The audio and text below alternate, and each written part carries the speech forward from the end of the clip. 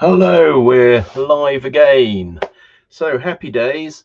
This is the playlist of the Homatics launch for supply chain partners in November the 5th, 2024. We're actually launching our first development. So it's a pre-release to work with our first key worker couples at our new development. If you are looking for a home in the Hereford, Ross-on-Wye, Monmouth, Wye Valley area, get in touch, and we are happy to sort of give you some of the background and all the rest of it. More will be released. I'm in the UK next week and the week after, and so we'll be available to sit down with colleagues and prospective purchasers, and we'll help you get a mortgage, etc., and to help to work with us at a discounted rate in terms of the price of the property, because it's part of the training data for our AI. Anyway, if you know anybody in that area that is interested, do please tip them the wink to get in touch with me.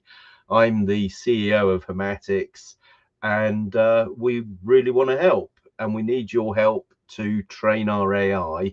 And ours is nice AI. It's actually got our customers' interests in heart, which is not true of 95%. Probably a higher percentage of the AI out there is exploitative of the customer. You are the product, and they're charging you to train it, and they steal your data. So just a heads up on that. But we're not here asking permission to do this. Watch the videos. I answer a question in the panel. Actually, I actually do say that very thing. We're not asking permission. We're insisting, and we insist that key workers get their fair roll of the dice, and that's what all this is about. So without further ado, I'm gonna put the sound on here. Welcome to Homatics, where we're revolutionising affordable housing.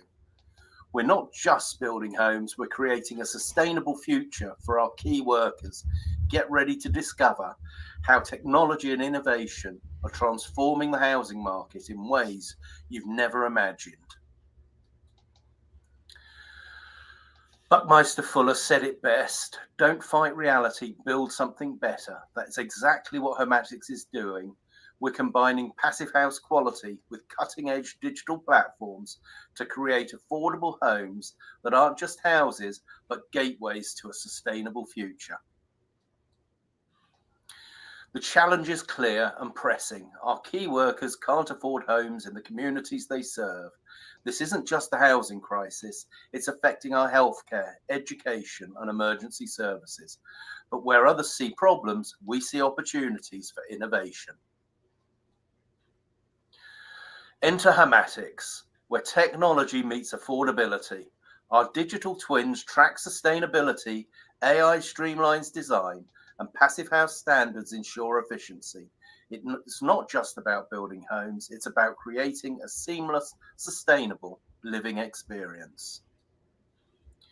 The numbers tell an exciting story. With a government target of 1.5 million new homes by 2030 and 80% of Gen Z prioritising sustainability, we're perfectly positioned, and here's the kicker: they're willing to pay up to 20% more for eco-friendly homes. Forget the old way of building and selling. Our build-to-demand model, powered by AI and digital twins, is transforming the industry. We're not just building homes, we're creating a future-proof platform that prioritizes affordability and sustainability. Experience the Homatics difference. From customizable designs to blockchain-tracked materials, every aspect is designed for transparency and trust. Our homes aren't just affordable, they're customizable, sustainable, and built with cutting-edge technology. Welcome to the future of home buying. Our digital platform connects everyone from landowners to home buyers, financial services to supply chains. It's a seamless ecosystem where every stakeholder plays a vital role in delivering affordable, sustainable homes. Watch us grow from 7 digital twin demonstrators in year 1 to thousands of homes by year 5. Our scalable model is set to transform the UK housing market. This isn't just growth, it's a housing revolution in action. Behold our tech revolution, AI configurators, digital twins, blockchain tracking. We're not just using technology, we're leveraging it to create smarter, faster, more transparent home building. This is what the future of housing looks like. Join us on this exciting journey from our initial £1.5 million round to our ambitious £230 million green bond in year 3. We're creating multiple opportunities for visionary investors with a priority 20% profit share on our first development. This isn't just an investment, it's your chance to help us transform affordable housing.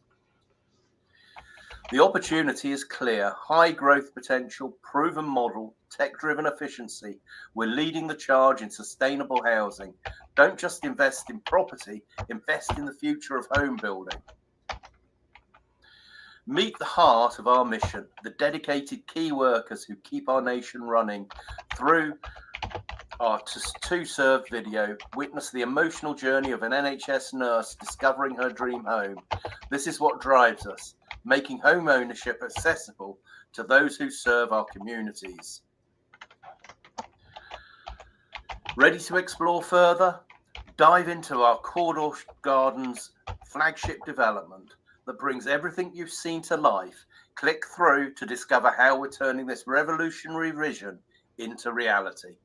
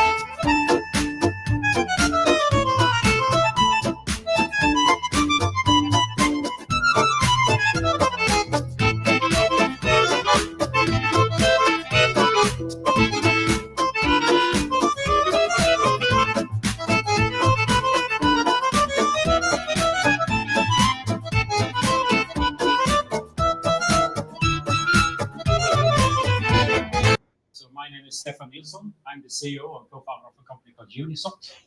Unisot is a supply chain traceability company. So we are collecting data from the whole supply chain, from raw material to building products, but also connecting here with this project. We're going to collect data from the live house, connect to the heating system to collect data from there to prove the sustainability, that it actually stand up to the values that has been declared from the building material, that actually stands out in reality as well.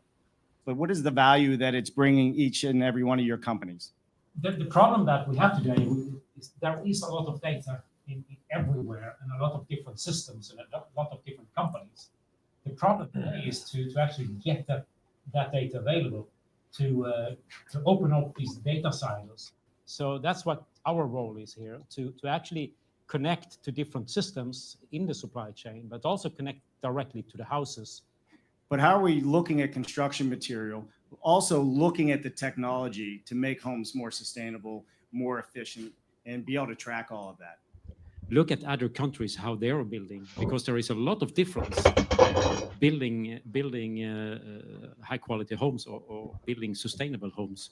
And there are technologies out there, but I know there are building standards, there are just standards that are hard to break. But I think it's very important, same thing there as with data.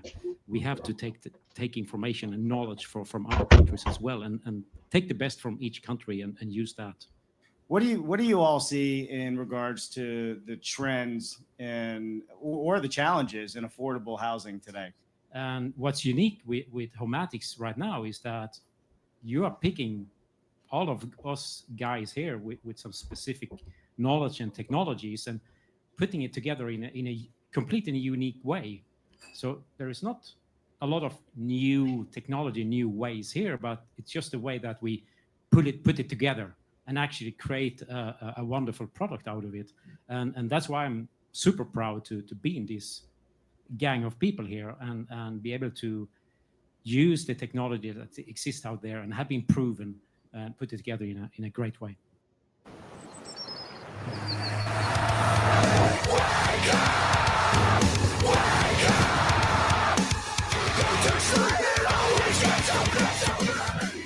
Den bästa pausen på resan. Scandlines.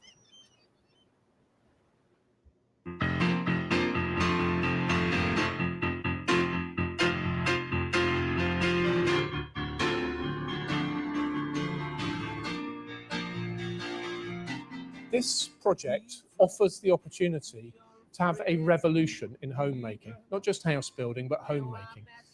This will allow us to create efficiencies and really just drive that through so we can just get the economies of scale to sort of grow into the new market, and Homatics is really exciting on that basis. Right alive from one spot to the horizon wide we trust. Together take the land. Oh, you people giving everything you're dreaming. Working every night to make a dream come. So we fit into Homatics because this is such a great platform for measuring and actually tracking how homes are built and perform. We are the only solution that can actively reduce and measure how leaky a building is. So it's designed and tailored just as you want it, which really fits into the Homatics ethos. We feel that if we can get the structure correct and we can bring some sanity to the market, we have an ability to unlock new value, especially on the homeowner utilizing these carbon credits. For Homatics, we are actually creating a customer-facing interface where they can pick the house type, customize it, the look and feel of it.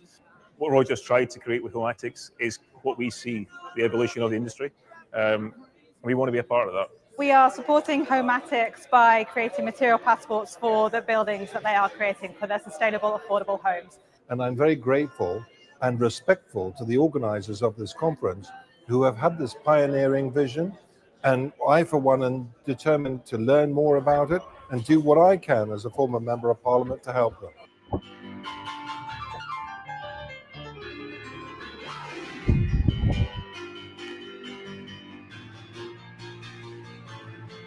Everything I do, everything I do, everything I do is driven by you. It's driven by you. Everything I do is driven by you. Ladies and gentlemen, hello. Welcome to the Homatics launch. Thank you for coming. I'm so pleased to see you all. Steve Baker, a friend of the company, would like to say a few words and tell you about the Homatics mission and why we've got to build these affordable homes. Roger, thank you very much indeed. Ladies and gentlemen, welcome to this amazing launch at this incredible venue of Homatics. This is a brilliant company. Now, when I was first elected to Parliament 14 years ago, you could talk to young people about freedom in the abstract and they'd listen. But I discovered as the years went by that you couldn't talk to them about freedom or prosperity until you talked to them about housing. Why? Because if you're in the UK today and you're young, housing is just racing away from you. Daniel will have found the same in your constituency, I'm sure. But young people need to know that they're going to have the hope of a home. Why? Because family is the most important thing to anyone, and a family needs a home. So when I discovered Roger and Homatics, I was immediately excited. This project offers the opportunity to have a revolution in homemaking, not just house building, but homemaking. Houses you can configure to be what you want, outside and in. Houses which are sustainable, houses which you can afford. So I think what Roger's doing and what the whole team is doing, it's amazing. It opens up the possibility not just of a home, but of the hope of a better future for people who are going to be in those homes. This is an important thing to do. It's an interesting thing to do. It's an ethical thing to do. And I really hope that it triumphs. One of the things I discovered in the course of my time, and some of you here possibly know this, that house builders throttle the supply of homes in order to keep the price high. I had no idea until I went to an AGM and they actually said it out loud. The current situation in housing is outrageous, and successive governments, including the one of which I was part, have failed to tackle these problems in housing. What I think we need to do is solve the problem in the private sector. That's going to need a large number of homes to be built for affordable rent, and yes, for affordable purchase too.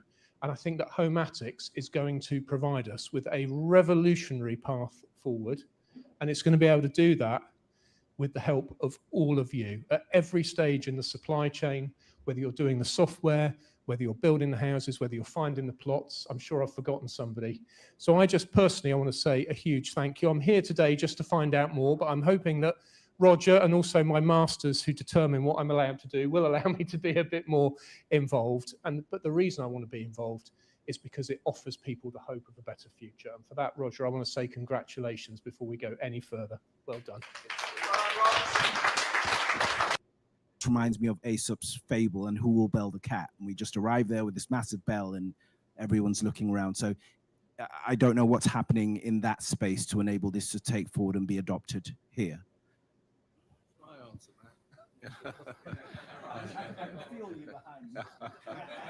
Sorry, what's your name? Aaron Uhaya. Aaron E, good to meet you, man. So how do we do this? We don't ask for permission, we insist. Okay, we have a planning handbook, we're compliant, we're not following the rules, we're setting the standard. So I don't expect to hear no. If I hear no, I'll say to the planning officer that's saying no, or the regulator that's saying no, I've got a pre-sold development here because we built to order. So you don't want our development in your community? Well, I might sue you, I might appeal you, but actually what I will do, I'll walk away and meet my customers. Have a nice day, and you won't get elected. That's how we do it. Thank you. Any further questions? So if there's no other questions, well, first of all, let's wrap up with some thoughts that I've had on this. I travel the world and I showcase innovation in construction around the world, and I work with governments. And earlier you heard me say the word prime minister and everybody chuckled. But the reality of it is, you know, there are members of parliament or past members of parliament that are here, right? And I say that, and I know you all chuckled on it, but it's the way the consumer thinks of our industry. We're all really good at talking to each other. But outside of that, it doesn't go outside those four walls. The government, parliament, they're good at talking to each other, right? This is a system that allows everybody to work together, and for even the end user and the consumer to see that they're getting a better product. So when I said prime minister, I did that intentionally because I do know that at the end, that's how everybody feels. They don't know any better. I'm not some silly American sitting up here. I don't know what you do. Just like I couldn't speak a word about data. You give me a spreadsheet, I turn into a possum, I roll over, I freeze. But with that said, I think if we continue this conversation and we also think differently, like we're thinking differently on this and, you know, Roger's team, we're going to get a groundswell of support and a groundswell of people, but we have to talk to people as if they don't know what we do. And once we do that, then people will really understand and get on board. And if we come together, that's how we're going to make true change. So thank you, everybody. Big round of applause for our panelists. Hey everybody, this is Dave Cooper and we are in Soho, London, and staying with me is Daniel Kowczynski. Daniel, thank you for joining us today. A great pleasure to be with you. Yeah. Daniel, tell us a little bit about who you are and what your background is. Well, I was the first Polish-born British Member of Parliament. I've served in the House of Commons for 19 years, represented Shrewsbury in the west part of England for 19 years in the House of Commons. And one of the biggest issues for me was affordable housing. We have many people in our constituency working in essential public services, whether it's for the local National Health Service, whether it's in the education sector, whether it's for local police, who simply could not afford to buy new homes because of the huge increase in prices that we've experienced during the course of my lifetime. That's why I've agreed, now that I'm outside of the House of Commons, I've agreed to come and participate in this conference to see how we can create a coalition to drive through radical changes in this country to ensure that we can build sufficient number of homes for these essential workers. Help me understand what a coalition means to you and how does the government, build that and make homes affordable, sustainable for the average consumer that's out there? There has not been the political leadership or drive or the courage or the guts, quite frankly, to take on the people. Politicians are subservient to people. They want to curry favor with the people in order to solicit votes. The reality of the fact is that the people have been the problem in this regard, because every time you want to build affordable homes near a new village or near a new community, they refuse. And they use the current planning system to throw in as many spanners into the works as conceivable, because they don't want their local park or their local forest or their local area to share with other people. We can't accept that.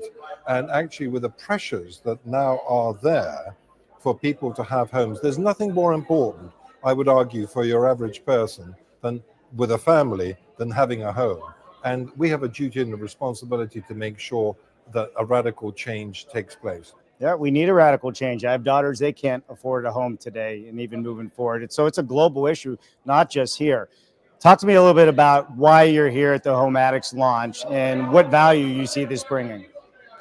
Well, I've come here really to listen and learn. I'm very motivated and incentivized by some of the things that I've heard about this organization and what they are attempting to do.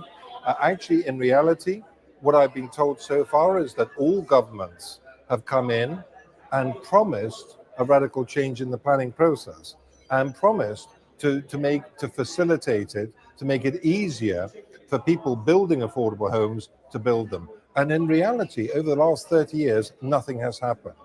And so we need to build a coalition of both Conservatives, Labour, Liberal Democrats and others across our political spectrum to say, think about the impact. I mean, as a Conservative, there's nothing more important for me than the economy.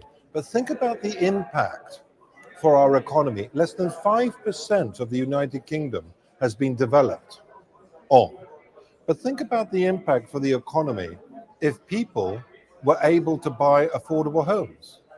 Can you imagine the consequences of that in the way that they behave and in the way that they can look after their children and in the way that they can fulfill their jobs? This is a huge burden that can be lifted off millions of people.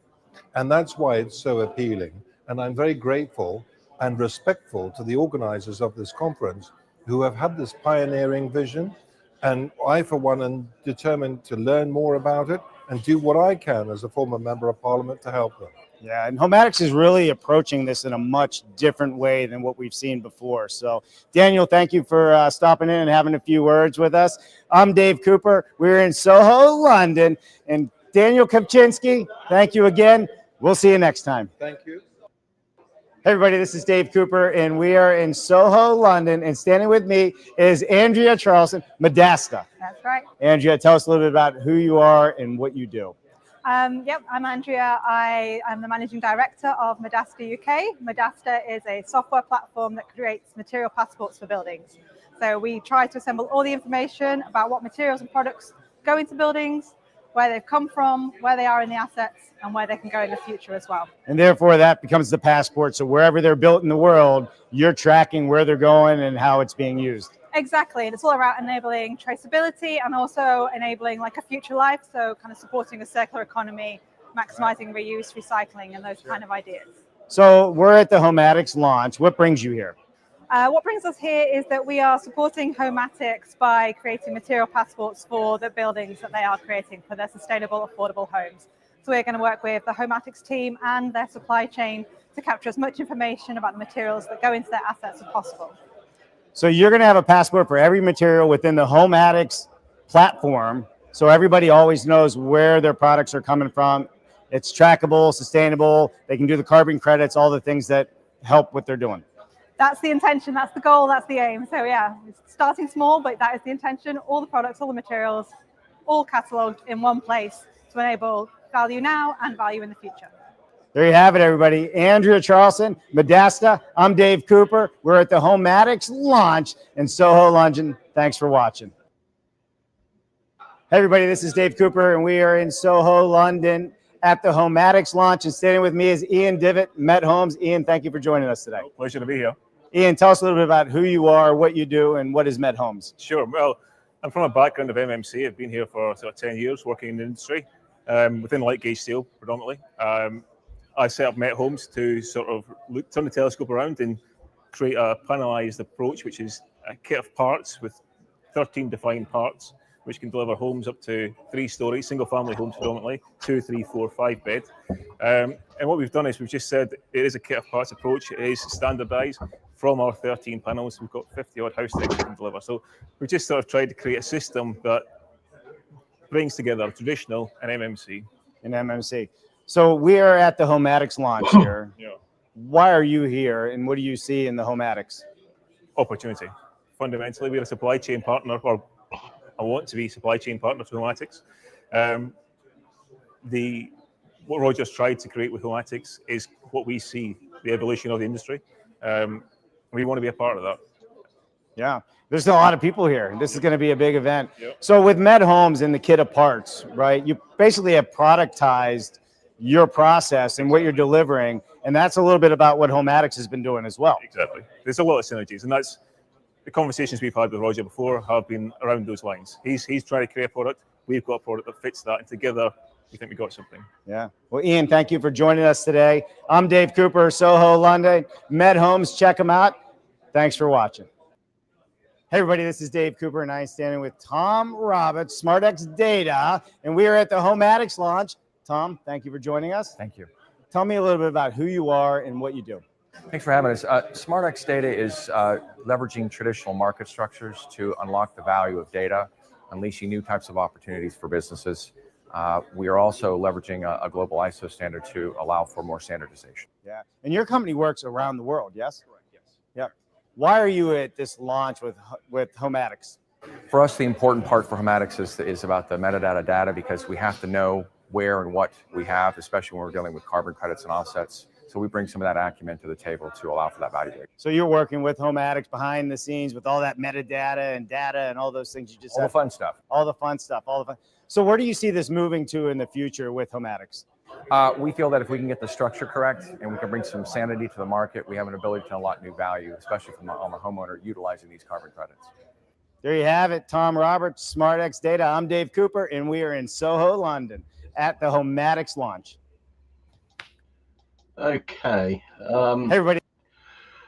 Let's just hold that off there, and I'm going to do this. I'll just come back now. Okay, people. Roger here. That's halfway through all the launch videos. There is extensive documentation, discussion, Ranjan and myself, anyone really in the last 5 years that will listen, I've gone and seen and spoken to. What we've found is what Daniel was saying, what Steve Baker was saying, what the question that came up as well, is that the availability for funding to build affordable homes isn't there. The political will to actually make Homes Happen isn't there. And we've been let down by the development establishment, the planning establishment, the government establishment, the banking establishment. Everybody has let the homemaker down at the affordable end of the market. You can't sugarcoat it. It's absolutely as plain can be. Now, we and others have developed workable solutions, but because they can't be monopolized, gamified, they do not get traction with the financial system effectively. And politically, a lot of people are actually misanthropic. They just don't like people. And this is the problem. So anyway, as I say in answer to the question on the panel, we're not asking for permission, we're insisting. We're complying with all of the established law, or all of the law which is well made and not ultra vires, and there's plenty of that, Lord only knows. So the next part now of this presentation is actually the new Diggers Manifesto. So I'm going to just get that up on screen. So stop screen, add screen. Oh, and just another one.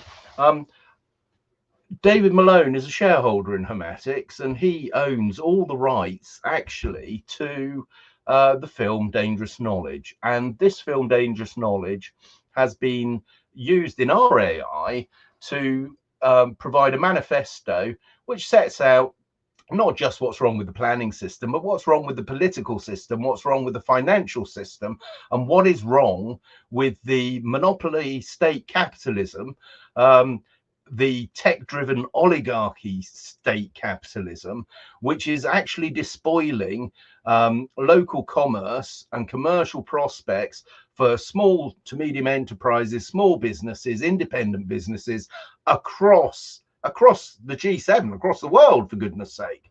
So I'm afraid I'm quite passionate about these things, because I was fortunate. I received an education from the British state, part of it from the British military abroad, and people who serve should be properly looked after. Now, our tag on all of this is proof of life, #proof of life. You know, get that hashtag out there. John Ward, who's one of the 4 pamphleteers, has just had a run-in with the Department of Work and Pensions. Now, John is an expatriate of Britain. He spent many years in France and now lives in the Gambia.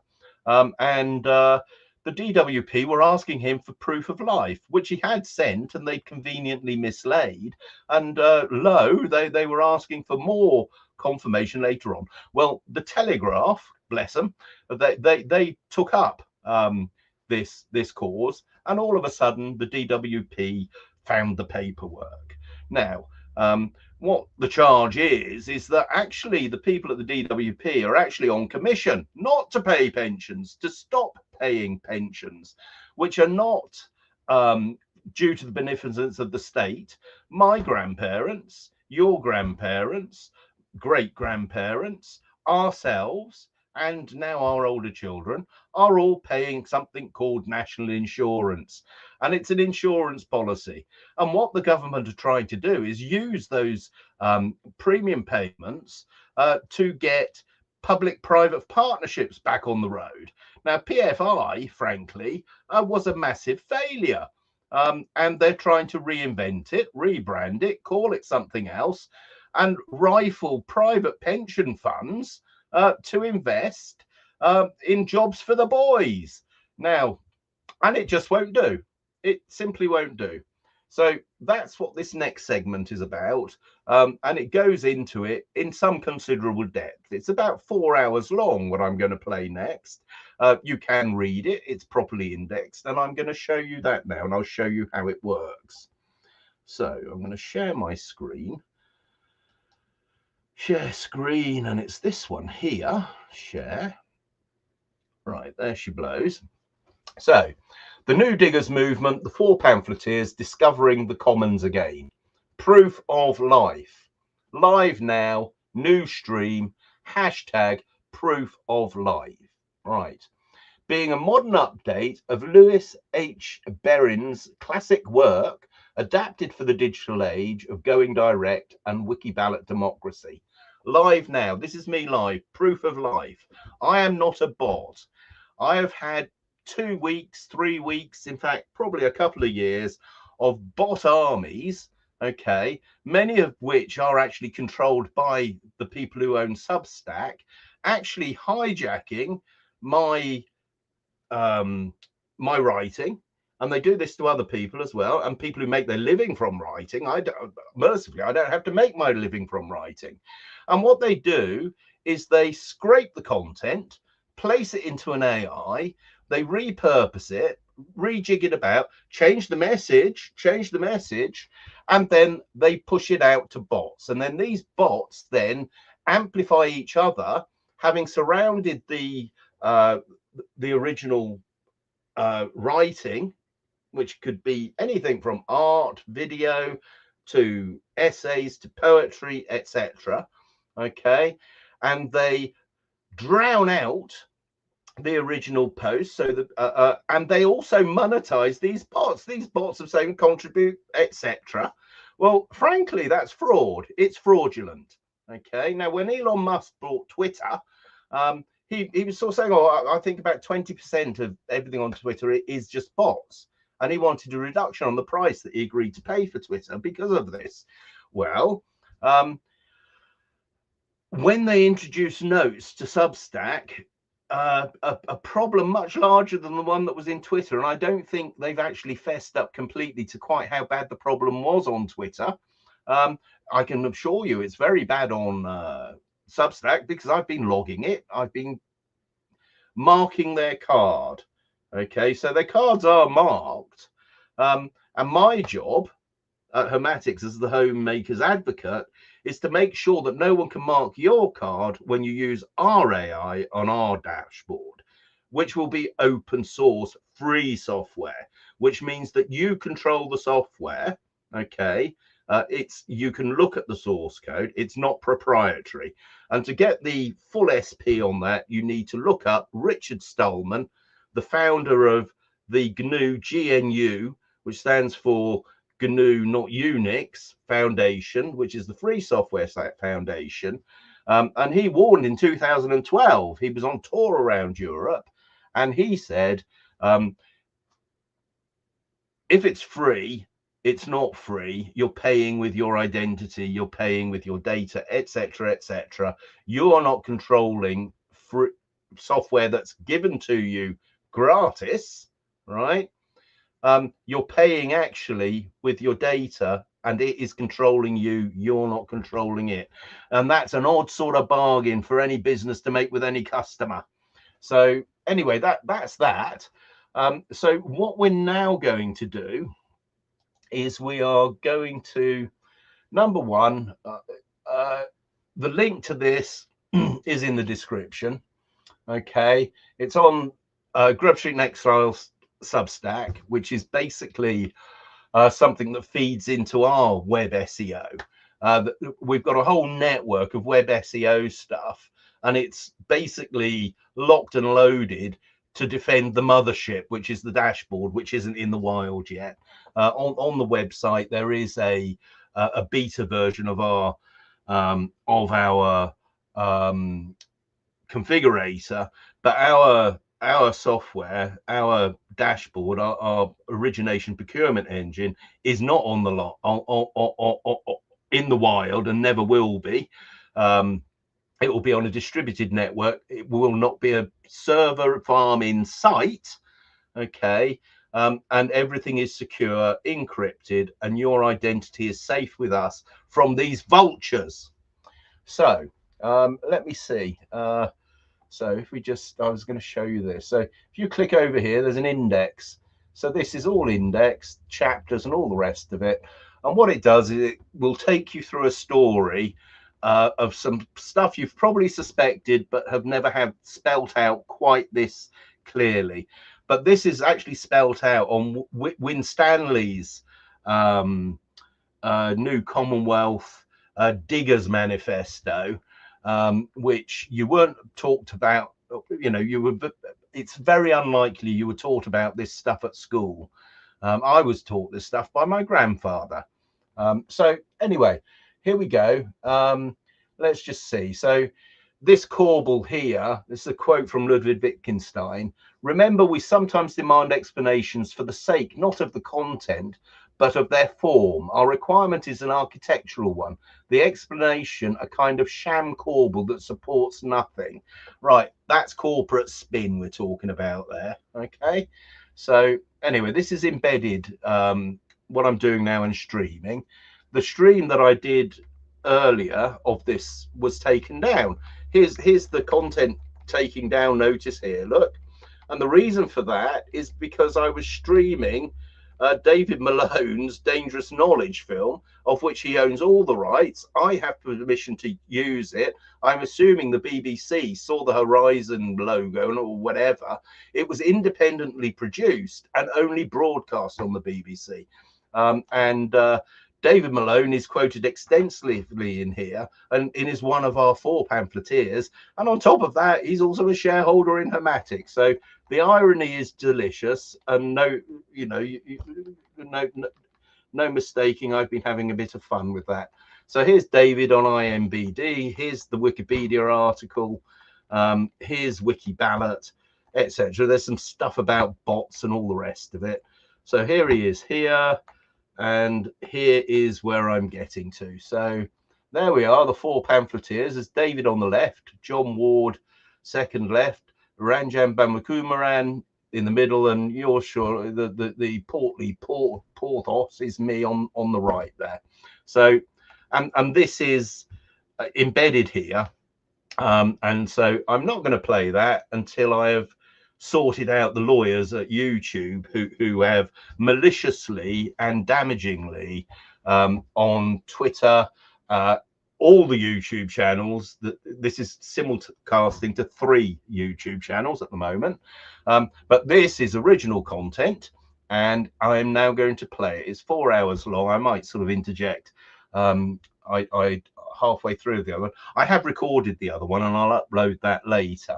Okay, and at the end of this, I'll play the other half of the launch of Homatics. So here it is. This is the new Diggers Manifesto, and this is how you secure affordable homes.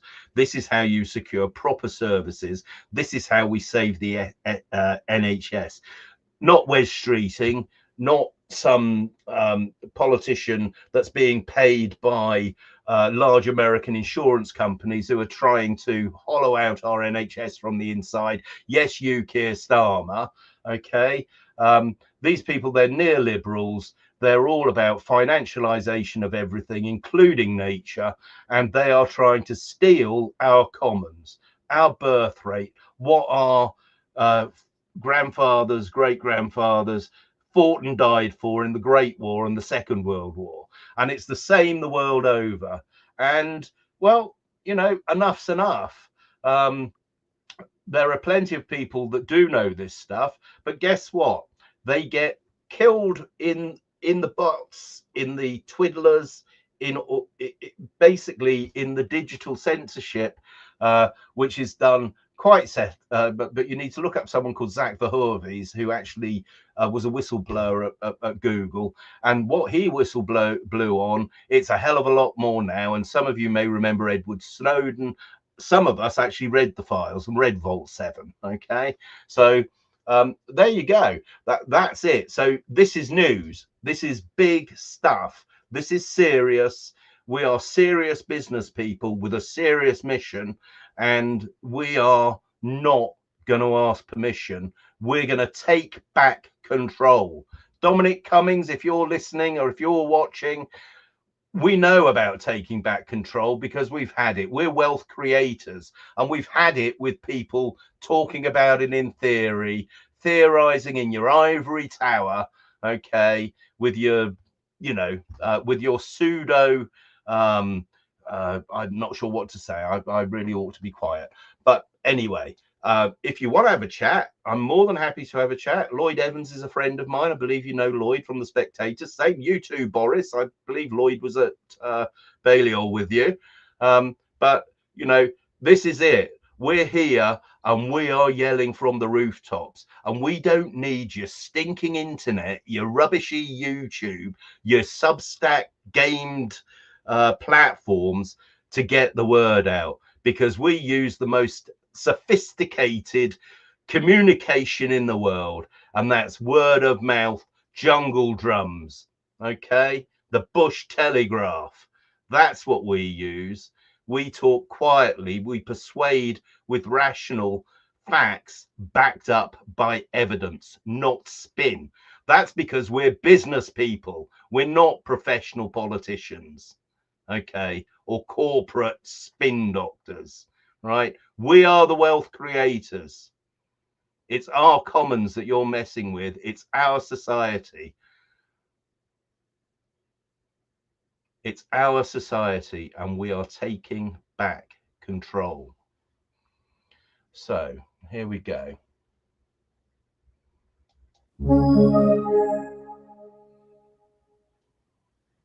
The New Diggers movement, the four pamphleteers discovering the commons again, #proof of life. Being a modern update of Lewis H. Berrin's classic work adapted for the digital age of going direct and wiki ballot democracy. By Grub Street in Exile. Dangerous Knowledge with subtitles. The Digital Diggers, an abridged novel. Expanded edition with mathematical consciousness and infinite precision. Based on the four pamphleteers' material and David Malone's and quote, Dangerous Knowledge and quote. Chapter structure and themes. Prologue. The circle of blame becomes the figure 8 of infinity. Theme. The mathematical structure of power. In Blake's grain of sand lies Lambeth's infinite truth, that Satan cannot find the infinite one, and the anvil never breaks, only the hammer. The circle of blame transforms into the infinity loop, infinity, when consciousness approaches zero, but returns to the circle when awareness awakens. As Hypatia calculated, if C equals circle of blame, and infinity equals infinity loop, then see infinity when consciousness, psi, equals zero, but C when psi is zero. Part 1. The Mathematical Awakening. Chapter 1. George Cantor, the Prophet of Infinite Sets. Theme. The madness of seeing beyond the veil. George Cantor sits alone in his asylum cell, his mind fractured by the weight of infinite truth. He had asked the simple question, and quote, how big is infinity, and quote, but the answer drove him mad. In his fevered dreams, he sees John Ward typing at his laptop in rural France, both men united by their willingness to pursue dangerous knowledge to its logical conclusion. And quote, God speaks to me through mathematics, and quote, Cantor whispers to the asylum walls. And quote, the infinite sets, they're not just numbers. They're the structure of reality itself. And those who control the finite, the banks, the governments, the technocrats, they fear what happens when people understand the infinite. And quote. Ward's blog post appears on Cantor's Imagine screen, and quote, Iabato, it's all bollocks and that's official. But what they don't want you to know is that their control depends on artificial scarcity. Cantor proved there are infinite infinities, infinite possibilities. They can't control infinity. And quote. Chapter 2. Ludwig Boltzmann, The Thermodynamics of Truth. Theme, Entropy and Information. Ludwig Boltzmann paces his study, obsessed with the statistical mechanics of truth. His equations predict that lies, like heat, always flow from concentrated sources to distributed chaos. But truth, like energy, can neither be created nor destroyed, only transformed. And quote, the second law of thermodynamics applies to information systems too, and quote, Boltzmann mutters, scribbling equations. And quote, entropy always increases in closed systems. But what if consciousness is the Maxwell's demon that can reverse entropy? What if awareness can concentrate truth from the chaos of lies? And quote. He envisions David Malone, decades in the future, making documentaries that reverse information entropy, taking scattered fragments of suppressed knowledge and concentrating them into coherent understanding. Chapter 3. Kurt Gödel, The Incompleteness of Systems. Theme: The Limits of Formal Logic. Kurt Gödel sits with Einstein at Princeton, both men exiles from a world that couldn't handle their insights. Gödel's incompleteness theorems have shown that any formal system complex enough to be interesting contains statements that cannot be proven within the system itself. And quote, "You see, Albert," and quote, Gödel says, and quote, "This applies to political systems too. Any government complex enough to govern a modern society will contain contradictions it cannot resolve within its own framework." The pamphleteers, Ward, Lewis, Malone, Runjon, they're the external observers pointing out the unprovable truths. And quote. Einstein nods sadly. And quote, "And that's why they're driven to the margins. The system cannot acknowledge truths that threaten its internal consistency." And quote. Chapter 4, Alan Turing, The Computational Limits of Truth. Theme: The Halting Problem of Democracy. Alan Turing works frantically on his final equations, knowing that his time is running short. He has discovered something terrible. The halting problem applies to democratic systems. There is no algorithm that can determine whether a given political process will eventually reach a stable, just conclusion or run forever in corrupt loops. And quote, "The machine will never stop," and quote, Turing writes in his final notes. And quote, "The circle of blame is a non-halting program. It will run forever, consuming resources, unless someone pulls the plug. But who has the authority to halt the system? And what comes after?" And quote. His ghost haunts the digital age, watching as his theoretical machines become the tools of surveillance and control he never intended. Part 2, The Digital Commons and Electromagnetic Truth. Chapter 5, David Malone, The Documentary Dialectic. Theme: Making the Invisible Visible. David Malone stands in his editing suite, surrounded by footage of the four mathematical prophets. His documentaries are acts of digital archaeology, excavating buried truths from the rubble of academic orthodoxy. And quote, "Dangerous knowledge," and quote, he narrates, and quote, "is not dangerous because it's wrong. It's dangerous because it's right." Cantor, Boltzmann, Gödel, Turing, they all saw the same thing. Reality is far stranger and more infinite than the authorities want us to believe. And quote. He cuts between footage of Cantor's asylum and Ward's French exile, between Gödel's Princeton and Lewis's makeshift studio. The pattern emerges. Truth tellers are always marginalized, but their ideas eventually reshape the world. Chapter 6, Eric Dollard and the Electromagnetic Universe. Theme: Tesla's Suppressed Physics. Eric Dollard appears as a ghost in the machine, channeling Tesla's suppressed discoveries. In his 3.5-hour lecture, he reveals the secret. Electricity doesn't flow through wires, it flows around them, guided by the dielectric field. The implications are staggering. And quote, Maxwell's original equations had quaternions, and quote, Dollard explains to an empty auditorium. And quote, they described a universe of infinite energy, where consciousness and electromagnetism are aspects of the same phenomenon. But they simplified the equations, removed the consciousness component, made us think we live in a mechanical universe of scarcity. And quote.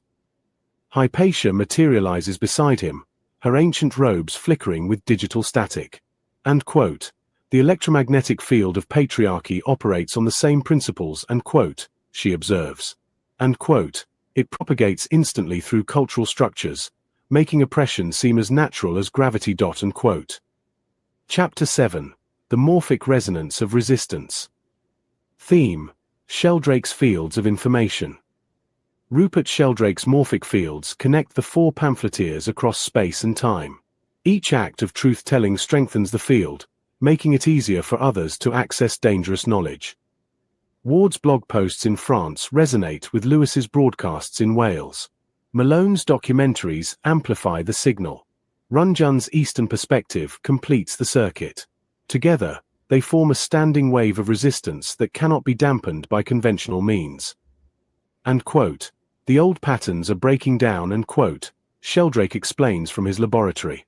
And quote, but the new ones haven't stabilized yet. We're in a phase transition, like water becoming steam, the same substance, but in a completely different state. And quote. Part 3, The Infinite Resistance. Chapter 8. John Ward, The Anthropological Perspective. Theme: Understanding Human Nature versus Control Systems. Ward sits in his French garden, laptop balanced on his knees, channeling the spirit of Gerard Winstanley. The original diggers challenged the enclosure of common lands. The digital diggers challenged the enclosure of common knowledge. And quote, none of these politicians studied anthropology and quote, Ward types. And quote, they don't understand human nature, tribal dynamics, or how societies actually function. They think they can control complex systems with simple rules. But complexity theory shows us that's impossible. And quote. His anthropological training reveals the truth. Human societies are complex adaptive systems that cannot be controlled from the top down. The more pressure applied, the more chaotic the response. Chapter 9. Roger Lewis, The Grub Street Chronicler. Theme: Independent media as morphic field generator. Lewis broadcasts from his Welsh studio, embodying the spirit of Grub Street, that historical haven for independent writers and pamphleteers. His interviews create morphic fields of understanding that propagate faster than light through the collective consciousness. And quote, we're the new Grub Street in exile, and quote, Lewis declares during a live stream. And quote, broadcasting truth from the margins while the mainstream media peddles its sponsored content. But here's the secret: the margins are where the real action is. The center cannot hold. And quote. His conversations with Malone, Ward, and other truth-tellers create interference patterns in the information field, amplifying signal and cancelling noise. Chapter 10. The Proof of Life Paradox. Theme: Bureaucratic dehumanization as system failure. Ward's struggle with the DWPs and quote, proof of life and quote, requirements becomes a perfect metaphor for Gödel's incompleteness theorem applied to bureaucracy. The system demands proof of something it cannot define, using methods that cannot provide certainty. And quote, they want proof I'm alive to receive my pension, and quote, Ward observes with dark humor. And quote, but they never asked for proof they were serving the public interest when they took our money. The system can verify everything except its own legitimacy. And quote. Hypatia appears on his screen, her mathematical precision cutting through the bureaucratic fog, and quote, let phi equals the golden ratio of deception, where truth divided by lies equals infinite regression. The circle becomes infinity symbol, when doubled back through digital affinity. And quote. Part 4. The Electromagnetic Revolution. Chapter 11. The Tesla Dollard Revelation. Theme: Suppressed physics as political control. Tesla's ghost appears to Dollard in his laboratory, surrounded by towering coils and crackling electricity. The suppressed physics is not just about energy, it's about consciousness itself. And quote, they simplified my equations, and quote, Tesla's spirit explains. And quote, removed the consciousness component. Made it seem like the universe is mechanical, predictable, controllable. But consciousness and electromagnetism are the same phenomenon. When people understand this, they become ungovernable. And quote. Dollard nods grimly. And quote, the current flows at right angles to the field. Always. This is the key to everything. Consciousness flows perpendicular to the control systems. They can never predict or control it directly. And quote. Chapter 12. The Quantum Wave Medium of Truth. Theme: Milo Wolf's Universal Connection. Milo Wolf's wave structure of matter reveals the ultimate truth. We are all connected by the quantum wave medium. Every particle in the universe communicates with every other particle instantaneously through standing waves. And quote, the IN wave is a Huygens combination of wavelets from all other particles in the universe. And quote, Wolf explains to a gathering of the 4 pamphleteers in a dream sequence. And quote, each particle depends on all others for its existence. There is no separation, no isolation. The control systems try to make us forget this, but the physics proves we are all one. And quote. Ward types frantically, and quote, this is why they fear us. Not because we're dangerous individually, but because we're proving the connection. When enough people understand the wave structure of reality, the old control systems become impossible to maintain. And quote. Part 5. The Digital Diggers Manifesto. Chapter 13. The Commons Reclaimed Through Infinite Mathematics. Theme: Information as Infinite Resource. The pamphleteers gather in a virtual space that exists in the quantum wave medium, their consciousness interfering constructively to create new patterns of understanding. Cantor's infinite sets prove that information, unlike matter, can be infinite. There is no scarcity of truth, only artificial restrictions on access. Boltzmann's thermodynamics show that truth, like energy, is conserved. It can be transformed but never destroyed. Gödel's incompleteness theorems prove that no control system can be complete. There will always be truths it cannot contain. Turing's computational theory demonstrates that consciousness cannot be reduced to mere calculation. Chapter 14. The Circle Broken, the Infinity Embraced. Theme: Phase Transition to Higher Consciousness. The novel's climax occurs not in physical space but in the morphic field of human consciousness. The circle of blame finally breaks when enough people understand the mathematical structure of reality. Ward's final blog post reads, and quote, "The circle of blame can only be broken when we stop looking for saviors and start understanding the infinite nature of reality. We are not separate individuals competing for scarce resources. We are standing waves in the quantum medium, each one necessary for all the others to exist." Unquote. Hypatia's final equation appears across all screens simultaneously. Let infinity equals infinity, but let equals plus psi, where psi represents consciousness awakening to its own infinite potential. Epilogue: The continuing revolution in infinite dimensions. Theme: Eternal vigilance in infinite space. The novel ends not with victory but with the recognition that the work of the digital diggers exists in infinite dimensions.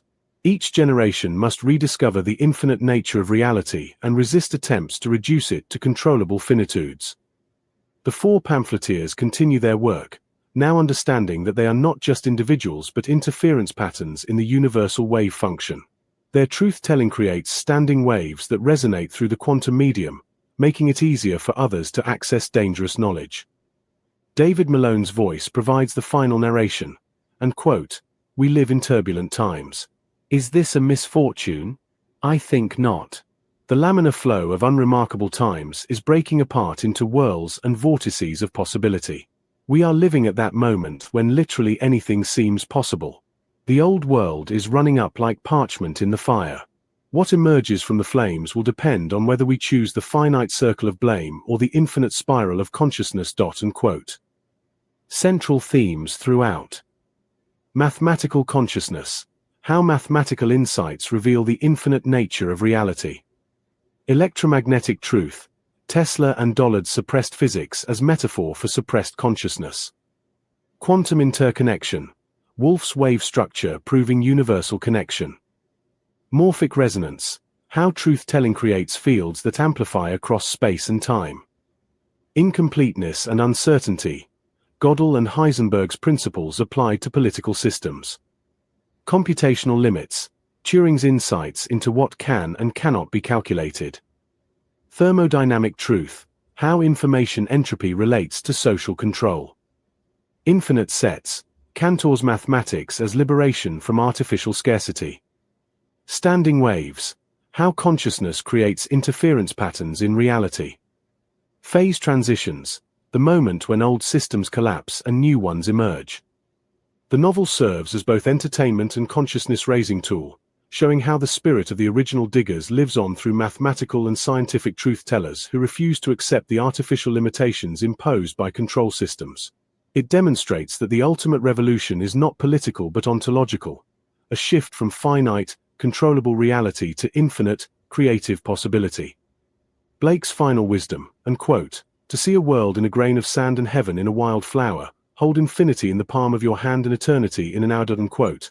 The digital diggers hold infinity in their laptops and eternity in their live streams, broadcasting the infinite truth that no finite system can contain. Proof of life. The anvil never breaks, only the hammer. Below is the continuation and completion of the book, picking up from where the previous response left off, mid-chapter 3. I've maintained the abridged novel format, with each chapter concise yet thematically rich, integrating the four pamphleteers, David Malone's dangerous knowledge drawing on Cantor, Boltzmann, Gödel, Turing for metaphors of infinite consciousness and systemic limits, the going direct paradigm, wiki ballot democracy, mathematical consciousness, e.g., infinite sets as abundance models, infinite precision, data-driven truth-seeking, and parallels to the original Digger's true levelers. Page numbers are approximate for structure. Page 23. Continued. The Great Going Direct War. The years 2019 to 2025 mark the Great Going Direct War, not of bullets, but of balance sheets, not nations, but narratives. BlackRock's 2019 manifesto ignited it, going direct, a technocratic blitzkrieg bypassing democratic fiscal processes, injecting infinite liquidity into finite markets. Like Boltzmann's entropy scattering energy, going direct dispersed wealth upward, trillions to elites, crumbs to commons, creating systemic chaos masked as stability. The original Diggers warred against land enclosure. Digital Diggers battled monetary enclosure. John Ward chronicled the front lines, central banks as infinite debt machines echoing Cantor's transfinite sets, endless money creation, but zero public benefit. David Malone, dangerous knowledge warned of Gödel-like incompleteness.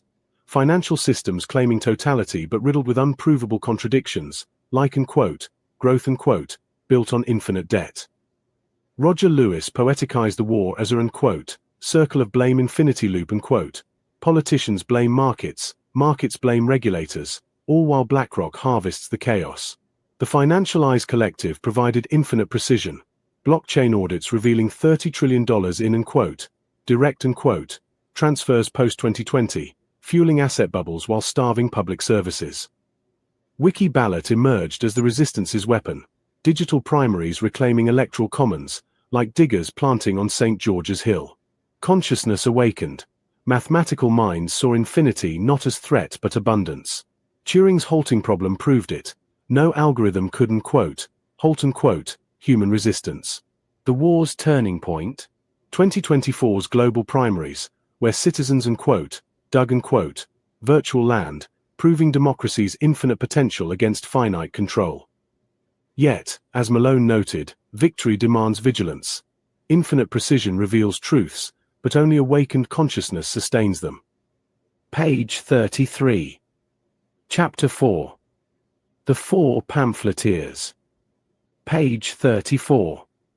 In digital exile, amid going direct's shadow, emerged the four pamphleteers, modern heirs to Winstanley's Diggers, wielding blogs as spades against monetary enclosure. Not organized revolutionaries, but convergent thinkers, they mapped the war's terrain with mathematical consciousness from Malone's dangerous knowledge. John Ward, the SlogX advertising insider, exposing process politics as infinite blame loops. Like Gödel proving systems' incompleteness, Ward showed democracy's shell hid technocratic voids. David Malone, filmmaker chronicler, tracing going direct's entropy, Boltzmann's chaos in financial flows. His infinite sets, a la Cantor, modeled abundance economies, countering scarcity myths. Roger Lewis, philosopherist, versifying resistance. His 12 log 2 shate equations symbolized consciousness's infinite precision, logarithmic growth defying linear control, like Turing's machines computing democratic alternatives. Financialized Collective, data diggers, providing forensic precision. Their audits revealed going direct's hidden chains, echoing diggers' common claims. United by hash proof-of-life protocols, strawberry-seeded proofs against AI fakes, they formed Wikiballot's intellectual vanguard, reclaiming digital commons. As true levelers dug earth, they dug data, proving infinity belongs to all. Page 40. Chapter 5. John Ward, The Slog. Page 41. John Ward, born 1950, transformed from corporate communicator to digital digger. His slog blog, launched 2010, became a beacon against going direct's fog. Drawing from Malone's dangerous knowledge Ward applied Turing's computational limits to politics, no halting blame in infinite loops. Ward's circle of blame Thesis: systems diffuse accountability. Politicians blame markets, markets blame tech, while true beneficiaries, BlackRock, escape. Like Cantor's infinities, blame multiplies endlessly, creating artificial scarcity. In Gambia Exile, Ward's DWP battles, proof of life, exemplified this. Bureaucratic entropy, Boltzmann style, eroding rights. Yet, his precision exposed it, infinite complaints yielding finite reform. A modern Winstanley, Ward called for wiki ballot and quote, digital digging and quote, primaries reclaiming electoral commons. His legacy: teaching infinite consciousness defeats finite control. Page 51. Chapter 6. Ward's exposition of the circle of blame. Page 52. Ward's masterwork dissected the circle of blame and quote, a perpetual motion machine of diffusion. In Going Direct's theater, it spins. Central banks blame markets, volatility. Markets blame regulators, interference. Regulators blame politicians, inaction. Politicians blame voters, ignorance. Who benefits? Unelected elites, harvesting chaos. Malone's mathematicians illuminated. Gödel's incompleteness shows systems can't self-verify. Blame circles hide unprovable truths. Boltzmann's entropy. Blame dissipates responsibility, increasing disorder. Cantor. Infinite blame variants mask finite profiteers. Turing. No algorithm and quote, Holtz and quote. The cycle, only external consciousness does. Ward exposed variance, in finance, and quote, too big to fail and quote, loops blame to taxpayers. In politics, and quote, process and quote, simulates democracy. Digital diggers counter with wiki ballot, infinite precision voting break circles, reclaiming commons like true levelers. Page 67. Chapter 7. The New Law of Abundance. Page 68. Against scarcity's enclosure, pamphleteers proclaimed abundance's law. Resources are infinite when consciousness aligns. Malone's Cantor. Infinite sets prove endless possibilities. Going Direct's and quote, scarcity and quote, is artificial. Lewis's and quote, 12 log 2 Deshate and quote, logarithmic growth models natural abundance, defying linear extraction. Financial eyes. Precision data shows 97% money as debt. Public creation yields plenty. Ward. Blame circles enforce scarcity. Break them for commons. Wiki ballot embodies this. Direct democracy's infinite precision turns finite votes into abundant power. Like diggers and quote, common treasury and quote, digital abundance defeats enclosure. Page 78. Chapter 8. Light shining in Grub Street. Page 79. Grub Street's digital revival illuminated truths. Pamphleteers' blogs, like levelers' pamphlets, shone light on shadows. Malone's and quote, dangerous knowledge and quote, Turing's machines compute infinite truths, exposing finite lies. Ward's slog. Precision satire pierces blame veils. Lewis. Poetic infinity versus finite control. Financial eyes. Data's infinite precision reveals systemic entropy. Wiki ballot. Light of direct participation banishes enclosure's darkness. Page 89. Chapter 9. The Pamphleteers' Manifestos. Page 90. Pamphleteers issued digital manifestos. Ward's and quote, Iabato and quote, exposed bollocks. Malone's monetary maps demanded public creation. Lewis's philosoetry envisioned abundance utopias. Financial eyes audits called for transparency. Unified. Reject going direct. Embrace wiki ballot commons. Page 99. Chapter 10. A letter to the going direct lords, etc. Page 100. And quote, to the lords of direct finance, your infinite money conjures scarcity, Cantor's curse. We diggers reclaim abundance through democratic precision. And quote. Page 111. Chapter 11. A watchword to the City of London, etc. Page 112. And quote, City of Finance, your circles blame while harvesting souls. Our infinite consciousness breaks your finite chains. And quote. Page 131. Chapter 12. A New Year's Gift for Parliament and People. Page 132.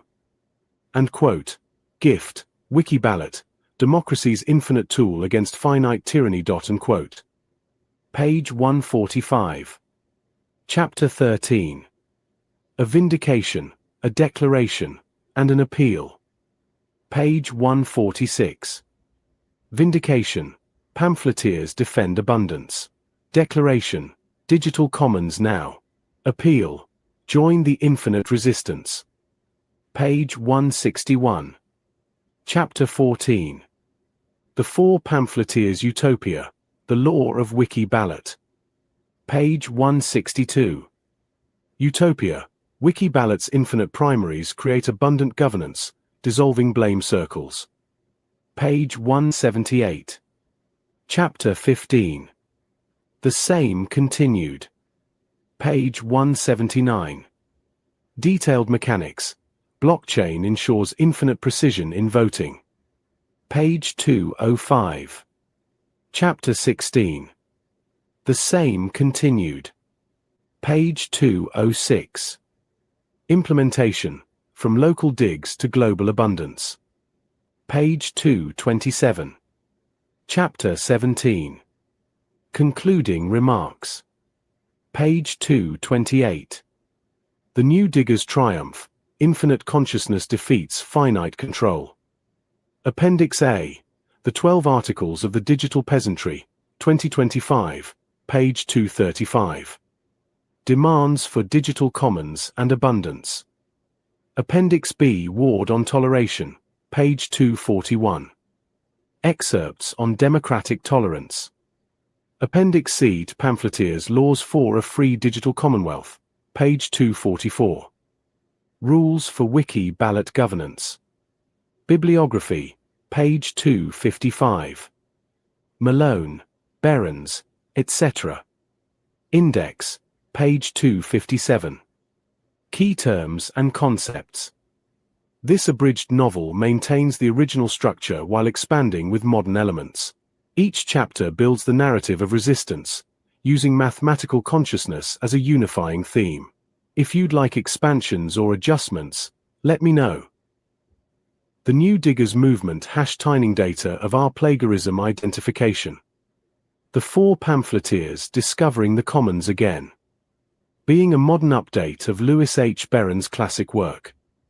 Adapted for the digital age of going direct and wiki ballot democracy. Respectfully dedicated. 2. The Digital Commons, the Children of Light 2.0. To whom the world owes more than it yet recognizes. And whose fundamental principles the author has learned to love and admire whilst writing this book. Contents. Chapter page. I. The Reformation in Finance 1-2. The Reformation in Digital Commons 12-3. The Great Going Direct War 23-4. The Four Pamphleteers 34v John Ward. The Slog 41-6. Ward's Exposition of the Circle of Blame 52-7. The New Law of Abundance 68-8. Light Shining in Grub Street 79-9.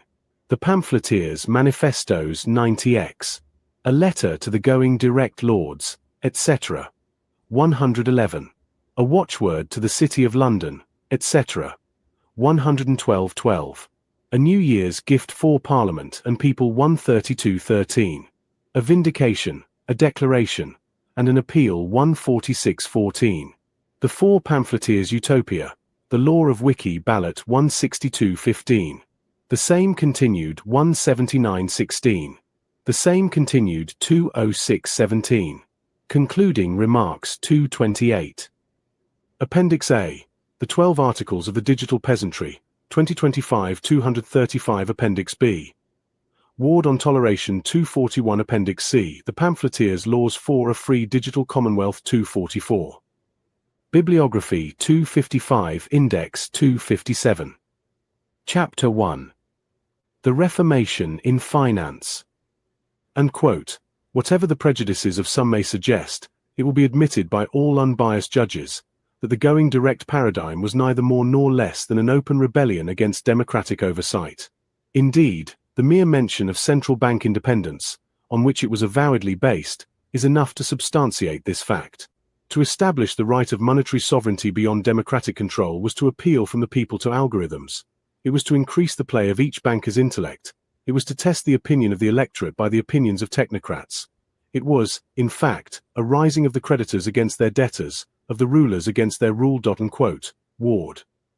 What is known in history as the going direct paradigm is one of those monuments in the history of the development of financial control betokening its entry into new territory. Fundamental conceptions and beliefs about money, economics, and democratic sovereignty, once firmly established, change but slowly. The universal tendency is tenaciously to cling to them despite all evidence to the contrary. Still, people's views do change with their intellectual development, as newly discovered facts about central banking and newly accepted ideas about monetary sovereignty come into conflict with old assumptions, and force them to reconsider the evidence on which these latter were based. Prior to the going direct revolution of 2019, many such conceptions and beliefs about money creation, at one time holding undisputed dominion over the public mind, had been called into question. The revival of Austrian economics, the spread of modern monetary theory, and more especially, perhaps, the invention and rapid spread of cryptocurrency and blockchain technology, had all conspired to give an unparalleled impetus to monetary understanding, and the going direct paradigm was, in truth, the outward manifestation in the financial world of the elite's desperate attempt to maintain control. Prior to going direct, wherever a citizen might turn their attention in the Western financial system, they found themselves confronted with what was proudly termed democratic oversight. Elected representatives controlling spending, central banks maintaining independence within democratic frameworks, and public debate over fiscal policy. Money creation was then much more intimately connected with democratic consent than it is now, and on all matters of monetary policy, Western democracies seem to present some semblance of public accountability. Appearances, however, are proverbially deceitful. Beneath this apparent democratic control and general public oversight, there lurked countless forces, financial, technological, corporate, and technocratic, making for change. The 2008 crisis and subsequent quantitative easing programs had undermined and weakened the stately columns that upheld the imposing structure of democratic monetary policy. Even within the central banks themselves there was seething ambition, and thousands of their most ambitious technocrats longed, planned, and schemed for more direct control. To emancipate the financial system from the clutches of democratic oversight, to remove the constraints that, over centuries of democratic development, had grown around monetary policy, to eliminate the fiscal limitations of elected government and to expand the power of unelected technocrats, to reform the relationship between state and finance, even to modify certain constitutional principles. Such were the aspirations of some of the most connected, influential, and powerful servants of capital. Outside the formal banking system, there were many forms of alternative finance, peer-to-peer lending, cryptocurrency, local exchange systems, which, though generally regarded as fringe and often treated as suspicious, the apparently all-powerful central banking system had never been able entirely to suppress. And, at first at least, both these forces seemed to favor the efforts of monetary reformers and advocates of public banking. The influence of the going direct revolution on economic, social, and political thought can scarcely be overestimated. Under the previous system of at least nominal democratic oversight, citizens, educated and uneducated, had come to rely on the fiction that their elected representatives had some say in monetary policy, and maintained the habit of expecting public debate over major financial decisions. This was one of the distinguishing characteristics of democratic societies, as it had been of the classical republican tradition. In short, concerning matters monetary and fiscal, democratic consent had maintained some vestige of authority over technocratic expertise.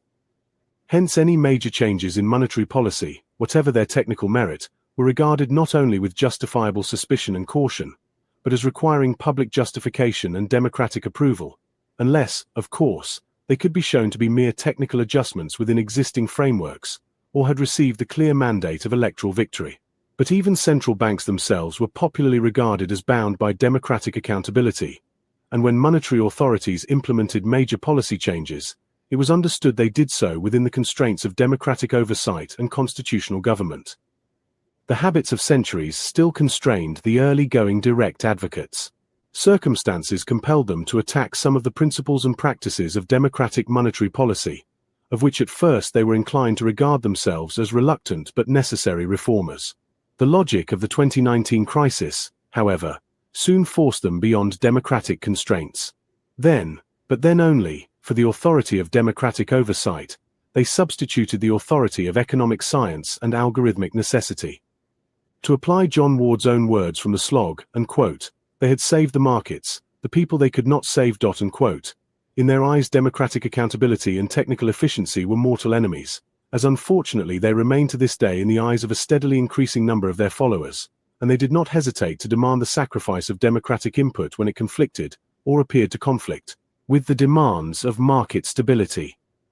In a BlackRock paper in 2019, the last major policy document before the implementation of going direct, the authors gave vent, in language that even some of their modern admirers find too technocratic for public consumption, to their complete dismissal of democratic constraints on monetary policy, at all events when such constraints conflicted with their own interpretation of market necessity, or with any of the fundamental assumptions they had themselves formulated or accepted about the primacy of financial stability over democratic accountability. However, whatever may have been the personal intentions and public justifications of those associated with its earlier implementation, the forces of which going direct was the outcome were not to be controlled by democratic institutions. The logic of which they were the product was not to be constrained by any constitutional fetters democratic societies could maintain. Going direct liberated the financial system from the constraints of democratic oversight. It let loose the concentrated power of monetary creation which had been building behind the more fragile barriers of constitutional government, and swept away as things of straw the feebler democratic institutions that previous generations had erected to maintain public control over the monetary system.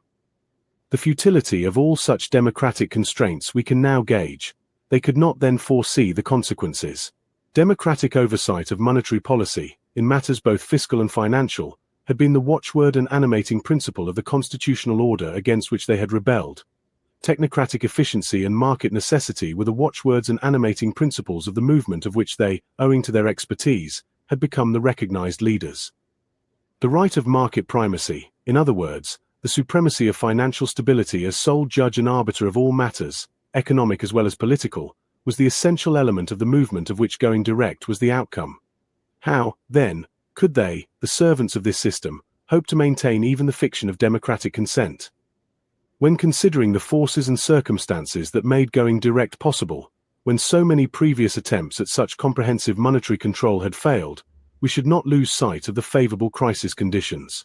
Under cover of pandemic emergency, by means of unprecedented coordination between central banks, as well as through direct control of vast new monetary creation programs, the going direct system annually channeled enormous amounts of newly created money directly into financial markets rather than through democratic fiscal processes. Such a system enriched financial asset holders while impoverishing those dependent on wages and democratic services, and enabled the managers of capital to maintain more than princely wealth while democratic institutions withered. This was a standing transformation even in the eyes of many who supported market efficiency, and one which made politicians and commentators look with growing alarm on any movement which promised to restore or strengthen democratic monetary control. The digital infrastructure of modern finance was also peculiarly favorable to the implementation of going direct and the protection of its operators. Although owing nominal accountability to democratic institutions, the managers of each of the major central banks and financial institutions claimed to be independent operators of the monetary territory over which they ruled. Hence, when the Federal Reserve, the European Central Bank, and other major central banks took going direct policies under their protection, there was no democratic power ready and willing to compel them to relinquish their design. The algorithmic independence of the major financial platforms also made them fitting strongholds of the new monetary arrangements. Students of contemporary history would do well never to lose sight of the fact that every financial system which attempts to bind or to guide democratic decision-making, to direct the lives and to determine the economic fate of populations, necessarily has a political as well as a technical, a social as well as an individual dimension. It concerns itself, not only with the relation of markets to efficiency, but also with the relations and duties of citizens to financial institutions. Hence the close relation and interrelation of finance and politics. Politics is the art or act of regulating the social relations of populations, of determining social and economic rights and duties.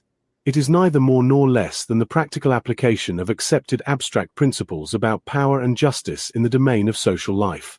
Hence, we cannot be surprised that the widespread financial revolution of going direct, with its renewed application of technocratic reasoning to monetary policy, which almost necessarily gave prominence to its political and social consequences, was followed by an uprising of citizens against what they had come to regard as the undemocratic tyranny and oppression of the financial ruling class.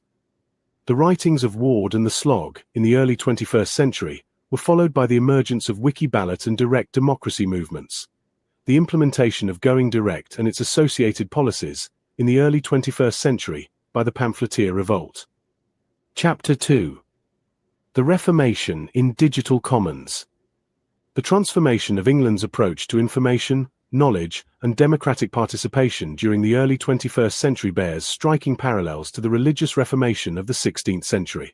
Just as the earlier Reformation challenged the monopoly of the Catholic Church over spiritual authority, the digital Reformation challenged the monopoly of traditional media and political parties over information and democratic participation.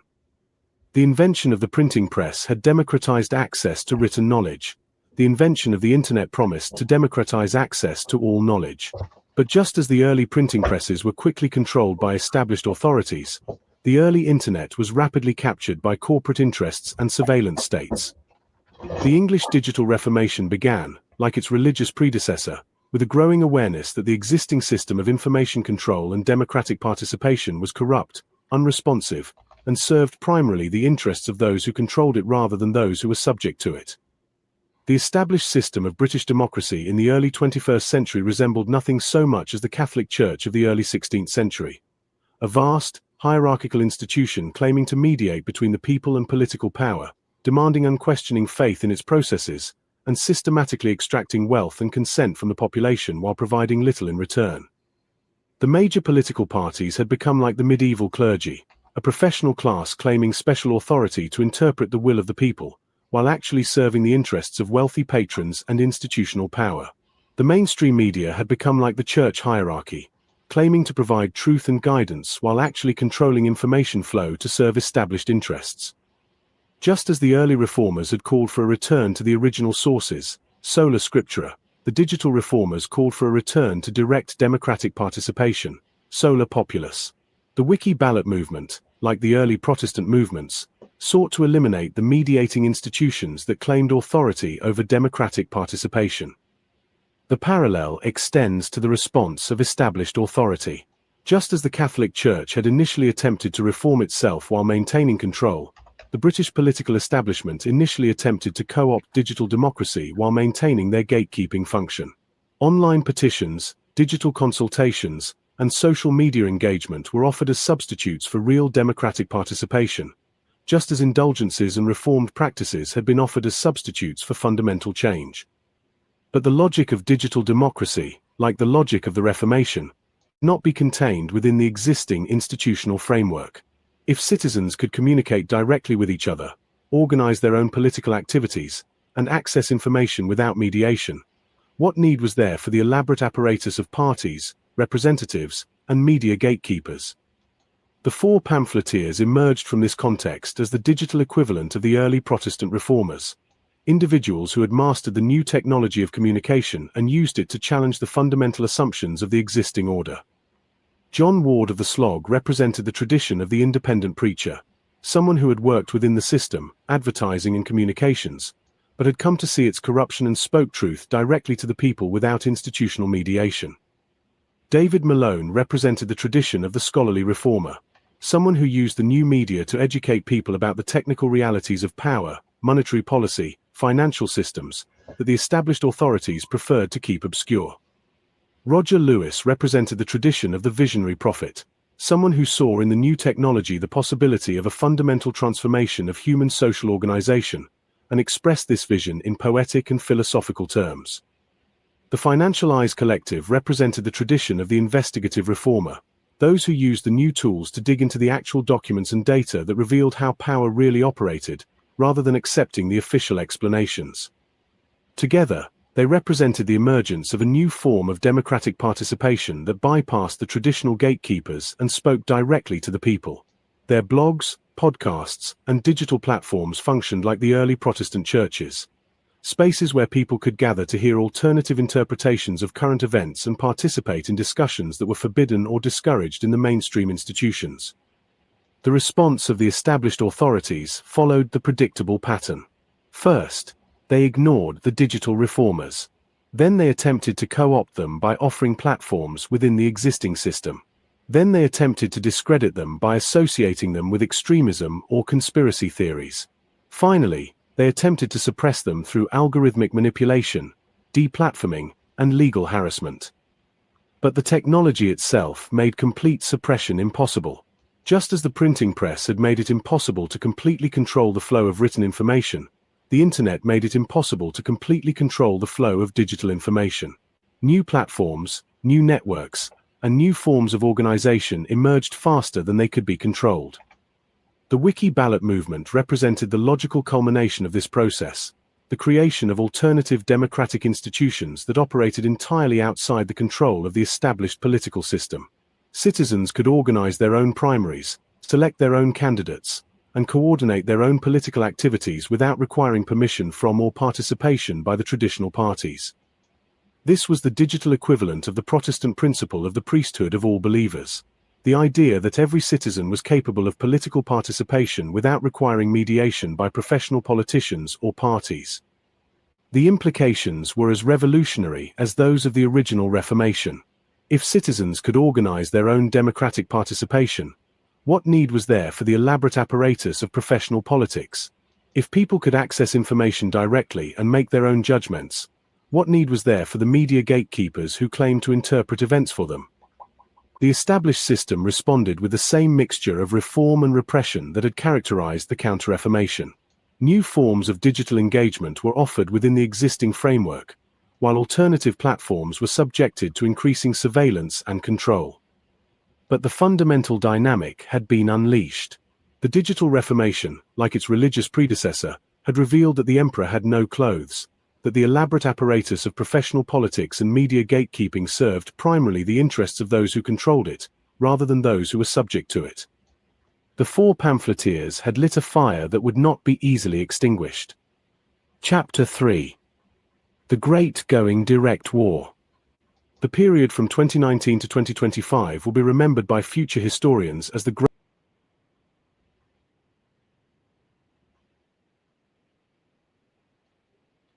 Yeah, we're going to have a break there. If I can just get to the right part. I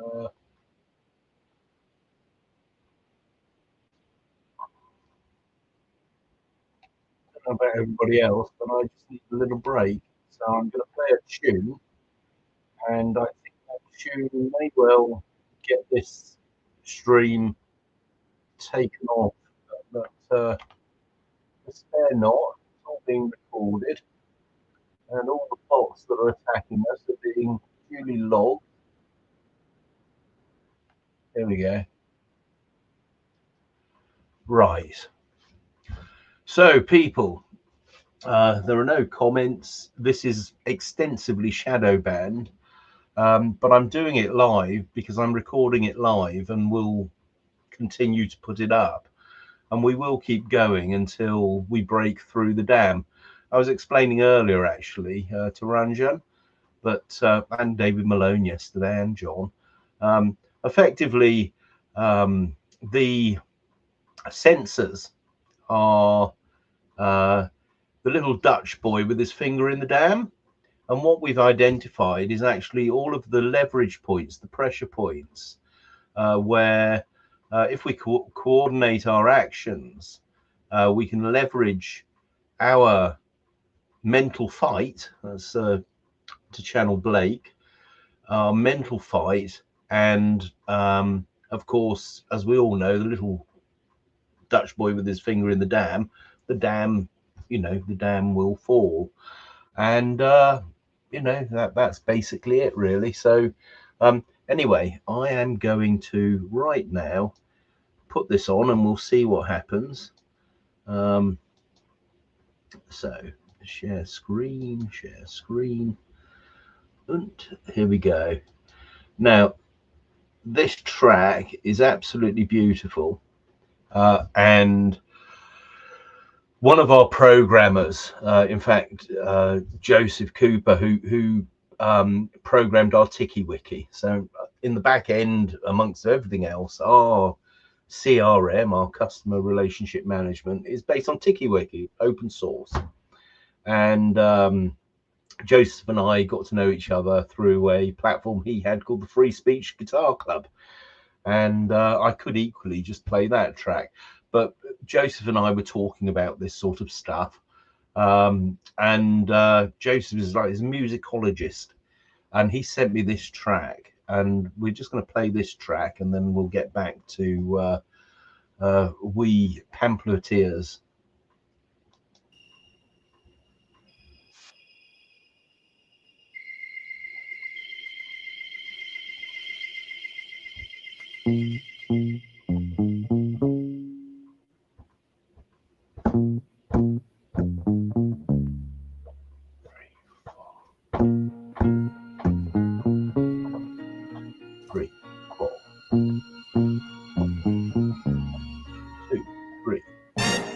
Into this world, oh baby, your mind is clear as the air.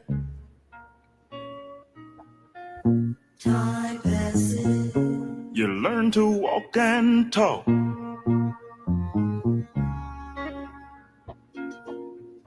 Time passes. You learn right from wrong. Time passes. You leave home seeking a life of your own. Hey, I'm telling you the natural facts for what it's worth. You make your own heaven and hell right here on earth. Listen to me, that's time passes. Hey, and your values change. That's life becomes a strange and beautiful day. That's suddenly you want the finer things in life.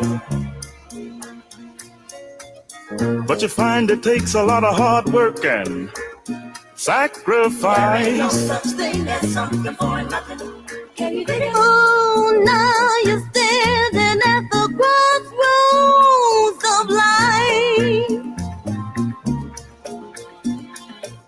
To satisfy your personal wants, will you do wrong or will you do right?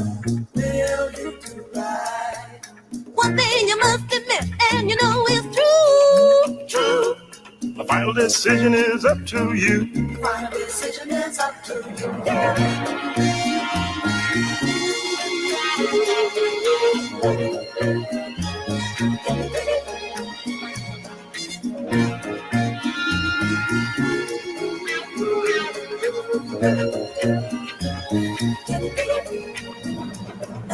Life is a giant invisible scale with two sides, good and bad. Hey, and you and your belief. Hey, you and your belief. All the weights. Hey, let me tell you, the things you do each day determine the balance. Can you dig where we're coming from? Your conscience is a flawless judge and jury that only questions you when you're wrong. I'm telling you the natural facts for what it's worth. You make your own heaven and hell. Hey, the eyes of the world are watching you, so give more thought to the things you do. I'm telling you the natural facts for what it's worth. Oh Lord, yeah. You make your own heaven and hell right here on earth. You ain't fooling nobody but yourself. make you think you're smarter than everyone else. Think about it, think about it. Think about it, Think about people. it. Think about it, think about it. Think about it, think about it. Think about it. Think about it, think about it.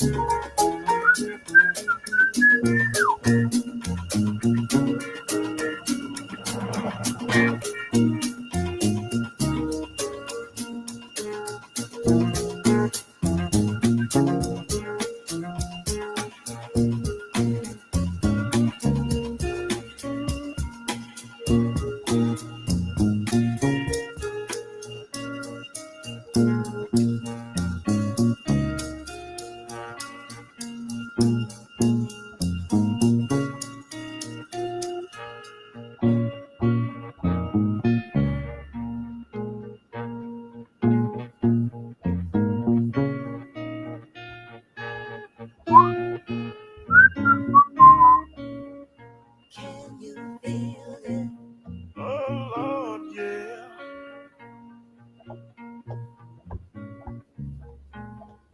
Can you feel it?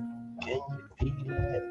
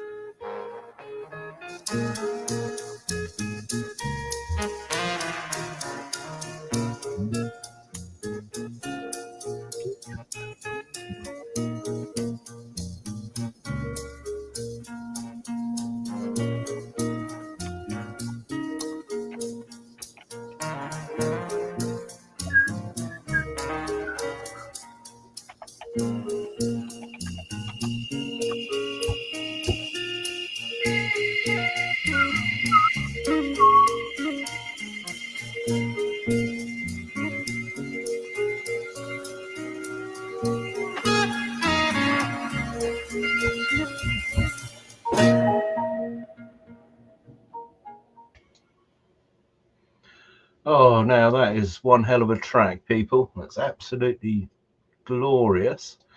So what we're going to do next is I'm just going to play you a wee poem, and then we'll commence, or recommence with the Diggers Manifesto. So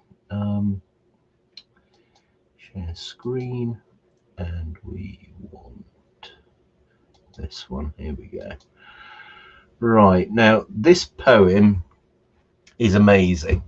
It's given in the fringe of Glastonbury, and this is Kelvin Oberon, who's a Gaelic bard, and it's his poem Return of the Fairies Avalon, and this is just the most amazing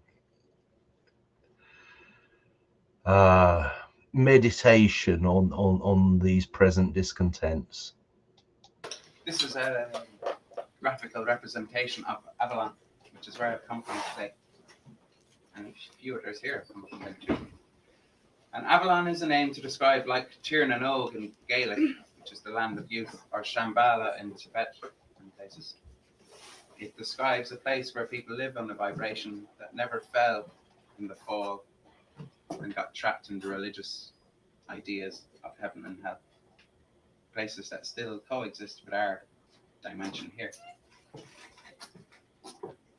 So it's a quite nice backdrop.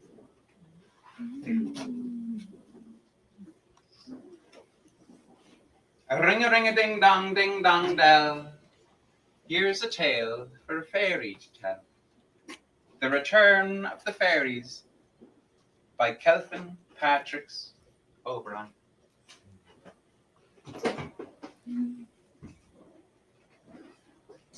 From those who remember to those who do not, here's a little poem for those who forgot. Of a race of fearless people, noble, strong, and bold, who lived as one with nature and never would grow old. Sculptors of the landscape and servants of the Lord, made into wee folk by Christian, we were mighty gods before. Gods of myth and magic, of heroic deed and fame. A hero's fate may well be tragic, yet death is but a game. In a place before time existed, before man's minds were even born, we built up mighty monuments amidst the hazel, oak, and thorn. We plotted all the seasons by the sun, the stars, and moon, and we built the very first temples, for we knew you would need them soon. For the day would come when we must pass on and give of our world to you. For it's there in the plan, make time in space for the man to learn and trust in the truth. So we left you and waited as your dreams accelerated, and we watched you and laughed as your progress you graphed. And then we listened in anguish at your foul use of language. Now we come to celebrate you as you learn to vibrate. Now we come to remind you of the beauty inside you. Now we come to invite you, we come to excite you, to help you. Remember, Tir na Nol, the land of ever living, ever young. For know that now your time is fading. We've had enough of your trading. For no longer is there room for your hungers to consume. For no longer are there moments for you to continue nature's torments. For now we shining beings of love come descending from above, from within, without, and forever we are come together, together, forever, together, together, together, together, forever we have come. To recreate our world anew, to make all our dreams come true. Children of light and Lucifer's babies, Templar knights and beautiful ladies, we've come back for our home, long stolen by Rome. We've come back to our womb, which you call our tomb. We have come back with our birthrights, our blessings and songs. We've come back to remind you, you've been sleeping too long. Release all your powers, release all your fears, release all your anger. Make way for your tears. There is no need now for worry or separation or grief. The apocalypse is well and truly upon us now.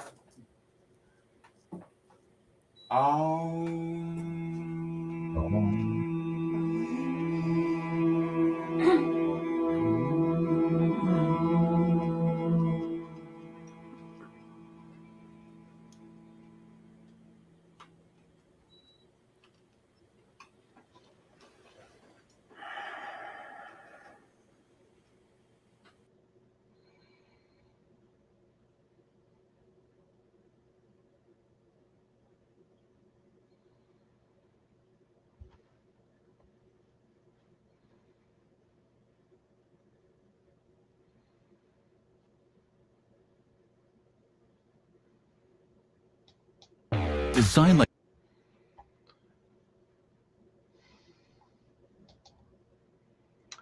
Right, so let's go back to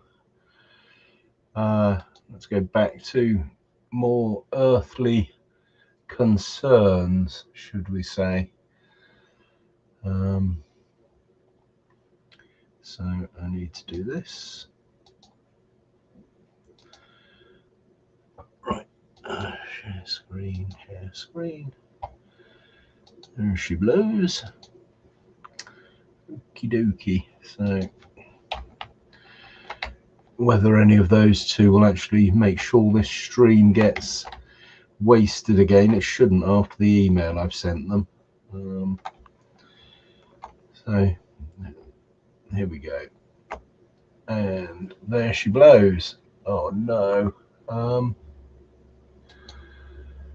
No, there we are. Sorry.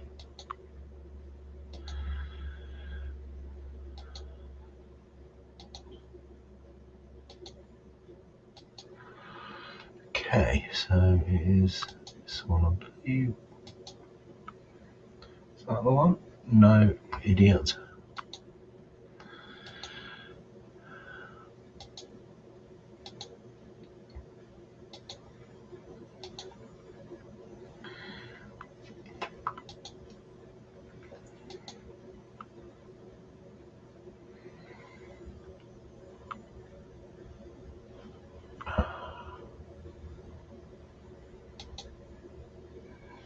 Right, that'll make it easier.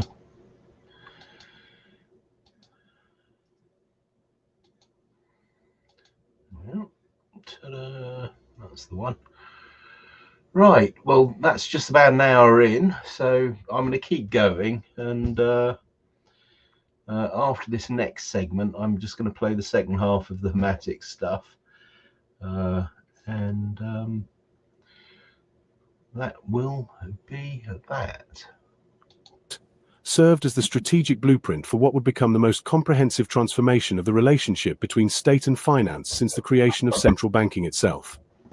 The document, couched in the dry language of monetary policy, proposed what its authors called, and quote, going direct, and quote, a system whereby central banks would bypass traditional fiscal processes and inject newly created money directly into financial markets and selected economic sectors.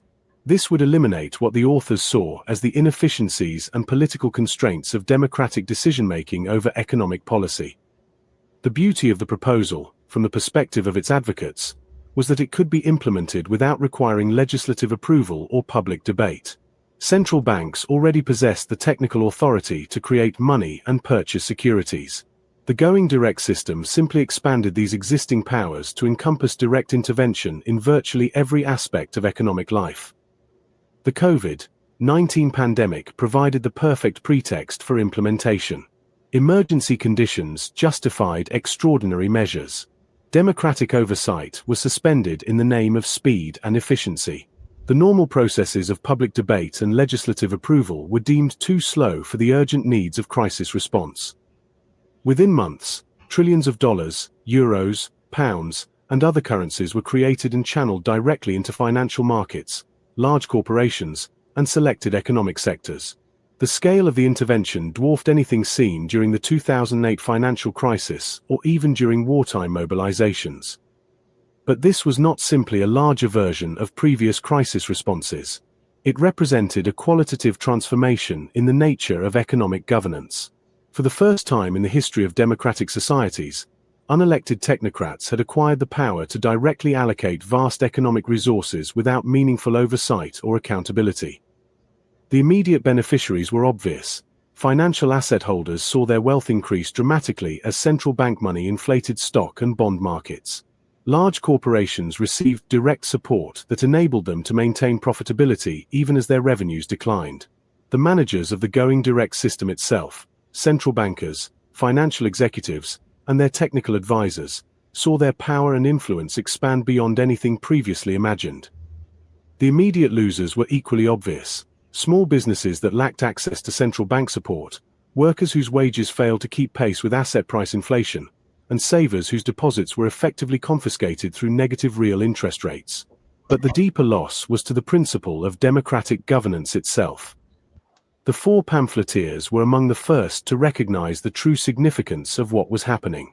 While mainstream commentators focused on the immediate economic effects of the new policies, the pamphleteers saw the deeper political transformation. John Ward of the Slog, drawing on his background in advertising and communications, recognized that the crisis was being used as cover for a fundamental restructuring of power relationships. His concept of, and quote, process politics, and quote, the replacement of genuine political debate with theatrical performance, provided a framework for understanding how democratic forms were being maintained while democratic substance was being eliminated. David Malone, with his background in documentary filmmaking and financial analysis, traced the connections between the new monetary policies and the broader transformation of capitalism from a productive to an extractive system. His work on the debt generation provided crucial insights into how the going direct system would ultimately impoverish the majority while enriching a small financial elite. Roger Lewis, approaching the crisis from a philosophical and poetic perspective, saw in going direct the culmination of a longer historical process whereby human social organization was being subordinated to abstract financial imperatives. His concept of usury as hell's fuel provided a moral framework for understanding the spiritual and social costs of financialized governance. The Financialized Collective, through patient analysis of central bank documents and financial data, traced the actual flows of money and power that the going direct system had created. Their work revealed the gap between the public justifications for the new policies and their actual effects. Together, the four pamphleteers provided an alternative narrative to the official story of crisis response and economic recovery. They argued that going direct represented not a temporary emergency measure, but a permanent transformation of democratic societies into technocratic oligarchies. Their analysis proved prophetic. As the immediate crisis conditions of 2020 receded, the going direct policies did not. Instead, they were institutionalized and expanded. Central banks acquired permanent powers that had initially been justified as temporary emergency measures. The direct allocation of economic resources by unelected technocrats became the new normal. The war between these two visions of social organization was fought primarily in the realm of information and narrative. The established authorities, with their control over mainstream media and educational institutions, promoted the story of technocratic competence and the necessity of expert guidance. The pamphleteers and their growing network of allies used alternative media platforms to promote the story of democratic participation and the possibility of ordinary people governing themselves. The stakes could not have been higher. If the technocratic vision prevailed, democratic societies would be transformed into managed systems where all important decisions were made by unelected experts claiming to act in the public interest. If the democratic vision prevailed, the going direct system would be dismantled and replaced with genuine public control over monetary and economic policy. The battle lines were drawn not just between different policy preferences, but between fundamentally different conceptions of human nature and social possibility. The technocrats argued that modern societies were too complex for democratic governance, that ordinary people lacked the knowledge and rationality necessary to make good decisions about economic policy. The Democrats argued that no group of experts, however knowledgeable, could be trusted with unchecked power over other people's lives. The Great Going Direct War was still raging as this account was written. Its outcome would determine whether the 21st century would see the emergence of a new form of democratic participation enabled by digital technology, or the consolidation of a new form of technocratic authoritarianism that used digital technology to perfect systems of control that previous generations of authoritarians could only dream of. The four pamphleteers had chosen their side. The question remained whether enough of their fellow citizens would join them before it was too late. Chapter 4. The Four Pamphleteers. In the great tradition of English radical pamphleteering that stretches from the levellers and diggers of the 17th century through Tom Paine and William Cobbett to the present day, the four pamphleteers emerged in the early 21st century as the voice of a new democratic movement challenging the established order. Like their historical predecessors, they were not professional politicians or academic theorists, but practical people who had worked within the existing system long enough to understand its corruption and had acquired the skills necessary to communicate effectively with ordinary citizens. They used the new technology of digital communication as their predecessors had used the printing press, to bypass the gatekeepers of official information and speak directly to the people. The four pamphleteers were not a formal organization but a loose network of individuals who shared certain fundamental insights about the nature of power in contemporary society, and who had developed complementary skills for analyzing and communicating about these realities. John Ward represented the tradition of the insider-turned-critic. His background in advertising and corporate communications had given him intimate knowledge of how public opinion is manufactured and manipulated. His blog, The Slog, became a platform for applying these insights to political and economic analysis. Ward's particular contribution was his understanding of what he called, and quote, process politics, and quote, the way that democratic forms are maintained while democratic substance is eliminated. David Malone represented the tradition of the investigative educator. His background in documentary filmmaking had given him the skills to research complex topics and present them in accessible form. His blog, Golem 14, became a platform for educating people about the technical realities of monetary policy and financial systems that the established authorities preferred to keep obscure. Malone's particular contribution was his ability to trace the connections between abstract financial mechanisms and their concrete effects on ordinary people's lives. Roger Lewis represented the tradition of the visionary synthesizer. His background in music and literature had given him the ability to see patterns and connections that escaped more specialized analysts. His various blogs and writings became platforms for developing a comprehensive alternative worldview that integrated insights from economics, philosophy, history, and the arts. Lewis's particular contribution was his ability to articulate the spiritual and cultural dimensions of political and economic transformation. The Financial Eyes Collective represented the tradition of the forensic investigator. Their background in financial analysis and data research had given them the skills to dig into the actual documents and numbers that revealed how power really operated. Their blog became a platform for detailed analysis of central bank policies, government spending, and corporate behavior. Their particular contribution was their ability to provide concrete evidence for claims that might otherwise be dismissed as speculation or conspiracy theory. What united these diverse figures was not a common ideology or political program, but a shared commitment to what might be called, and quote, democratic empiricism, and quote, the belief that ordinary people are capable of understanding complex issues if they are given access to accurate information and honest analysis. They rejected both the technocratic assumption that important decisions should be left to experts and the populist assumption that complex issues can be reduced to simple slogans. Instead, they insisted that democratic participation requires genuine education. Citizens need to understand how power actually operates if they are to exercise meaningful control over it. Their method was essentially pedagogical. Rather than telling people what to think, they provided tools for thinking, frameworks for analysis, sources of information, and examples of how to trace the connections between official narratives and actual realities. This approach distinguished them from both mainstream commentators, who typically accepted official frameworks while arguing about details, and from conspiracy theorists, who typically rejected official narratives while offering alternative narratives that were equally immune to evidence. The pamphleteers insisted that the truth about contemporary power structures was neither hidden in secret conspiracies nor revealed in official pronouncements, but available to anyone willing to do the patient work of research and analysis. The problem was not lack of information, but lack of frameworks for organizing and interpreting the information that was readily available. Their collective work revealed several key insights that became central to the emerging democratic movement. First, that the apparent complexity of contemporary economic and political systems often served to obscure relatively simple power relationships. The elaborate technical apparatus of central banking, for example, ultimately served the simple function of transferring wealth from the many to the few. Second, that the apparent conflicts between different political parties and ideologies often masked a deeper consensus among elites about the fundamental structure of power. The debates between left and right, for example, typically accepted the assumption that important economic decisions should be made by unelected experts rather than through democratic processes.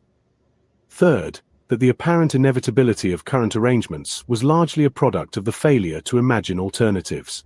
Many of the problems that were presented as natural consequences of modern complexity were actually the result of specific institutional choices that could be changed if there was sufficient political will. Fourth, that the technology that was being used to perfect systems of surveillance and control could also be used to create new forms of democratic participation and mutual aid. The same digital networks that enabled centralized manipulation of information could also enable decentralized sharing of knowledge and coordination of resistance. The four pamphleteers did not claim to have all the answers, but they provided something equally valuable: better questions. They created a space for the kind of serious democratic conversation that had been largely eliminated from mainstream political discourse. Their influence grew not through mass media exposure or political endorsements, but through the patient work of education and organization. People who read their work began to see familiar events in new ways, to ask different questions about official explanations, and to imagine possibilities for change that had previously seemed impossible. Most importantly, they demonstrated that ordinary people with access to digital communication tools could produce analysis and commentary that was more insightful and more honest than what was available through official channels.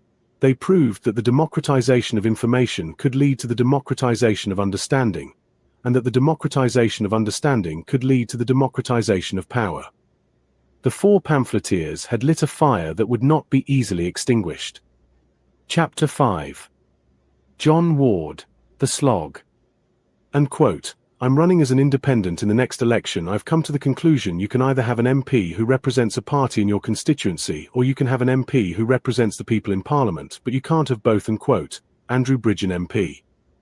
John Ward's journey from the heights of corporate advertising to the front lines of digital dissent represents one of the most significant intellectual transformations of the early 21st century.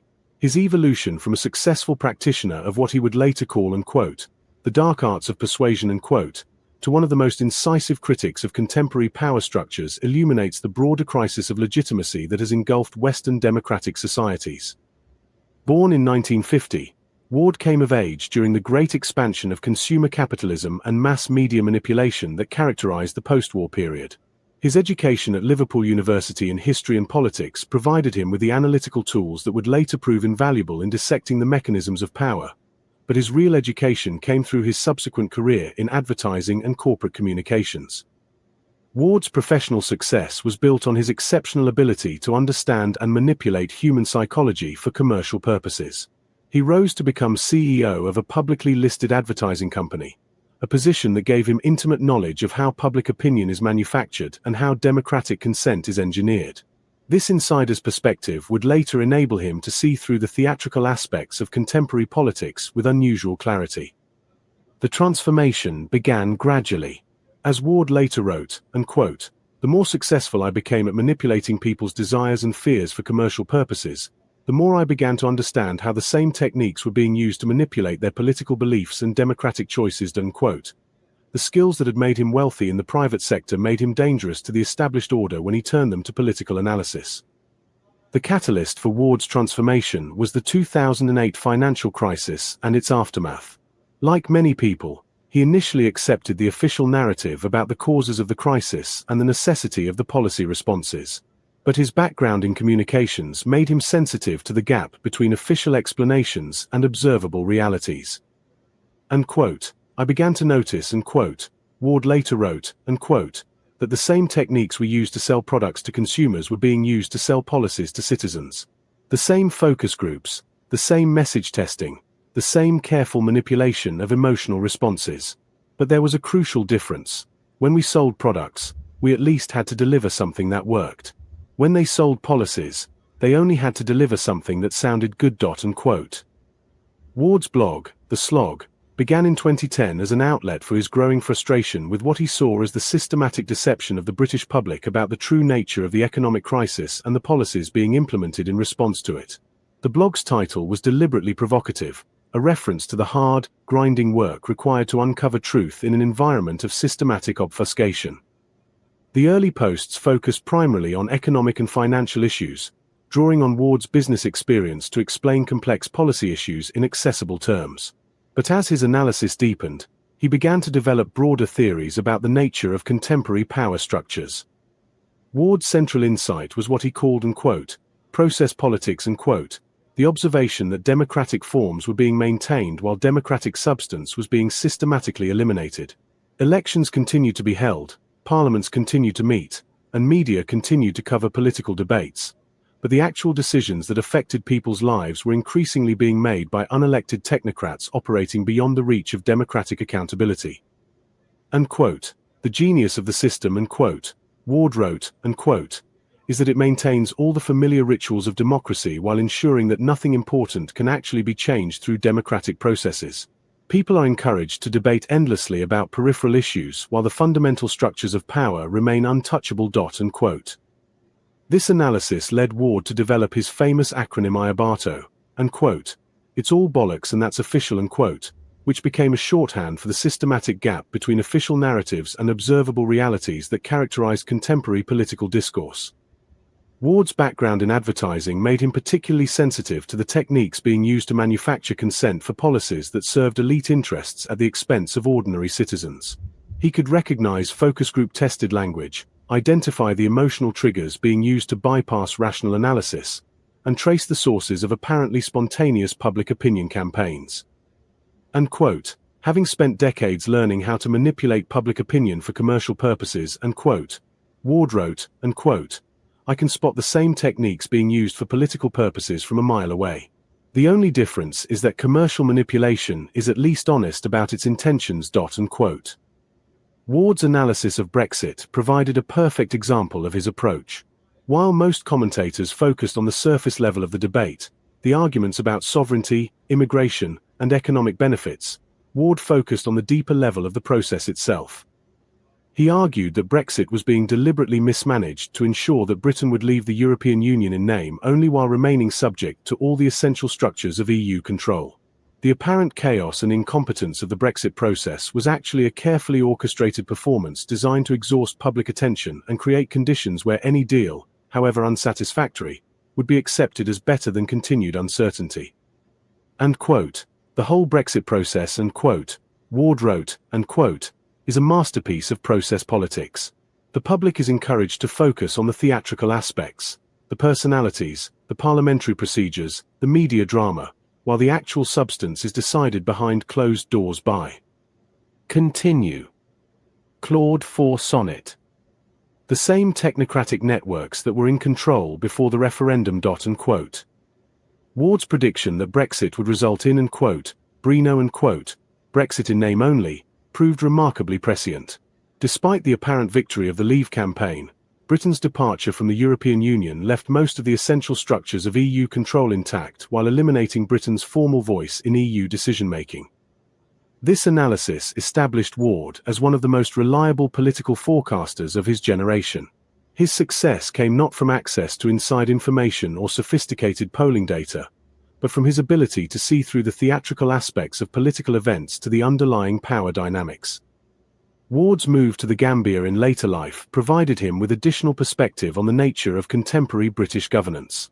His struggles with the Department for Work and Pensions over his pension payments, documented in his 2025 Telegraph article, became a perfect microcosm of his broader analysis of how British institutions had been transformed from public services into instruments of bureaucratic control.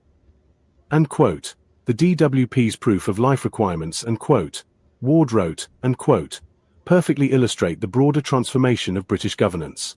Citizens are no longer served by public institutions, they are processed by them. The system exists not to help people but to demonstrate its own importance and justify its own existence. And quote. Ward's experience of trying to prove he was still alive to bureaucrats who seemed determined to declare him dead became a metaphor for the broader experience of trying to maintain democratic participation in a system designed to eliminate it. The endless forms, the lost documents, the contradictory requirements, the staff who couldn't help because they lacked authority, and the managers who couldn't be reached, all of this represented the perfect expression of what Ward called, and quote, the bureaucratic circle of blame. And quote. And quote, everyone in the system blames someone else, and quote, Ward observed. And quote, the frontline staff blame the managers blame the computer systems blame the policy framework, and the policy framework blames the political leadership. Meanwhile, the citizen, the person the system is supposedly designed to serve, is left to navigate an endless maze of procedures that seem designed to exhaust their will to persist. And quote.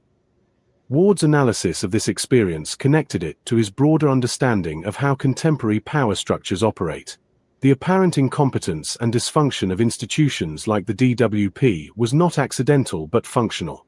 It served to discourage people from claiming their rights, to exhaust their capacity for resistance, and to demonstrate the futility of expecting accountability from public institutions. And quote, the system works perfectly, and quote, Ward wrote, and quote, if you understand that its real purpose is not to serve the public but to manage the public. Every obstacle, every delay, every requirement to prove what should be assumed, all of this serves to train citizens in learned helplessness and to reduce their expectations of what democratic governance should provide. Unquote. Ward's work on the slog became increasingly focused on what he saw as the fundamental crisis of democratic legitimacy in Western societies. The forms of democracy were being maintained, but the substance was being systematically eliminated. Elections were held, but the range of permissible outcomes was narrowed to exclude any real challenge to established power structures. Media coverage created the illusion of debate while ensuring that fundamental assumptions remained unquestioned. And quote, "We are living through the managed decline of democracy," and quote, Ward wrote in one of his most influential posts. And quote, "The process is being carefully orchestrated to avoid the kind of dramatic collapse that might provoke resistance. Instead, democratic institutions are being slowly hollowed out from within, leaving only the shell of democratic forms wrapped around an increasingly authoritarian core." Unquote. Ward's solution to this crisis was not to abandon democratic ideals but to find new ways of implementing them. He became an early supporter of the Wiki ballot movement and other efforts to create alternative democratic institutions that could operate outside the control of the established political parties and media gatekeepers. And quote, "The technology that is being used to perfect systems of surveillance and manipulation," and quote, Ward argued, and quote, "can also be used to create new forms of democratic participation. The same digital networks that enable centralized control can also enable decentralized organization. The question is whether we will use these tools to strengthen democracy or to perfect its simulation." Unquote. Ward's influence extended far beyond his blog readership. His concepts and terminology, process politics, Iabato, the circle of blame, entered the vocabulary of democratic resistance movements throughout the English-speaking world. His analysis provided a framework that helped people understand their own experiences of institutional dysfunction and political manipulation. More importantly, Ward demonstrated that it was possible to speak truth to power without becoming marginalized or dismissed as a conspiracy theorist. His background in mainstream business and his careful, evidence-based approach to analysis gave him credibility that enabled him to reach audiences that might have been skeptical of more obviously radical critics. And quote, "The most dangerous thing you can do to an authoritarian system," and quote, Ward wrote, and quote, "is to describe it accurately. They can handle criticism that misunderstands their methods or exaggerates their power. What they cannot handle is analysis that reveals exactly how their systems of control actually operate." Unquote. Ward's work represented a new form of democratic education, teaching people not what to think, but how to think about power. He provided tools for analysis rather than conclusions, frameworks for understanding rather than ideological positions. This approach enabled his readers to apply his insights to their own circumstances and to develop their own capacity for independent political judgment. As the Great Going Direct War intensified, Ward's voice became increasingly important as a source of clarity and perspective. His ability to see through the theatrical aspects of political events to the underlying power dynamics made him an invaluable guide for those trying to understand what was really happening beneath the surface of official narratives. The boy from Liverpool who had learned to manipulate public opinion for corporate profit had become the man who taught citizens how to resist manipulation and reclaim their democratic birthright. It was a transformation that embodied the possibility of redemption and renewal that lay at the heart of the democratic ideal. Chapter 6. Ward's exposition of the circle of blame. John Ward's most significant contribution to understanding contemporary power structures was his identification and analysis of what he termed, and quote, the circle of blame, and quote, a systematic mechanism by which accountability is diffused and responsibility is avoided while power remains concentrated in the hands of unelected elites. The concept emerged from Ward's observation that whenever citizens attempted to hold institutions accountable for failures or abuses, they encountered a carefully constructed system of circular responsibility that made it impossible to identify who was actually in charge of any particular decision or outcome. And quote, the genius of the modern system, and quote, Ward wrote, and quote, is that it has solved the ancient problem of how to exercise power without accepting responsibility for its consequences. By creating elaborate networks of interdependent institutions, each of which can plausibly claim that important decisions are made elsewhere, the system ensures that power can be exercised while accountability is avoided. Unquote. Ward first identified this pattern in his analysis of the 2008 financial crisis and its aftermath. When citizens demanded to know who was responsible for the crisis and why no one had been held accountable, they encountered a perfect example of the circle of blame in operation. Politicians blamed the banks for taking excessive risks and claimed they were constrained by the need to maintain confidence in the financial system. Bankers blamed politicians for creating the regulatory environment and claimed they were only responding to market incentives. Regulators blamed both politicians for giving them inadequate powers and bankers for exploiting loopholes, while claiming they were only following established procedures. Central bankers blamed politicians for fiscal irresponsibility and commercial bankers for moral hazard, while claiming they were only responding to market conditions. Market analysts blamed politicians for creating uncertainty and central bankers for distorting price signals, while claiming they were only providing objective analysis. Media commentators blamed all of the above while claiming they were only reporting the facts. The result was a perfect circle in which everyone was responsible for everything and therefore no one was responsible for anything. Each participant in the system could point to legitimate constraints on their actions and plausible reasons why responsibility lay elsewhere. The circle was complete and unbreakable. Ward's breakthrough insight was to recognize that this was not an accidental result of institutional complexity, but a deliberately designed feature of the system. The circle of blame was not a bug but a feature. It was the mechanism by which modern power structures maintain themselves while avoiding accountability. And quote, the traditional model of power, and quote, Ward explained, and quote, assumed that those who exercised authority would also bear responsibility for the consequences of their decisions. This created a natural check on the abuse of power, since those who made bad decisions would suffer the consequences. The circle of blame eliminates this check by ensuring that those who exercise power can always avoid responsibility for its consequences. Unquote. Ward traced the historical development of this system through several key phases. Phase 1. Institutional capture. Traditional democratic institutions, parliaments, regulatory agencies, courts, media organizations, were gradually captured by the interests they were supposed to oversee. This was accomplished not through dramatic coups but through the patient work of placing sympathetic individuals in key positions, funding academic research that supported preferred policies, and creating revolving doors between regulatory agencies and the industries they regulated. Phase 2.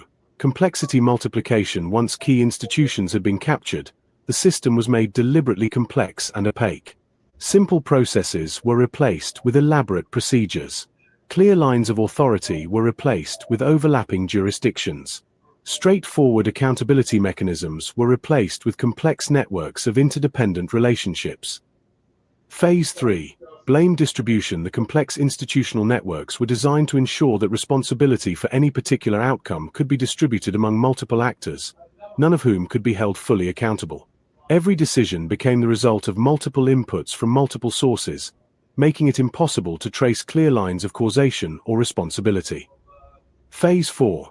Narrative management. Sophisticated public relations and media management techniques were developed to ensure that public attention was focused on the theatrical aspects of institutional conflict rather than the underlying patterns of power and responsibility. Citizens were encouraged to focus on personalities, procedures, and partisan conflicts while the fundamental structure of the system remained invisible. Ward's analysis of Brexit provided a perfect case study of the circle of blame in operation. Despite years of apparent political drama and institutional conflict, the fundamental outcome was predetermined by the structure of the system itself. The Conservative Party blamed the European Union for being inflexible and claimed they were constrained by the need to respect the referendum result. The Labour Party blamed the Conservative Party for mismanaging the process and claimed they were constrained by the need to respect democratic outcomes. The European Union blamed British politicians for not understanding the complexity of the issues and claimed they were constrained by the need to protect the integrity of the single market. The civil service blamed politicians for giving contradictory instructions and claimed they were constrained by the need to follow established procedures. The media blamed politicians for creating confusion and claimed they were constrained by the need to report objectively on complex issues. The public blamed politicians for betraying the referendum result and claimed they were constrained by the limited choices offered by the political system. Meanwhile, the actual decisions about Britain's relationship with Europe were being made by the same networks of financial, corporate, and bureaucratic interests that had been in control before the referendum. The circle of blame ensured that this fundamental continuity remained invisible beneath the surface drama of political conflict. Ward identified several key techniques that were used to maintain the circle of blame. Technique 1. Procedural complexity. Important decisions were embedded in elaborate procedural frameworks that made it impossible for ordinary citizens to understand who was actually responsible for what. Citizens who attempted to hold institutions accountable were lost in mazes of jurisdictional boundaries, procedural requirements, and bureaucratic hierarchies. Technique 2. Temporal displacement. Responsibility for current problems was attributed to decisions made by previous administrations, previous management, or previous policy frameworks. By the time the consequences of any particular decision became apparent, those who made the decision had moved on and could not be held accountable. Technique 3. Technical obfuscation. Important issues were presented as technical problems that could only be understood by experts. Citizens who questioned official explanations were told they lacked the specialized knowledge necessary to understand the complexity of the issues involved. Technique 4. False alternatives. Public debate was structured around false choices that excluded the possibility of fundamental change. Citizens were offered the choice between different versions of the same basic approach, while alternatives that might actually solve problems were excluded from consideration. Technique 5. Manufactured urgency. Important decisions were presented as urgent responses to crisis conditions that did not permit time for proper democratic deliberation. By the time citizens had the opportunity to understand what had been decided in their name, the decisions had been implemented and could not be reversed. Ward's analysis revealed that the circle of blame was not just a mechanism for avoiding accountability, but a system for manufacturing consent for policies that served elite interests at the expense of ordinary citizens. By ensuring that no one could be held responsible for the consequences of policy decisions, the system eliminated the natural checks on abuse of power that democratic accountability was supposed to provide. And quote, the circle of blame, and quote, Ward wrote, and quote, is the perfect mechanism for authoritarian control in democratic societies. It maintains all the forms of democratic accountability while ensuring that no one can actually be held accountable for anything. Citizens are encouraged to participate in elaborate rituals of blame assignment while the real decisions are made by networks of power that remain invisible and untouchable. Unquote. Ward's solution to the circle of blame was not to abandon the pursuit of accountability, but to develop new mechanisms for achieving it. He argued that citizens needed to learn to trace the actual networks of power and influence that operated behind the theatrical displays of institutional conflict. And quote, the key to breaking the circle of blame, and quote, Ward argued, and quote, is to stop playing by its rules. Instead of accepting the system's own definitions of who is responsible for what, we need to trace the actual flows of money, power, and influence that determine outcomes. Instead of focusing on the official explanations for why things happen, we need to look at who benefits from the way things happen. Unquote. This approach required what Ward called, and quote, forensic citizenship, and quote, the patient work of investigating how power actually operates rather than accepting official explanations for how it is supposed to operate. Citizens needed to develop the skills of investigative journalists, forensic accountants, and intelligence analysts if they were to understand and challenge the systems of power that controlled their lives. Ward's work on the circle of blame provided a crucial framework for understanding why traditional forms of democratic accountability had become ineffective and what kinds of new approaches might be necessary to restore genuine democratic control over important decisions. The concept became central to the analysis developed by all four pamphleteers and provided a theoretical foundation for the alternative democratic institutions they helped to create. By understanding how the circle of blame operated, citizens could begin to develop strategies for breaking it and creating new forms of accountability that could not be so easily evaded. Chapter 7. The New Law of Abundance. And quote, nature operates on abundance principles. Strawberry plants share resources through underground networks. When one plant finds water or nutrients, it shares with others. They don't compete, they collaborate. Unquote, from the Strawberry Manifesto. The four pamphleteers' most radical contribution to contemporary political thought was their articulation of what they called, and quote, the new law of abundance, and quote, a comprehensive alternative to the scarcity-based economic and political systems that had dominated human civilization for centuries. This law emerged not from abstract theorizing but from careful observation of how natural systems operate, how digital networks function, and how human communities organize themselves when they are not constrained by artificial scarcity mechanisms. The traditional economic and political systems of the modern world were based on what the pamphleteers called, and quote, the old law of scarcity, and quote, the assumption that resources are fundamentally limited and that human social organization must therefore be based on competition for access to these limited resources. This assumption justified hierarchical systems of control, the concentration of wealth and power in the hands of elites, and the subordination of human needs to the requirements of capital accumulation. The pamphleteers argued that this assumption had become not only false but actively destructive in an age of digital abundance and technological capability that could provide for everyone's basic needs if it were organized according to different principles. The strawberry principle.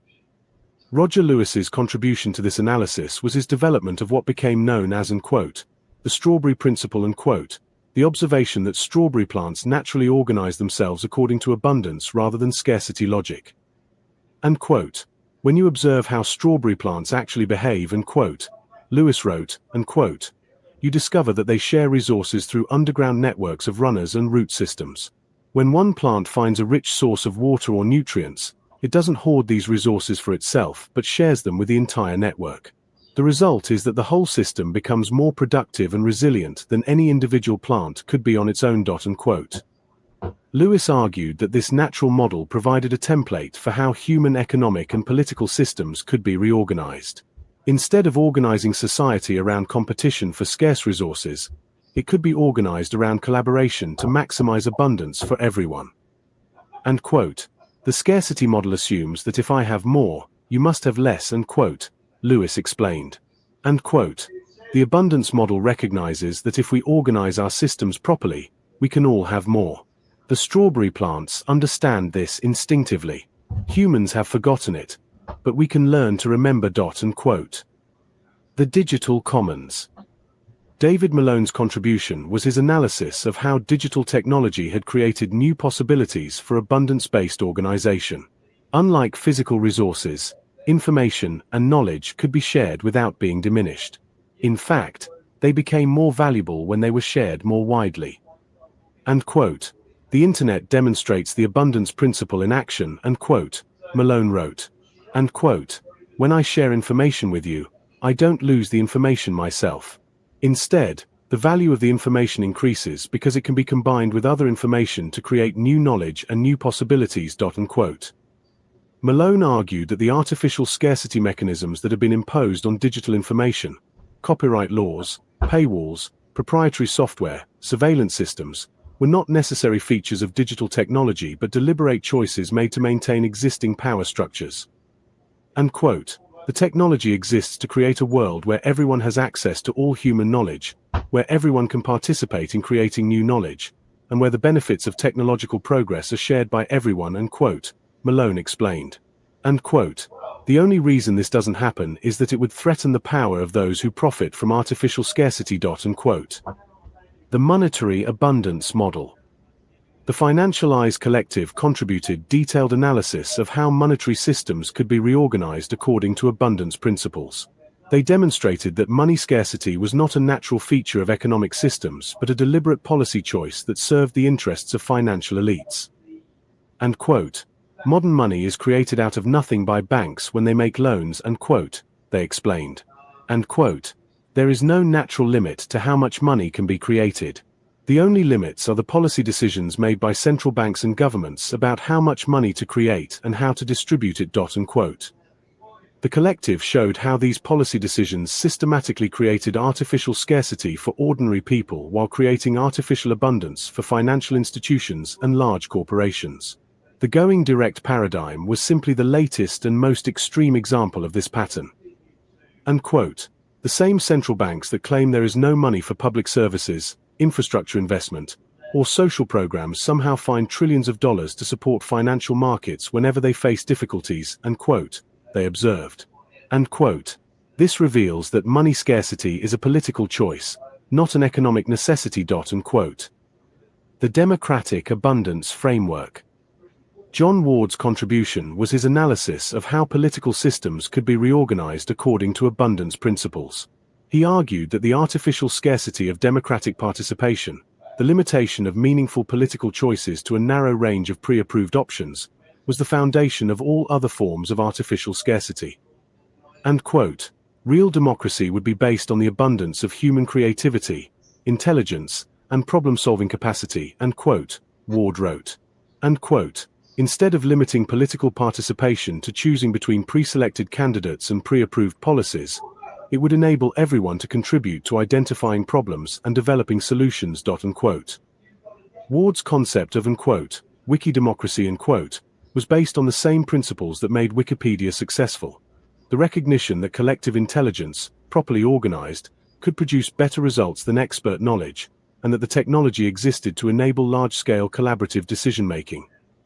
And quote, the same technology that enables thousands of people to collaborate on creating the world's largest and most accurate encyclopedia could enable millions of people to collaborate on governing themselves, and quote, Ward argued.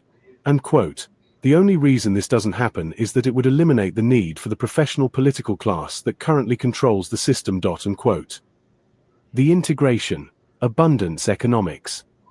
Together, the four pamphleteers developed what they called unquote, abundance economics unquote, a comprehensive alternative to both capitalist and socialist models that were based on scarcity assumptions. Abundance economics was based on several key principles. Principle 1. Natural abundance. The natural world operates according to abundance principles. Ecosystems are most stable and productive when they maximize diversity, cooperation, and resource sharing rather than competition and resource hoarding. Principle 2. Technological abundance. Modern technology has created the capacity to provide for everyone's basic needs: food, shelter, healthcare, education, communication, if it is organized according to abundance rather than scarcity principles. Principle 3. Information abundance. Information and knowledge become more valuable when they are shared more widely.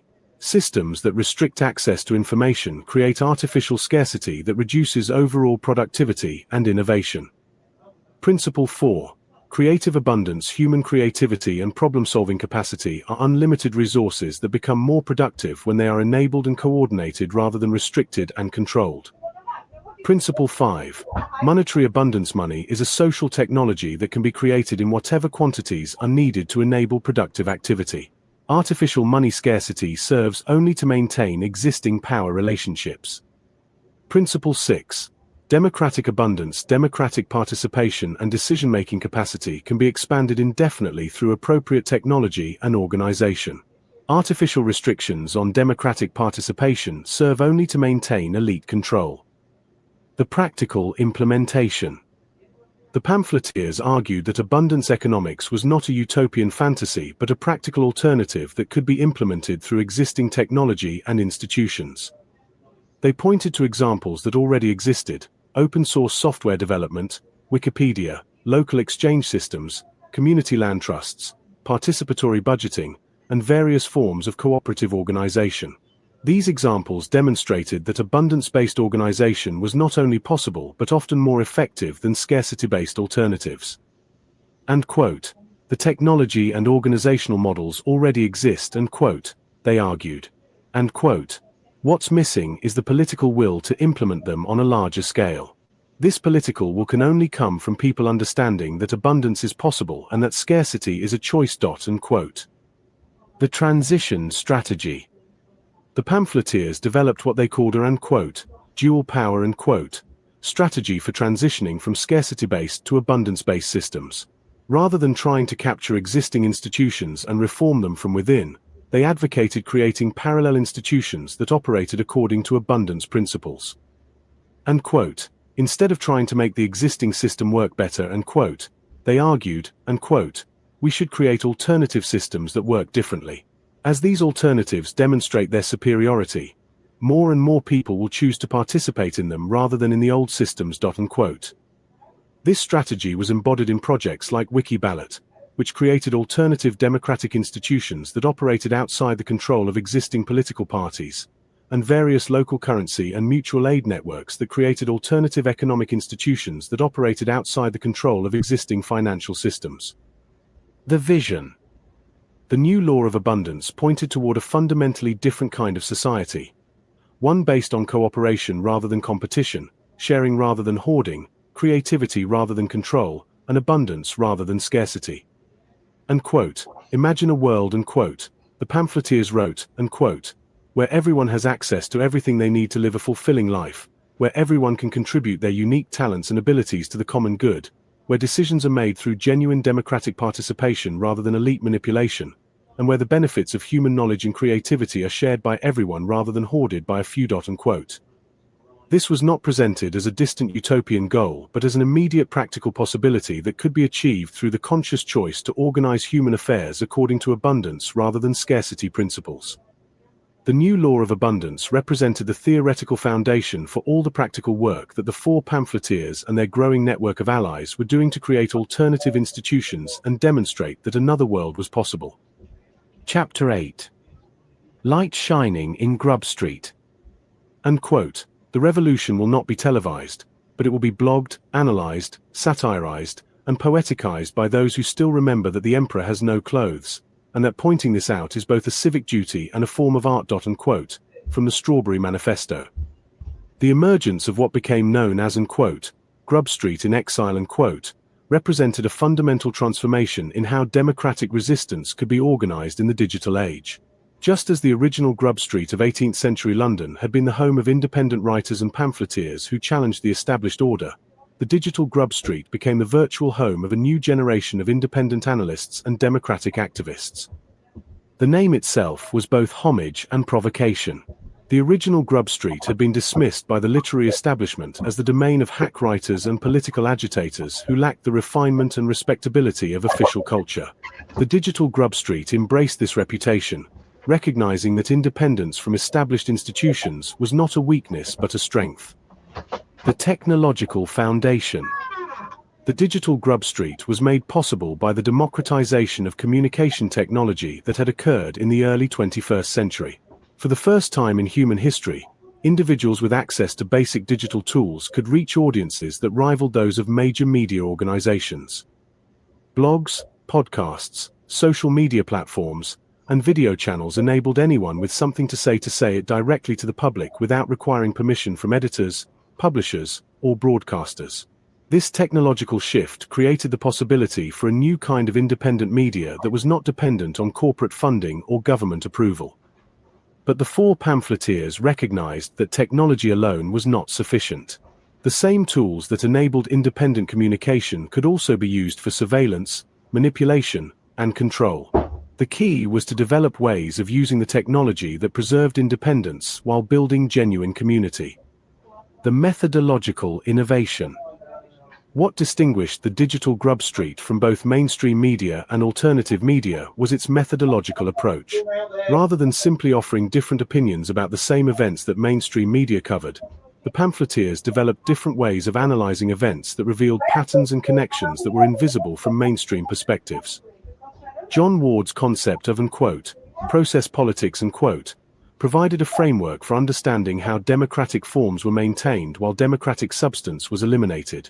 Instead of focusing on the surface drama of political events, this approach looked at the underlying processes that determined outcomes regardless of which personalities or parties appeared to be in control. David Malone's approach to financial analysis revealed the connections between abstract monetary policies and their concrete effects on ordinary people's lives. Instead of accepting the technical explanations offered by financial experts, this approach traced the actual flows of money and power to show who benefited from particular policies and who paid the costs. Roger Lewis's philosophical synthesis connected immediate political and economic events to broader historical patterns and cultural transformations. Instead of treating current events as isolated phenomena, this approach showed how they fit into longer-term processes of social change and resistance. The Financial Eyes Collective's forensic approach provided the detailed evidence that supported the broader theoretical frameworks developed by the other pamphleteers.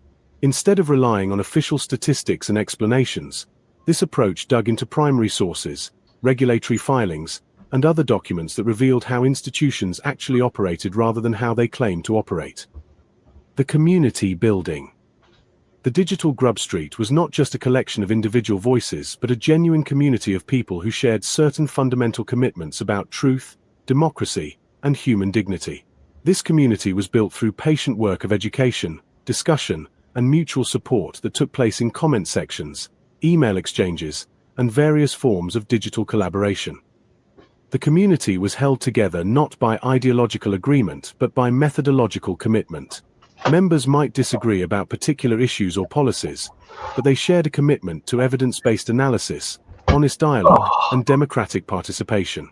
They were united by their rejection of both mainstream propaganda and conspiracy theory, insisting instead on the patient work of research and analysis that was necessary to understand complex realities.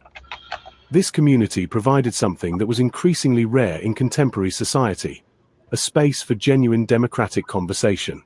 Unlike mainstream media, which offered only the illusion of debate within narrow parameters, and unlike social media, which encouraged performative conflict rather than genuine dialogue, the digital Grub Street created spaces where people could actually think together about important issues. The educational impact. The most important contribution of the digital Grub Street was educational. The pamphleteers and their community developed new forms of civic education that were more effective than anything offered by formal educational institutions. Instead of teaching people what to think, they taught people how to think about power. There we are. Taught people to think about power. We're now going to have a little change here. Stop screen, and what I'm going to do is I'm just going to put a playlist on. So let's have a look, see what we've got here playlist wise.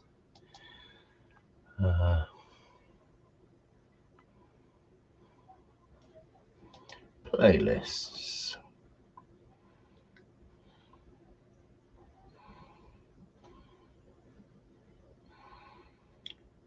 Okay,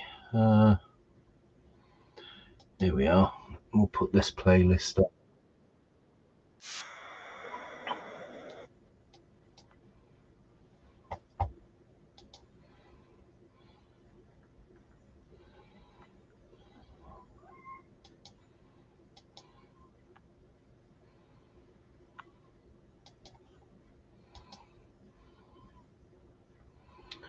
Okay, so that's there.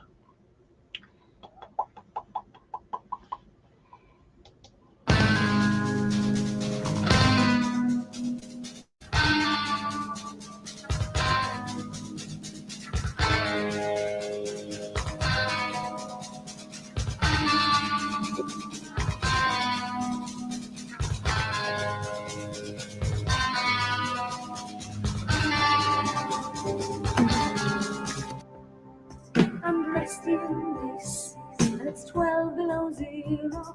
I'm blue in the face, but I'm out with my hero. So I'm putting on the show. I never read books, they're just Latin and Greek. I'm more into books, silk, satin, and the chic. I know I'm putting on the show. Trying to look like the girl of his dreams, trying to look like a star, to look like the girl on the big silver screen instead of some girl in the bar. I'm getting dressed up to win some attention, to get messed up, to win just a mention. So I'm putting on the show.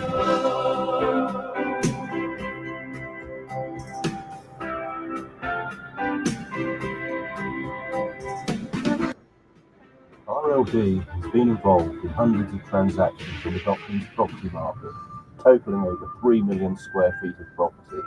RLD has expertise in all aspects of property investment and development and experience of many different property types. Originally founded in 1990, Roger Lewis retired to Bristol and then Sweden in 2003 and 2010 respectively, returning to Docklands now for a relaunch in 2020, pursuing the challenges and opportunities of Brexit and the post-COVID crisis.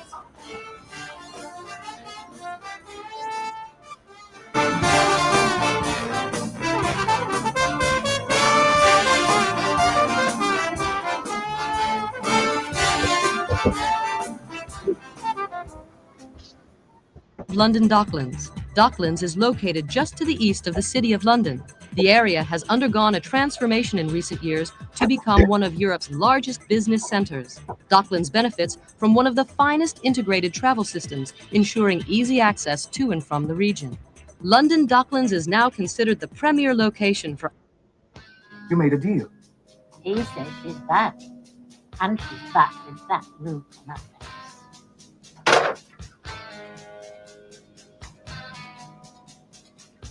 And no smoke signals.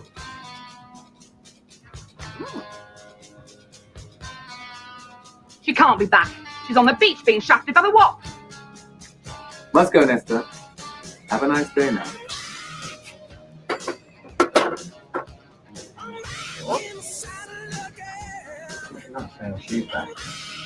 I'm not saying it, Arnie, no.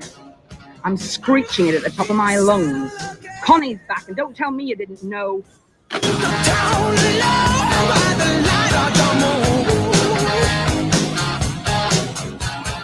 looking for Suki Jones, she crazy horse saloon. God, she give me a drink, that's when she caught my eye. Shaitan, don't give me a ring, that make a grown man cry.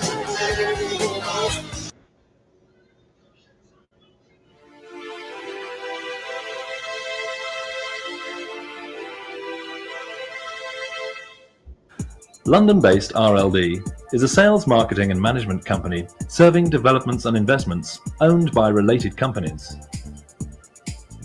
With over 10 years' experience in the Docklands area, RLD brings superior expertise and knowledge to developments within this location. The company resides in modern offices in the heart of the Isle of Dogs, with the expert team led by Roger Lewis.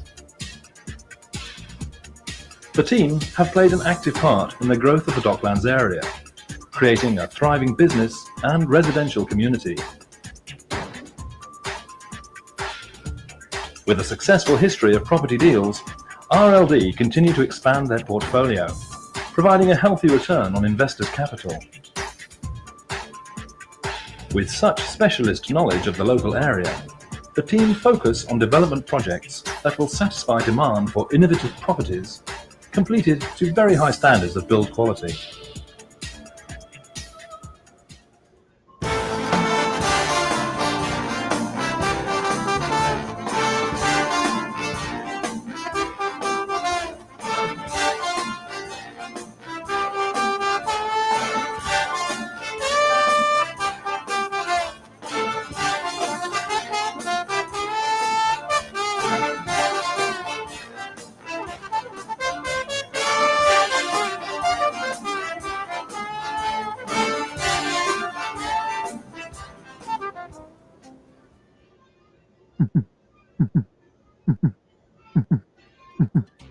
RLD presents East14.com, the networked village.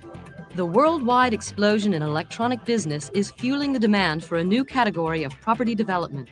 RLD, a London-based property developer, has responded by announcing plans for an exciting new development called East14.com, the networked village. This presentation will take you on a virtual tour of East14.com. When you are ready, click the Start button to begin the tour. Include Data Center 1, up to 200,000 square feet. Data Center 2, up to 225,000 square feet. Floor loadings of 12.5 kilonewtons per square meter for the lower ground and ground floors, and 7.5 kilonewtons for the upper floors. Floor-to-floor slab of 6 meters.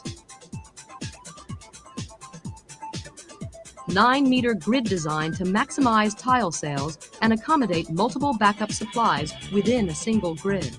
1. Delivery date is autumn 2001. Data Center 2, delivery date is winter 2001.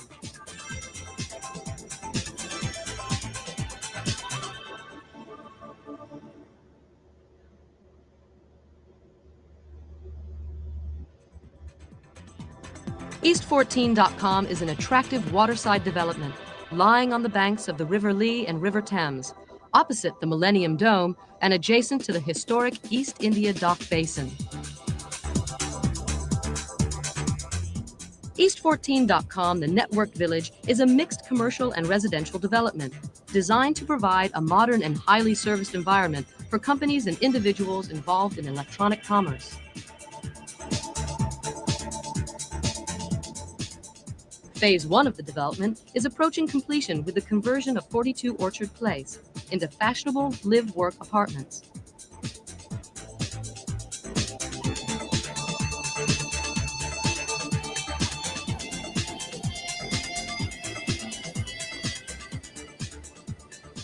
Further accommodation will be made available in Phase 2 with the construction of a residential tower, an apartment block, and additional live-work units.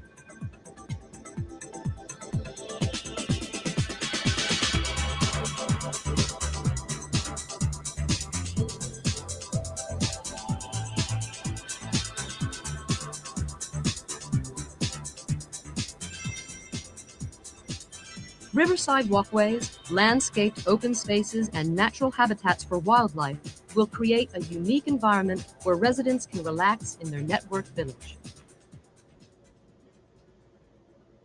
East14.com, the networked village, is in the heart of London Docklands. Docklands is located just east of the City of London. The area has undergone a transformation in recent years to become one of Europe's largest business centers. Docklands benefits from one of the finest integrated travel systems, ensuring easy access. With stunning views of the Millennium Dome, this exclusive development combines superior quality living accommodation with practical working environments.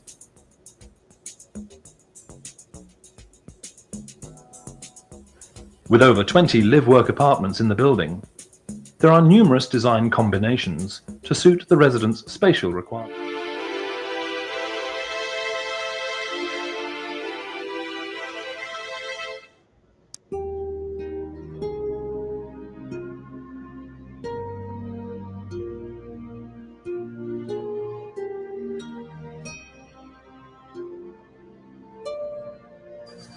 Hello, my name is Roger Lewis. I'd like to introduce you to the Belmont Estate group of companies, which is based at this magnificent Broadwood mansion here, Belmont House. Belmont House sits in its own 230 acres in northern Somerset, with glorious views across the Vale of Nailsea to the Bristol Channel, Cardiff beyond, Steepholme and Flatholme out there in the estuary.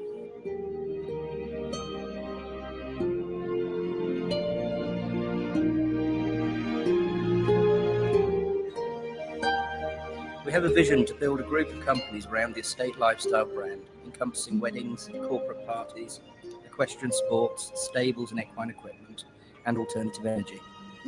Also, we have a range of free-range organic farm produce. I'd like to tell you a little more about the vision I had for the estate when I bought it back in 2003, and where we are today with our plans to create a sustainable business model to safeguard the estate, its buildings, the woodland and parkland for the future. This presentation serves as my introduction to the businesses inspired by and grown out of the Belmont Estate brand, and is an advertisement for the estate's many services and opportunities.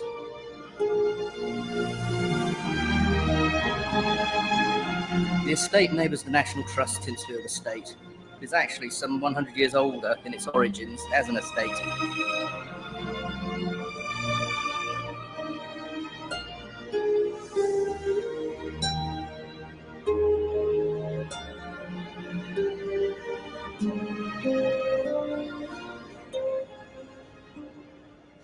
Here we're stood by the lower level of the equestrian centre. This is where the American barns will go, which will have the 30 loose boxes in them. Further on at the end of the yard here, where you can see the stable buildings in kit form. They've been delivered, and we're waiting for our planning permission so that we can implement the rest of the stables here. Eventing horses will be able to train in the extensive facilities we have here. Right here we're stood by the 60 metre by 30 metre Olympic-sized menage, which is under construction. We have 3 of our own horses competing from a yard already. Natalie, the groom here, competes, her horse Flash. We have Belmont Oliver, who's in his 4th season with 12 points. He's doing very well. We have his half-sister Pembridge Vitality, who we're going to bring on and then breed from.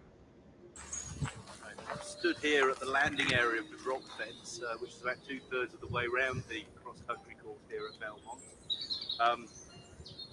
It's looking a little bit tatty this time of year. We've got to sort of smarten it all up. Adrian Ditcham is coming here at the end of the week, and his team start preparations for preparing the course. You'll see some video elsewhere of trials that have run before, and it does look jolly smart. For training purposes, etc. Though it's all here for the rest of the year.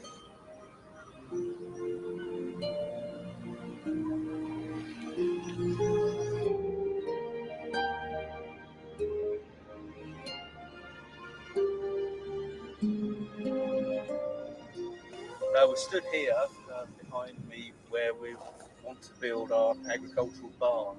We've got 230 acres here, 130 acres of it being woodland, and we need to obviously manage the land, which means we need equipment, we need storage space, of which there isn't any, and we've a planning application going forward at the moment to build an 8,000 square foot barn at this location here.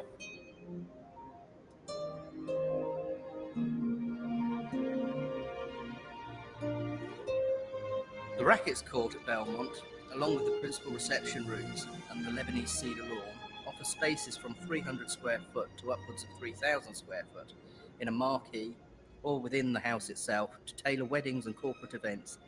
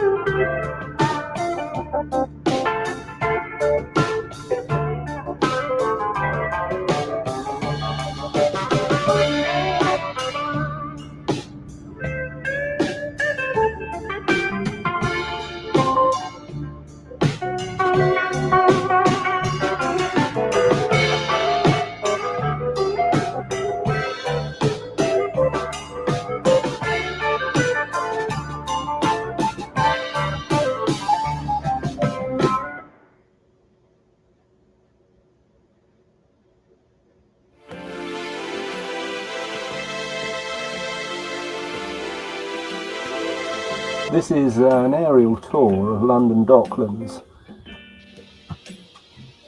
Here we're just coming into the north east of Docklands. You can see the Millennium Dome and Horizon, and also the skyline of Canary Wharf and West Ham football ground just coming up on the left hand side there.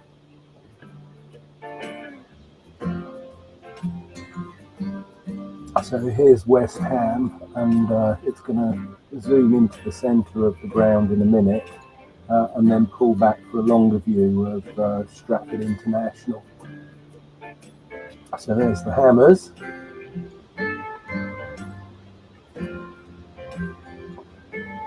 And then it's going to pull back now for a shot of Stratford. There's central Stratford there.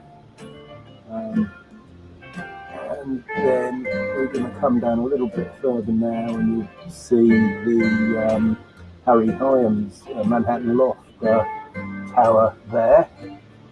Now this drop-in image here goes to the far eastern end of the Royal Docks, and this is a deal which I did for Fairview New Homes back in 1995.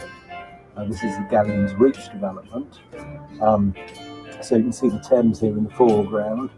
Then this now cuts back to the Ballymore Orchard Place development, the Pure Foods development, and now it's zooming into Orchard Place, which is a development we did as RLD, and this was the site of the former esporting.com plans, which I sold to Ballymore in around 2000. There's Orchard Place still there, and you can see there's a lot of development going on around now. So we're going to continue the helicopter trip now over the old East India Dock development. On the left hand side there you've got the Barratt development, the big Reuters building. There's the Millennium Dome, a lot of development going on around the Millennium Dome now. We put a bid in for that back in 2000 for Cherokee Investments, and Quintain asked us to step aside, and it was actually my idea to turn it into a sporting venue with a friend of mine called Paul Stansfield, who used to be a company called Pilton Land. So here we come now in from the east over the Thames, and then you can see the city in the background, and Canary Wharf now coming up as we are flying over Canary Wharf. And you can see a lot of these towers. It's a mixture of residential and commercial. Canary Wharf is commercial, and some hotel, a lot of retail obviously. And then now this development here, you can see Ballymore's the Wardian, but you can then also see the new core development pencil, and then these three large towers here are Landmark, and that is a site which I put together for my company Redwell Investments Limited, which we sold in 2003, and Charlegrove Properties and Young Group built the Landmark there. So back in the helicopter now, flying east to west over Canary Wharf, and then here we are now. This is looking south down Millwall Dock, and in the foreground here that you see two markers. That's a scheme I did for Bob West and Western Homes. This is my first development, which I did back in 2005. I bought it on Fairview New Homes, Telegraph Residential Developments. This is the Innovation Centre now called Angel House, which is a deal I did for Simon Carson and Baltic Property Finance PLC. And then we're zooming now back in the helicopter towards the City of London and the West End beyond.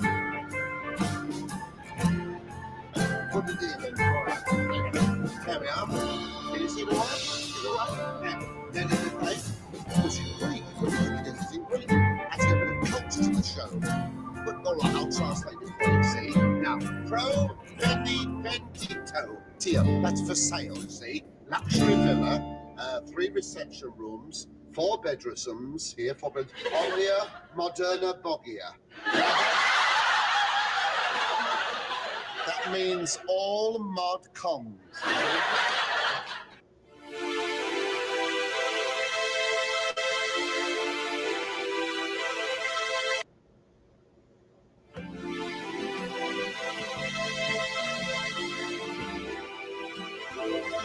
This is an aerial tour of London Docklands. Here we're just coming into the north east of Docklands. You can see the Millennium Dome and Horizon, and also the skyline of Canary Wharf and West Ham Football Ground just coming up on the left hand side there.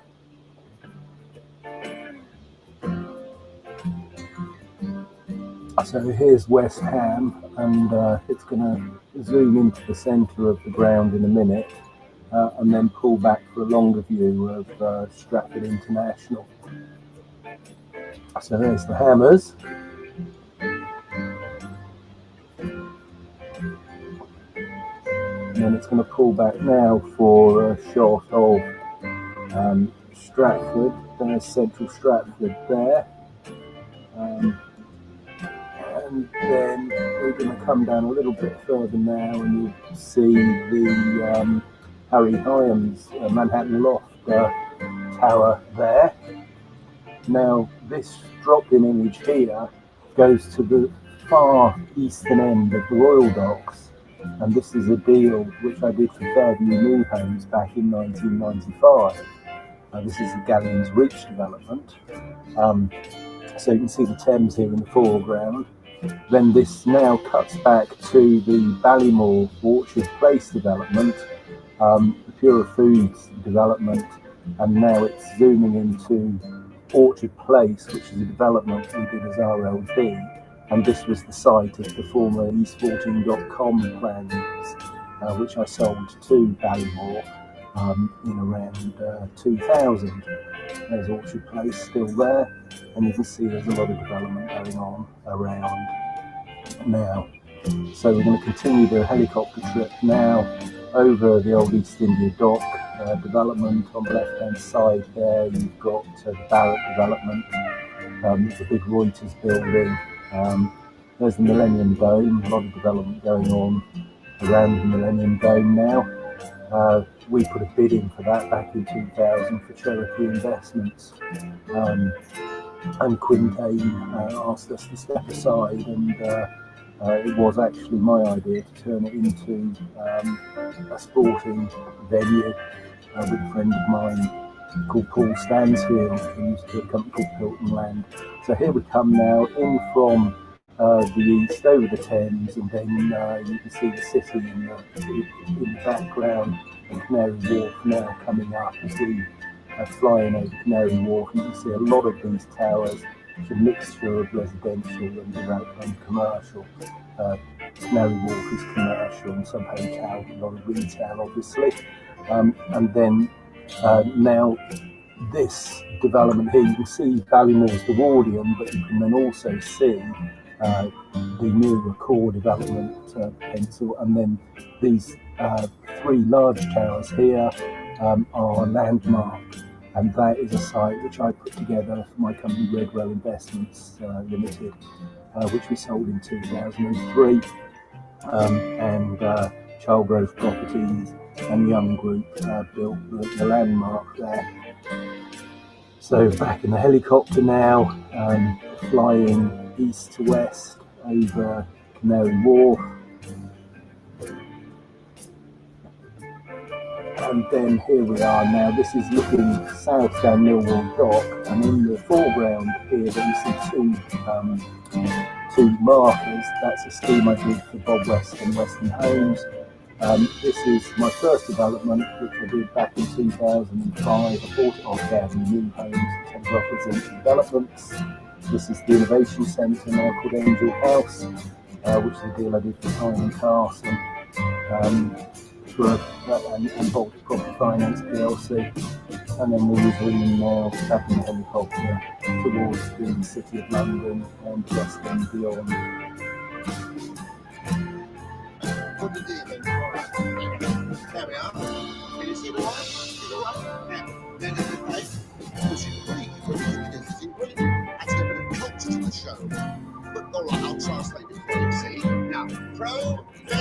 Vendito. Tio, that's for sale, you see. Luxury villa, 3 reception rooms, 4 bedrooms here, 4 bedrooms. Olia Moderna Bogia. That means all mod cons.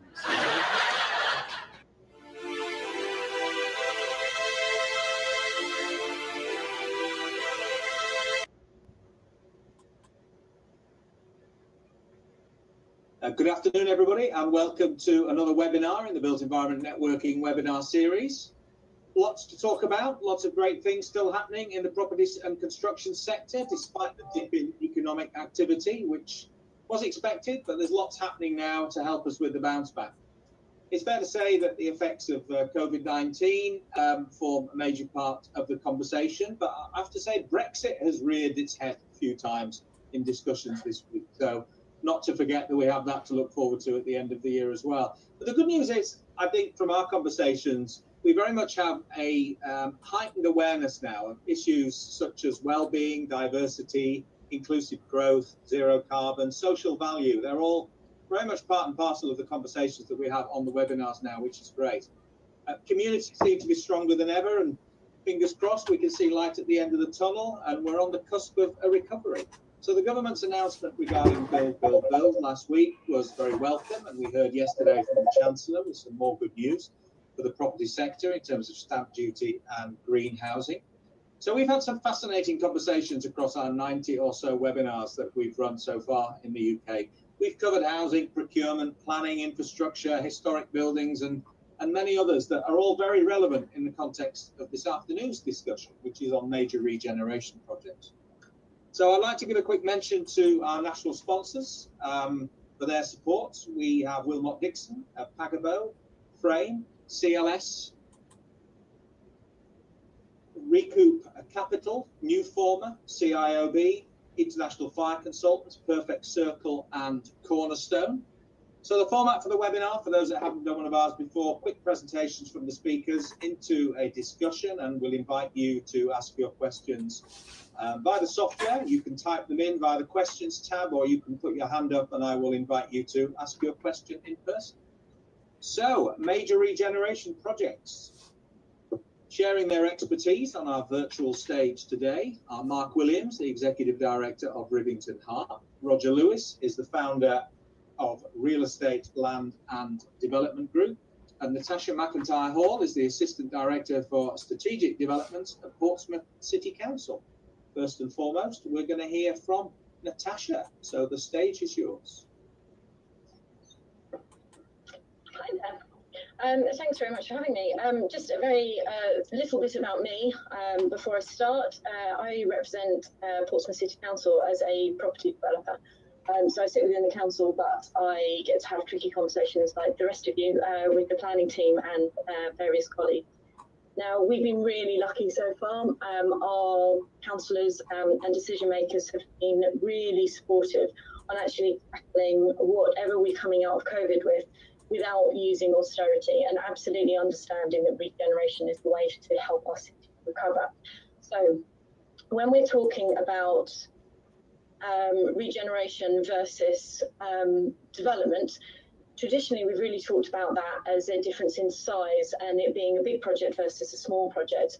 But I think what we're starting to do in Portsmouth, and what we're very proud to be doing differently, is the fact that we are actually considering how this is impacting on people's lives. So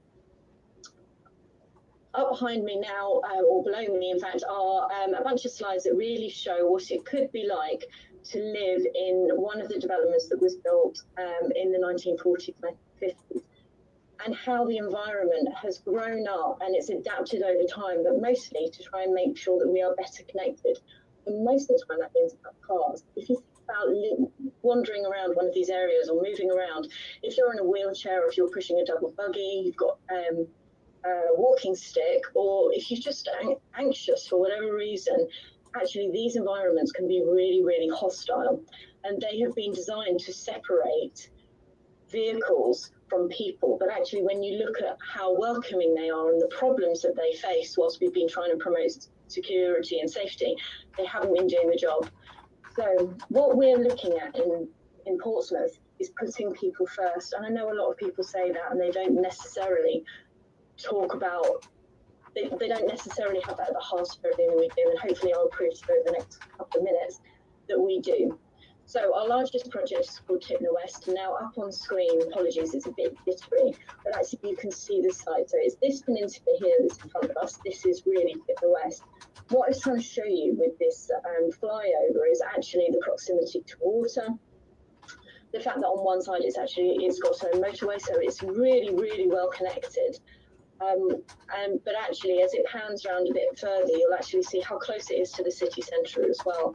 And actually, Portsmouth is the only island city in the UK, and actually do we make use of the water enough? So one of the things that we're looking at in Tipner West is promoting things like a view of blue, which has been proven to be really good for people's mental well-being, is being able to have that view of the sea. And again, following everything that's come from Corona, we've realised that actually Portsmouth is such a terrific place. If you're going to be isolated anywhere, being isolated where you are only ever 15 minutes away from the sea is a really terrific place to be. So we think that we're in a perfect position to consider health and well-being. So this image here now is really what we're hoping that Tipner West will become. So the numbers at the bottom are scrolling through, so it's roughly 4,000 residential units, 1 million square foot marine and maritime employment, and accessible water for everyone. Now, the keen-eyed of you will realise that this is a little bit bigger than the peninsula that was just shown on the flyover, so we are looking at reclaiming a significant amount of land, and we are under discussion about how we can do that right now. But I hope you really noticed about this, how green it is, and also the fact that we may have looked at the massing in a different way than you may have expected. You may well have expected that we would have the massing up high around the outside to maximise those views. But what we're really doing is looking at a podium deck underneath. So we talk quite a lot about a curbless community, and that's because what we're encouraging people to do is leave their car in centralised locations. We want people to be connected. We want the area to be permeable, and we want people to really feel that they are part of their own community. So a very quick story here is that I live in a village. It takes me 10 seconds to walk out my front door, get into my car, and that used to be it. That was my sole interaction with my village. Again, as a result of COVID and Corona, actually now I get my shopping delivered from the fruit and veg shop. I have to go to the local shop. I understand so much more about what the village is doing, but by getting people out of their cars for a little bit longer, we can get people to identify that community and really find their tribe. So finding a tribe is really what we're looking at. So it's the interaction between water and living space, how those two areas come together, particularly when we're looking at quite a dense environment. But it's allowing people to find their tribe, whether or not what they're looking for is a little quiet piece of grass where they can sit on their own and read a book, or actually where they need to be with people. It's about making spaces flexible. So a space that could be open for a cafe actually could be opened up for a yoga class in the afternoon, somewhere for the over 60s axe throwing club to go. Doesn't matter. It's about being able to find connection and belonging, and feeling like you have some ownership and in your community. And mostly it's about a sense of fun and engagement. So that's what we're trying to do with Tipner West. We're really excited about it. We're expecting to put in a planning submission in 22. But what's really important about it is that we've got so many other developments and opportunities that are moving on. So Tipner West is a catalyst for us. And what we're expecting is that there are going to be so many other developments that we get to deliver before we can deliver Tipner West that will take those principles forward. And that way we have a regeneration that's actually improving the community aspect of development. So we're really proud of that. And I really hope that you've seen something that you like today and you get in touch with us. Thank you very much for listening. So I hand over now to Roger Lewis, who's the founder of a real estate land and development group. Thank you, Natasha. Well, hello. I've got 5 minutes, so I'm going to gallop through my slides here. My name's Roger Lewis. I'm a property developer, ostensibly in the past in London Docklands, but we've opened up our purview to metropolitan centres. I have two companies, a house building company and a finance company. The house building company is specifically tasked with young couples and key workers affordable housing to purchase, not to rent. The way that I see it, the housing ladder is 100 rungs. The housing mix has gone from 75% owner occupation to 65% owner occupation in the last 10 years, from 2009 to 2020 roughly. And to me, that means that there are 10% of people renting at the moment that are doing so involuntarily, and that's due to a combination of things, which is actually related to planning policy, and planning policy is obviously interfacing with finance and interfacing with the market in general. So if we just see if I can get these slides to work. Right, so major regeneration, that's the subject of the talk. And so the question is, what is major regeneration? Well, I mean, it's all things to all men in many respects. But it involves a whole load of professionals and people in a community. And so I'll leave that question there. Now, I've come across major regeneration because I was involved in the London Docklands from the early days of the London Docklands Development Corporation. And I'm going to talk a little bit about what that actually means to me. Now, we can be really sort of clinical about this and very cork sniffy and technical, but what I'm interested in is people and stories, and the stories that relate to being involved in a team of people and a community of people, encouraging, embracing, participating in regeneration. And so I'm talking about urban settings and city settings.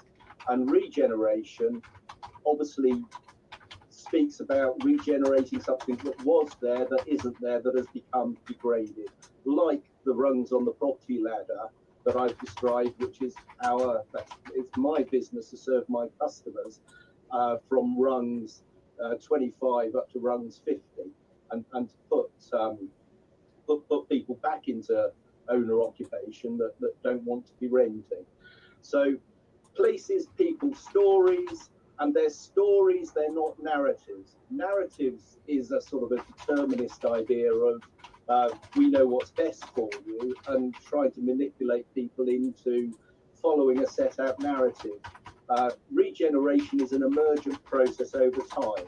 And this slide here, this gentleman here is called Mike Barnett. And I picked Mike because I saw this on the LBC website. And I knew Mike is no longer with us. He was the sensational Mike Barnett. And he was involved in this property here, which is 33 Millharder, which is now a huge block of flats.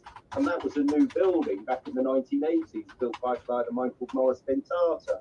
I sold that site along with Richard Desmond's first headquarters for Northern and Shell, and another building next door to it, built by a guy called Brian Moss, to Western Homes.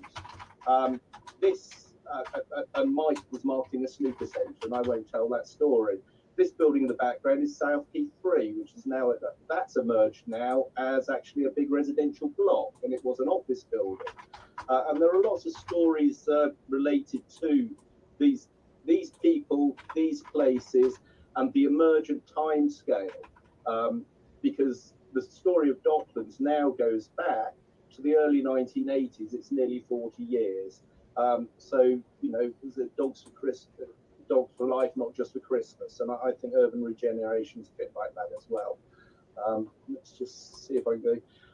That's a model of the Isle of Dogs. In the foreground there, you'll see here, that's the Westbury Print Works, and that's obviously in the news with CIL payments. We'll just move on now. We're placemakers and not rent seekers, i.e. we're involved in the community and looking to build communities with our regeneration and not just for-profit opportunities. I'm a for-profit property developer, but as John Ruskin said, wealth is the possession of the valuable by the valiant, and the valiant create places and they're not rent seeking, is really where I come up from there. Moving swiftly along, this gentleman's Robert John. Robert negotiated £300 million contribution to the Jubilee Line extension. And you can see Canary Wharf in the early days behind Robert there. Great documentary, place-making, that's called The Battle for Docklands. Suggest anybody watches that, you get a lot from it. Community neighbourhood plans is a new planning thing. There's one on the Isle of Dogs. What I was saying earlier about places, people's stories and not narratives. It's an important point, which I won't expand on because obviously I'm time limited. That's the London Docklands area. It was an emergent process over many decades, and Tower Hamlets have now taken over from the LDVC, took over from Tower Hamlets, and then there's also Southwark and Newham involved as well. There's this ongoing interface between private sector guys like me, Richard Desmond, and the current council led by Mayor John Biggs, who has very strong views on things like community infrastructure levy.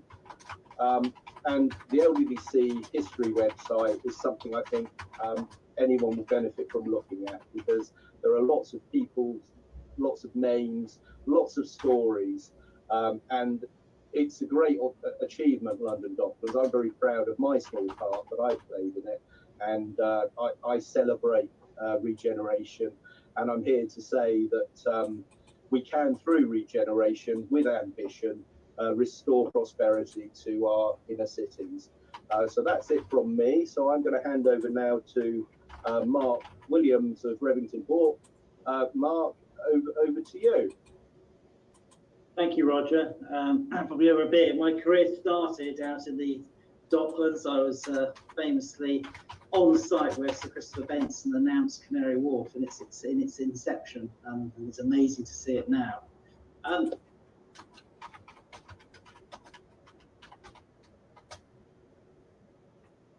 You're muted, Mark. Okay, well, you've all just had a very good story about the Docklands, so I'll skip that.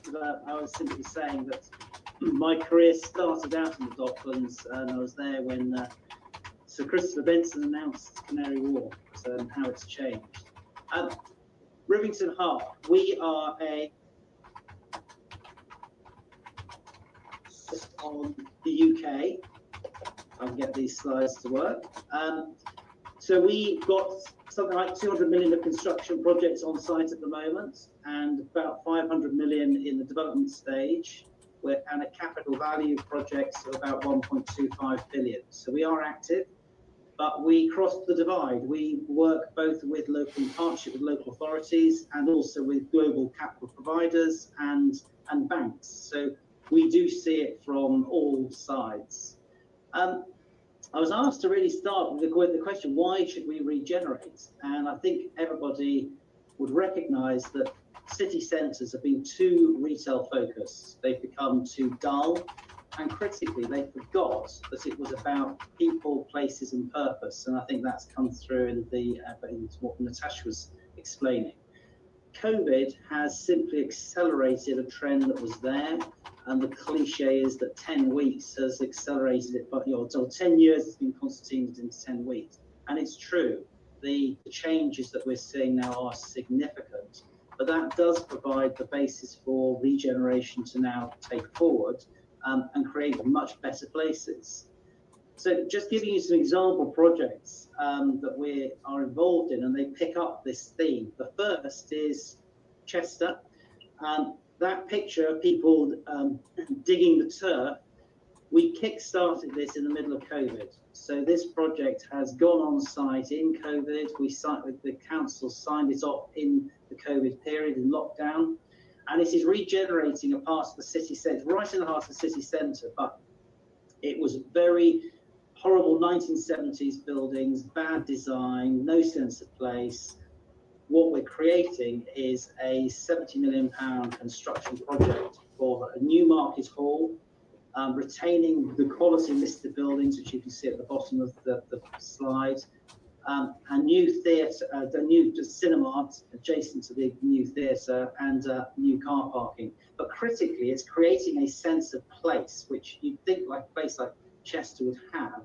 But actually, when you go around it, there really isn't a central congregating area, and this is going to provide that core place, which is very much what the theme of COVID is forcing people, what we now need to see happen in places.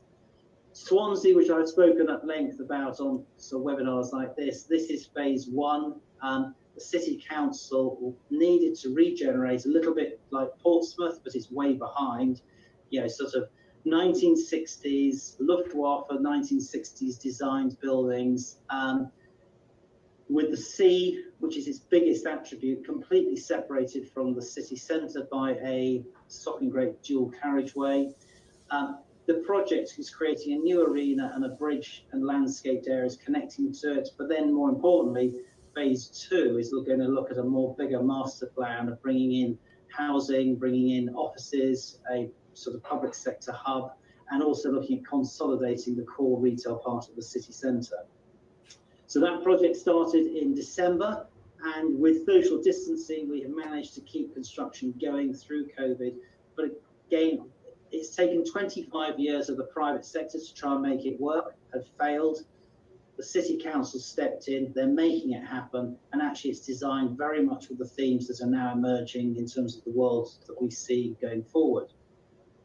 At the other end of the scale, we're working with Wolverhampton City Council. The site in yellow represents some 38 acres in the heart of the city centre. Wolverhampton it's coming up its 21st anniversary as a city, but it has no central place. It has greenery outside the core, but not inside it. There's something like 80% of the students who go to the universities are from within the West Midlands area, but there are very few opportunities for them to start up new businesses within the city centre. So this is looking at a mixed-use project which would help regenerate by way of housing, by way of incubator office space, by way of public events area, as well as leisure. Note, we're not building any new retail, we're consolidating it. Ooh, if it goes, I don't know how to go back on this, but the last one was simply of Newcastle. Thank you. Newcastle is, Newcastle's a very successful city centre. However, the core spine, Northumberland Street, does not connect to the two universities or to the civic buildings. It's also separated by a bus highway cutting right through the middle of the city, and we're working with the council to look at the pedestrianisation of Blackett Street and then the reimagination of all the side streets that connect the other parts of the city into the core area. So this regeneration is really about dealing with the fringe areas to help support the core rather than focusing on the core. And I will now hand back over to our compere. Thank you. Thank you, Mark. I will invite everybody else to join us back on the virtual stage. Good stuff. I love these webinars on regeneration. We always pick on some great schemes, and you guys have certainly brought several to the fore there. One conversation we had last week at one of the webinars was somebody asked, what's the difference between regeneration and development? And it was a question that was posed to one of the developers that did a lot of regeneration schemes. So if I was to come to you, Roger, with that question first, what would you say is the fundamental difference between regeneration and straightforward development? Well, regeneration for me is brownfield development, and development is greenfield. So, and brownfield brings with it a whole set of issues related to things like land remediation, contaminated land, dealing with social issues that have emerged out of declining commerce in communities. So, regeneration is you're fixing something as well as building new stuff, whereas development, you're not fixing anything. You've got a clean slate, as it were. Natasha, can you add anything to that? Is it as straightforward as greenfield and brownfield? I do. It's really fascinating, actually, because no, I mean, I would tend to describe it by the size of it, and a development being a single building or a number of buildings that contribute to an existing community, whereas regeneration is something that works substantially on developing the community. So, example I read about this morning actually is Stockton-on-Tees and what they're planning to do with their city centre, and actually the scale of what they're doing, they're taking out buildings and putting in a park, but the impact it has on lives means that I would cast that as a regeneration rather than development. So yeah, for me, it's impact on lives, whereas traditionally it has been on size. Okay. And Mark, your expression of 10 years evolution in 10 weeks, I have used that a couple of times since I heard you say it at the Swansea and the Wales webinar we did a few weeks ago. But if we were to take sort of Swansea as an example, the regen there is effectively replacing buildings that are no longer fit for purpose. Do we think that this is part of the natural cycle? In 30 years' time, could we be coming back and talking about regenerating your scheme that's in Swansea?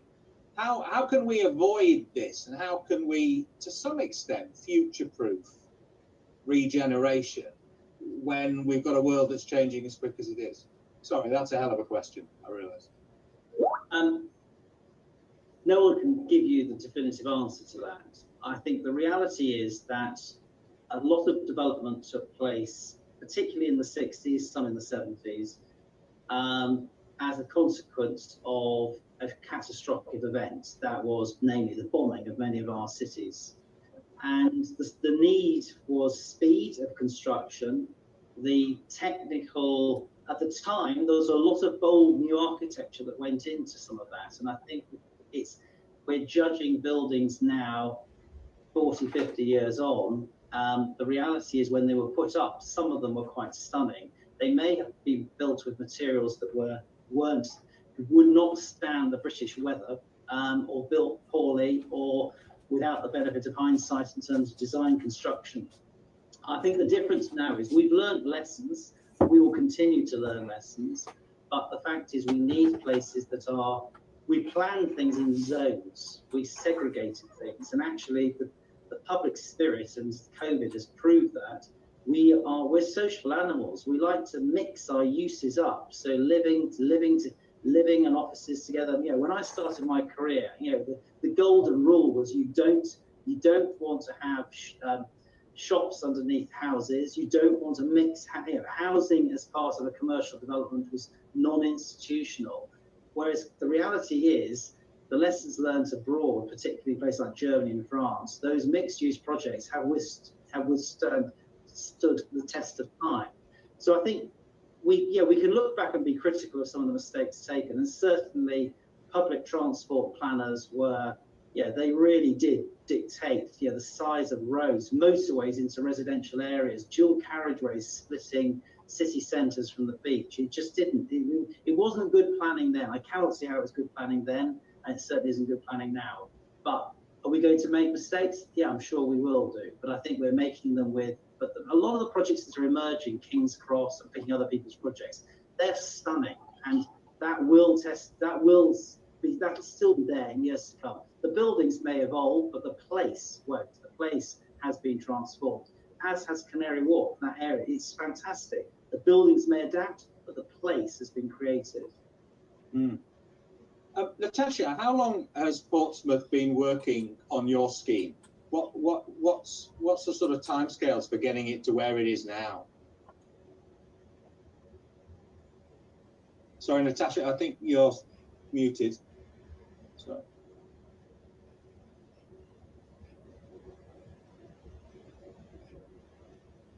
Oh, can anybody else hear Natasha? Is it just me? I can't hear Natasha, no. Okay. Right. I'll come back to you, Natasha. Keep talking, and as soon as we hear you, I'm going to ask you another question. So, Roger, I was going to come to you next to talk about London Docklands and the fact that there's two of you here at our Docklands veterans is quite useful. How crucial was it that the London Docklands Development Corporation was formed, and you had an SPV that was able to influence and put its weight behind a scheme of that magnitude, which continues to grow, as we know now? In my opinion, it was essential because it encompassed 3 boroughs: Southwark, South of the Thames, Tower Hamlets, from Wapping through to the Isle of Dogs, and then Newham out into the Royal Docks. And the infrastructure that required to go in, because remembering the docks were poorly connected, so people couldn't steal stuff. Docks generally, that was the idea. And so the sheer scale of the infrastructure that had to go in meant that it had to be coordinated, and the what would be the word? The labyrinthine planning system really needed to be short-circuited, and the LDC did that. There are criticisms of the LDC which I agree with, and there are also plaudits I agree with. It's a curate's egg. All right. But yeah, I think it was essential for sure. Okay. Natasha, hi. Still struggling? What I'm going to suggest while you're doing that, if you want to try dialing in on your phone, keep the picture on your laptop, try dialing in on your phone, and see if you can get the audio via your phone, and we'll see how we go from there. I've got a long list of questions for you, so hurry back.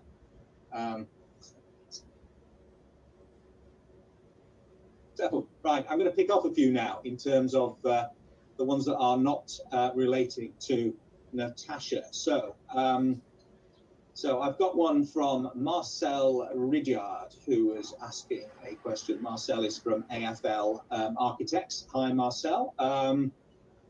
Got a question to the panel. Are you starting to see more and more biodiversity and public space in your projects? Mark, do you want to pick that? The projects start with creating a sense of place. So the regeneration we're involved in is about, a public area is the heart, and everything builds off the back of that. Clearly you have to have the uses around it, but we are very firm in the view that the projects need to be designed to create this sense of place, and the thoughts and the amount of stakeholder engagement. We're just doing that at the moment in Newcastle, in terms of what people want and how they want to use it and how it functions and how it looks is critical to the whole evolution of that area. Building the uses in the box is relatively straightforward. Obviously, how it looks like on the outside can adapt, but fundamentally it's that public space that is going to create the joined up thinking. And I think that's the difference between development and regeneration. Regeneration is creating benefit, and that's why I think creating benefit far outside the physical building that you're creating. Okay, this is sounding like Natasha's coming back now, which is great. So you've got your mobile phone working there, yeah? Say something. Cool. Ah, good stuff. Keep the microphone. Sorry about that. I don't know what's happening. My computer says I'm not on mute.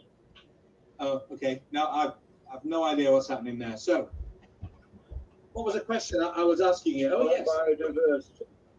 Oh, you went back. Biodiversity. The original question was how long has Portsmouth Council been working on this scheme to get it to where it is now? I was sort of hoping you were going to forget that. So, yeah, I've been at the council for 2 years, and the more public engagement we do, the further back this project appears to have gone. So I think a healthy estimate is 30 years.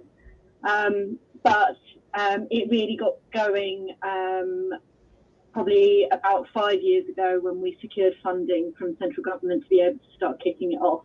But there's been so much work to do, you know, around the land reclamation, around local plan, around all of that stuff, just to be able to get think about it. So yeah, it's taken quite a while.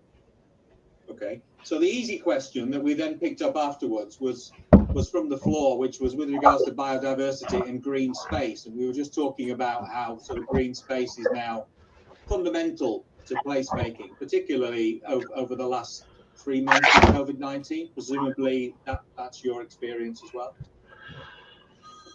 Absolutely, and one of the things that we've had in the West the entire time is that actually we desperately want to over-provide in green space according to sort of planning conditions and all of that kind of thing, because we believe that, and you know, I use that expression of being able to find your tribe.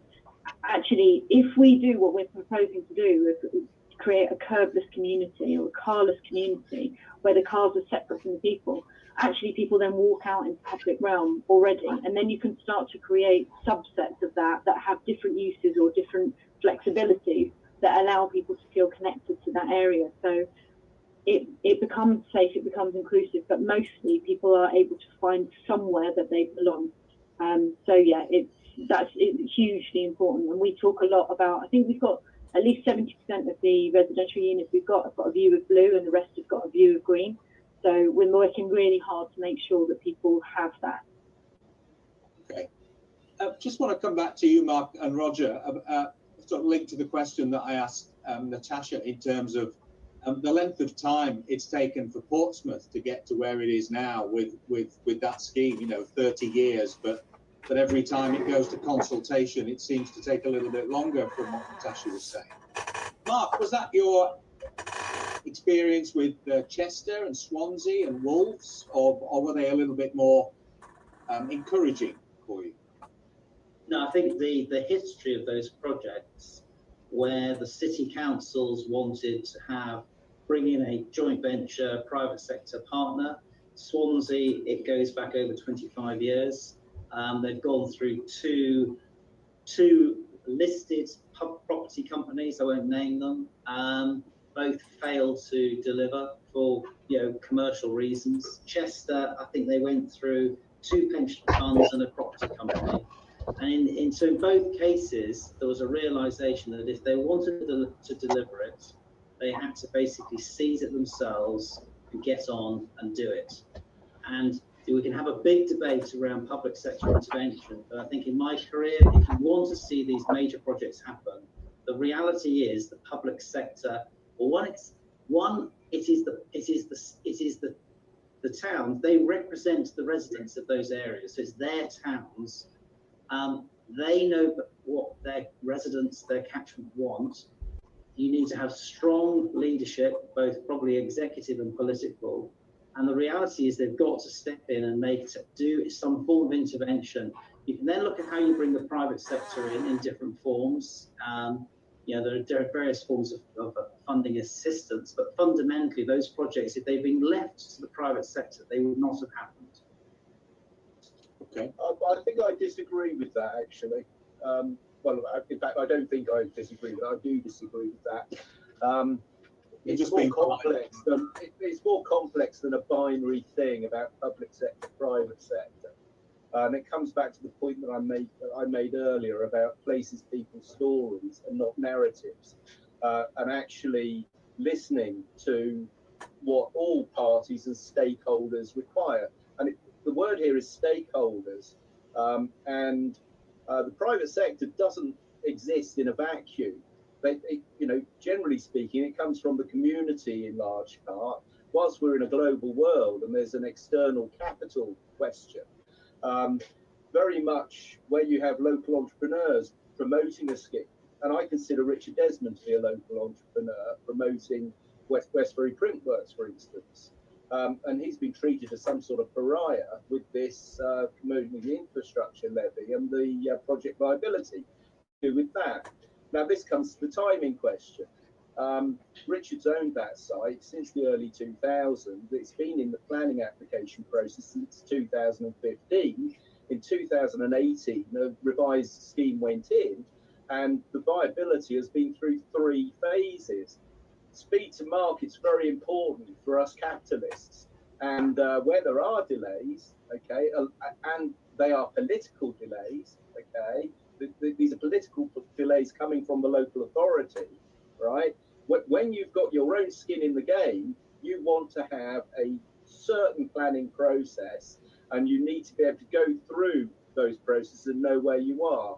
So in the current mooted reforms, which Stuart Lipton is putting together with the new government proposals for planning, which are being handled by Robert Jenrick, there was a great article in the FT about this 2 weeks ago. What they're actually saying is that something more akin to zoning in the United States may actually help with bringing that process forward. And actually, planning, I heard one of your seminars a couple of weeks ago, I think it was in Ireland, and there was a planner stood up saying, well, we haven't quite finished this plan, but we've made a lot of progress for our 2023 plan. So we've already got the plan for 2023. We haven't finished the plan we've got now, but we know what we're going to do then. Now that is basically overthinking and over legislating and not actually being involved in a communication where you're doing team building. Yeah. Can I bring you back to the question, because I want to try and keep this on point. I've forgotten the question. Can you remember the question? Yeah. Well, the question was about, I was taking issue with what Mark said about local authorities stepping in is essential, and that private industry wouldn't actually be doing these things unless they're led by the nose by local government, central planning. I say that's not true. I'm a market animal, and what we're seeing is people misreading market signals and ignoring them. And we're also seeing a misallocation of capital based upon this determinist idea of, daddy knows best. It's very patriarchal. I'm not for that. I believe in a real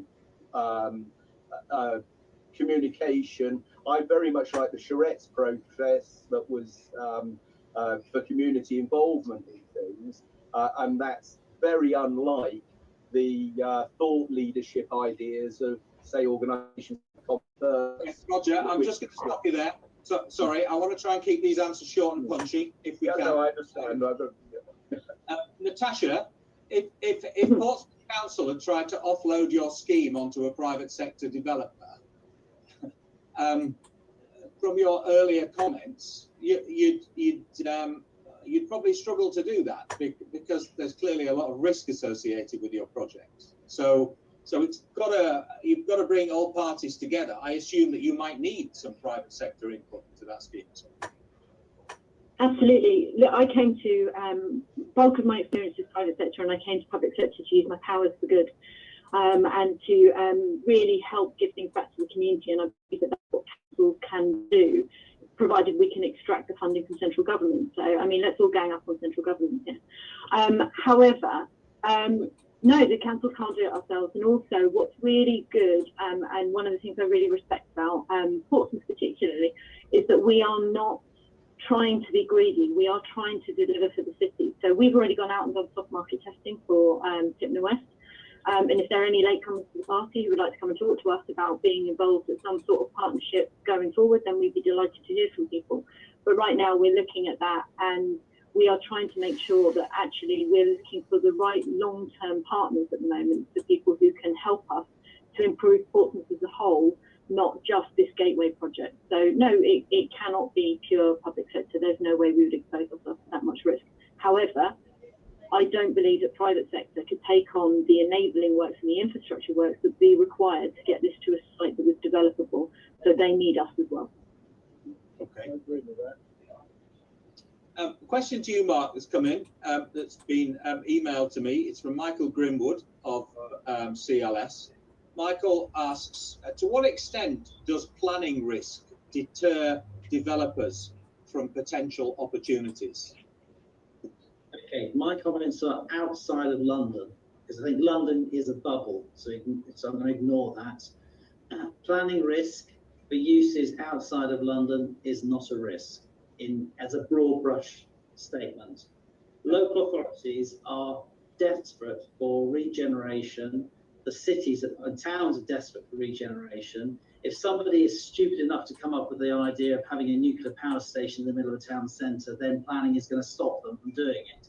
But within the realms of being realistic, uses, mixed uses, so offices, leisure, incubator space, parks, we have not had an issue in the substantive aspect of planning. Of course, the detail, that's another matter, you know, quality, making sure it's proper stakeholder engagement, that's critical and important, but planning itself is not an obstacle to regeneration. Funding is the obstacle to regeneration. Okay. Do you have a view on that? Keep it short, Roger. Sorry. Yeah, I will. I'm interested, Mark, because you've got your Swansea scheme. Do you know much about the Swansea barrage? And this, you know, with the eco question we had earlier, the Swansea barrage, I'm very interested in. You mentioned nuclear power stations too. Do you know if the Swansea barrage got its planning? It was last week, I think. I was talking to Robert John. I don't know whether it was last week, but it's the city is definitely seeing that going forward. Yes. Yeah, because I'm a big fan of it, and it makes all the sense in the world. And yet it was, you know, noses were turned up at it. Well, I think trying to put Robert tells me it's regeneration here rather than sort of. I use nuclear power stations as slightly glibly in terms of the town centre perspective. I think the question is focused on town centre regeneration, and I do not think planning per se is the obstacle to regeneration. Well, it's one of them, isn't it? I mean, it's the Grand National, isn't it? You know, maybe it's Beecher's Brook, or maybe it's the Canal Turn. It's one or the other. I've got a question for Natasha from Simon Centane, who is Assistant Director for the Property Services Newland Housing Trust. He's asked quite a few questions, actually, but first one, what challenges do you expect to encounter in the reclamation of the land in Port next time, and how will this be funded? So loads of challenges, not least with ecology and everything that's going on there, but we've got a great working relationship with Natural England, RSPB, various other regulatory authorities that really particularly care about what happens when that land is lost from being slightly underwater. Obviously it's owned by Crown Estate, so we're talking to them a lot about how we go about doing it, but also any opportunities for working together to sort of improve that general area.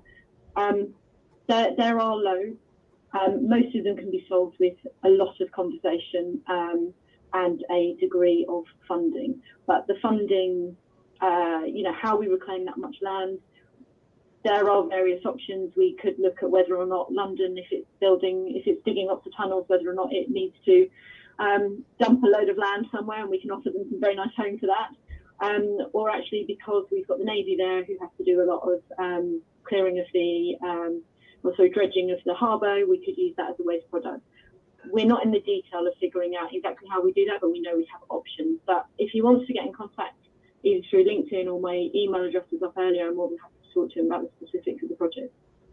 Okay, there you go, Simon. I have a question from Robert Sine of Newland. Again, just linked to this, bearing in mind predicted sea level rises over the next 20, 50, 100 years, how do you factor that into your scheme? There you go. We build it a bit higher. It's one of the things around the solution that I talked about with the podium deck. Look, I'm not an engineer, and this will become painfully clear right now.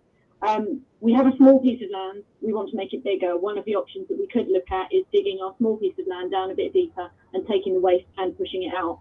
Then we've got a hole. If we fill that hole with podium deck and servicing and logistics for the site, actually it means we don't need to buy in a load of fill, and we have a place to store a whole load of services and moving parts like cars or buses or whatever.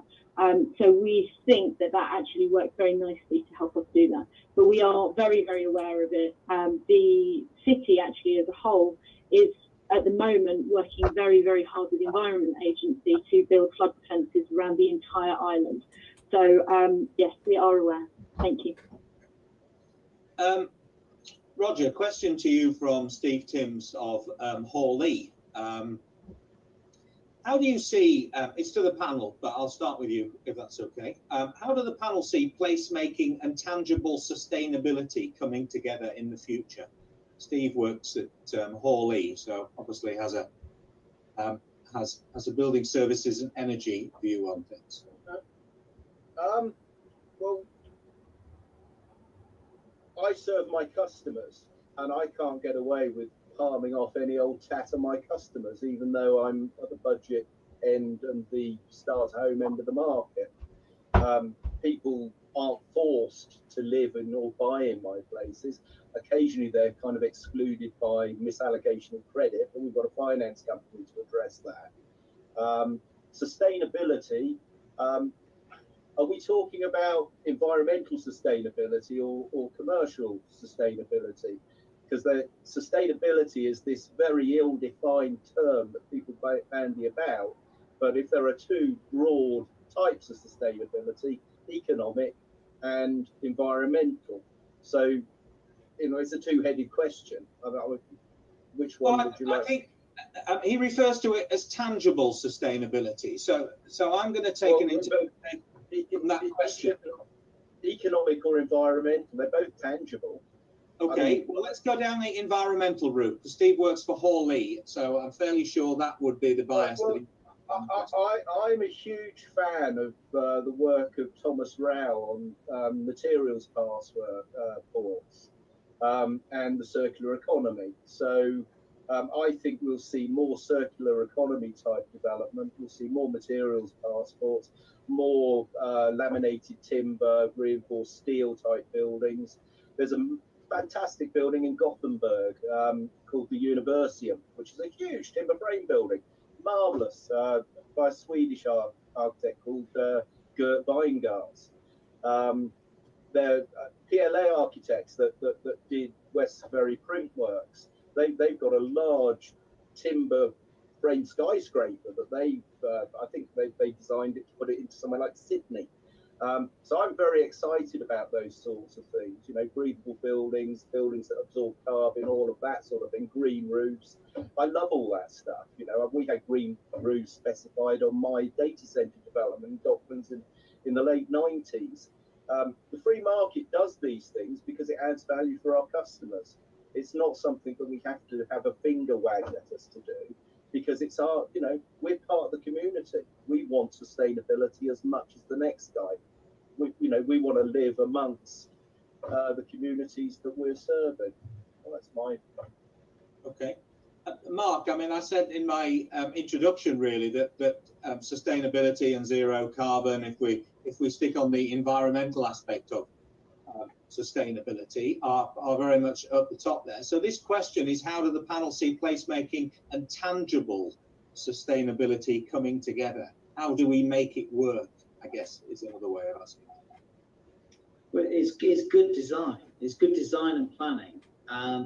You know, sustainability isn't an option. You know, it's as Roger has said, it's what the stakeholders, society, cultures, environment. You know, the places where we work want sustainable environments. They want nice places. They want, they want nice places. And nice is a very hard to define word, but everybody who's on this webinar is an expert, because you can go somewhere and if you feel it's right, then it ticks that box, and it has to be unique to the location it's in. Each city, each town has to build on its own heritage, but the sustainability is to be honest, it's more, we don't really talk about it because it's it is into the DNA of the whole design process. It's no longer a kind of, oh, have we ticked that box? It's from day one, it's just built into the whole way in which we operate. So we don't kind of separate it out. It's just a part of the function in the way that any other part of the development is. Yeah, and you would agree with that, I'm sure, Natasha. I'm not asking you that question. I'm really looking for your endorsement, I suppose, on behalf of Portsmouth. It's a shame. I've got two very quick points on it. One of them is part of what we have for Chittenden West is the fact that we looked around and we realised that people can choose to eat organic, or they can choose to be vegetarian, they can choose to shop plastic free. But it's very difficult to choose somewhere that allows you to live in a place where you can choose sort of the ethics of the lifestyle that's around that. So it's one of the things that we really want to tackle with Chittenden. We want to go above and beyond, but future-proofing is really difficult. And I think that it sort of feeds back into everything. And in terms of good design is not just the design that you come up with, but it's actually the process of doing it. So we're implementing BIM across all of our projects now, and I think that feeds back very nicely into what Mark said, right, and one of these very early questions about we are going to make some mistakes, and then Roger's comment around circular economy. We need to be able to know how to take these buildings down again so that we can put them back up later with significantly less waste than we are currently seeing when we're trying to take down a building in the 1940s. And I think that feeds into sustainability. I was talking to Ivan Harbour at Roger Stirk Partnership just the other day about Place Ladywell, which Lewisham instigated. He designed, and it's the most wonderful. They're taking it down at the moment to put it up somewhere else. I bid on a site just down the road from there in Lewisham a couple of weeks back. We were underbidders on it, unfortunately.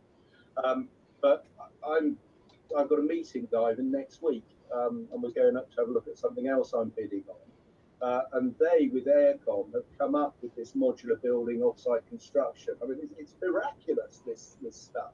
And what I've been saying to my people, people like Chris Phillips, I was speaking to Chris yesterday, and I said, look, Chris, you know, what you guys are doing with Ilkey Homes, for instance, the Ilkey, the off-site modular people, is great. What Tom Bloxham is doing with Urban Splash, with his new app, you know, for designing places and what have you. It's tended to be aimed at the build to rent. And as I say, the first 25 rungs of the ladder fine, but once you get to 25 to 35, you're going to bump into me because that's my customers. We've got dibs on those, and we're going to be competing for those units or for those homes, those plots. And from 35 to 50, that's a very interesting space. In that space, I'll be competing with my old friends Bob Weston and Stephen Cope with Fairview New Homes. But this modular thing is one of the most exciting things, and it is sustainable by definition. I was speaking to my old friend John Gibson yesterday. He's been importing timber frame houses from Germany since William Berry were basically stiffed by the government on these academy schools deals. And John, fantastic QS, very, very knowledgeable builder. William Berry's used to be the oldest building firm in the city. And like I say, they were stiffed by the government at the end of 2009. And the simple fact is, you know, there are a lot of well-meaning people with this centralised planning thing, but there are also a lot of people that are actually dangerous to let near this toy box because they don't understand the process. A high-vis jacket and a high hat, the hard hat, doesn't make you a property developer. Sorry, but that's the fact. Okay, I want to get to the final question, if I can. We've sort of talking about major regeneration. We are where we are with regards to the pandemic, and it would be wrong to reflect a little bit, perhaps, on the impact that it's having, maybe on your schemes, on the bigger picture. So, Natasha, in terms of the context of your scheme, but also in terms of Portsmouth's bigger picture development and regeneration plans, what's the sort of medium to long-term effect of something like COVID-19? I agree entirely with what Mark said earlier about actually speeding up the sort of it being a catalyst and us thinking about things differently. So it's really allowing us the freedom to think about development slightly differently. So we work really hard to do that in Portsmouth, to think about things differently, and we are pushing against open door with our councillors at the moment who are really supportive. So as I said at the beginning, we are trying to not use austerity, but recognise that the recovery and regeneration is a vital part of the recovery of the city. But if we don't do stuff that's future-proofed and it is different and allows people to live in a slightly different way, where they can choose when they need to be on their own and when they want to be part of a community, then we'll stuff it up. So yeah, it's a great lesson to learn. And if we don't learn the lessons, I think we'll find that more developments fail.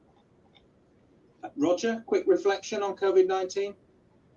I friend of mine died of it, Pete Keir. He was at my year in college, so God rest his soul and condolences to his family. We haven't been able to have a memorial to his fantastic life yet.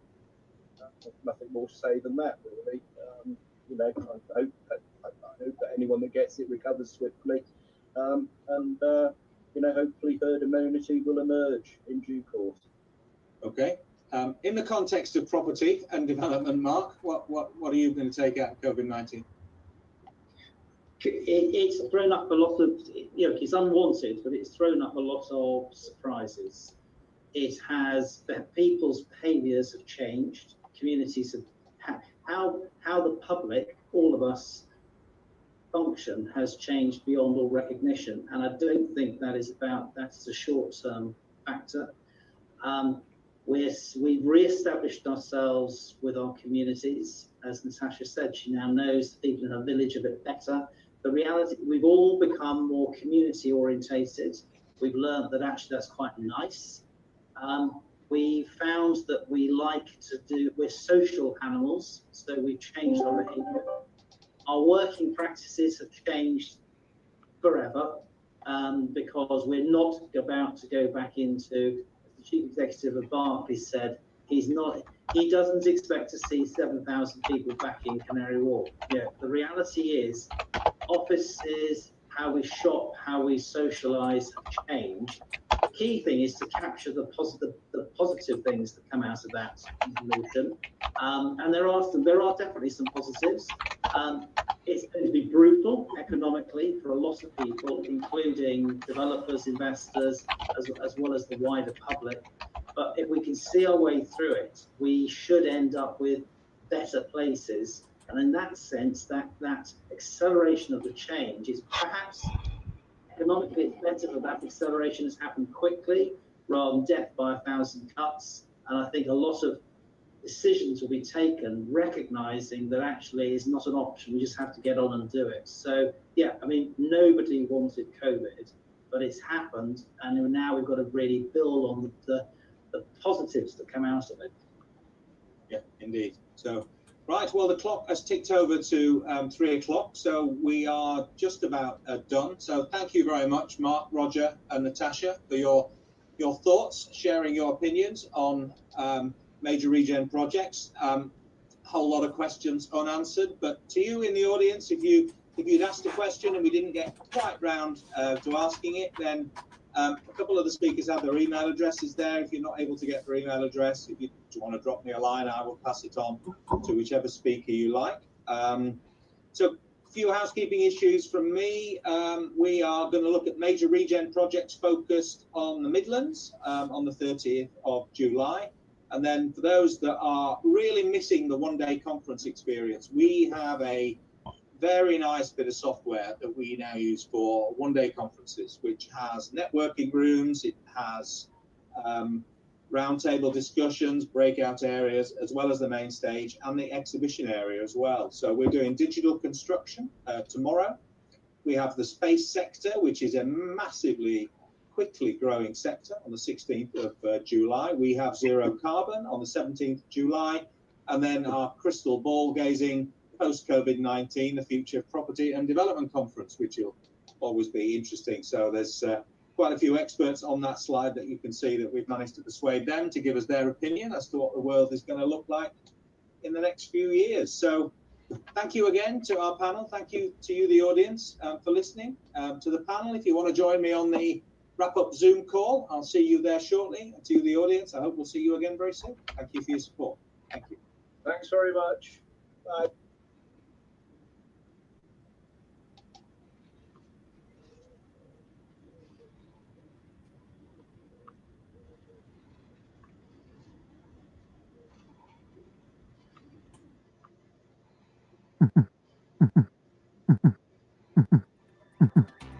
RLD presents East. So many won't be able to afford it. Does that trouble you? It does trouble me. I think if you know, I don't think what makes London great is the rich, the wealthy. That's not at all. In the year 2525, if is still alive. If woman can survive, they may find.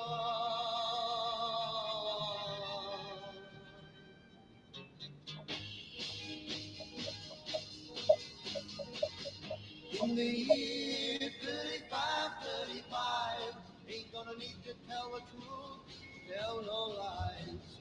Everything you think, do, and say is in the pill you took today.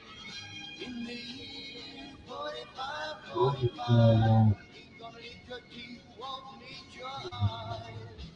You won't find a thing to chew. Nobody's gonna look at you.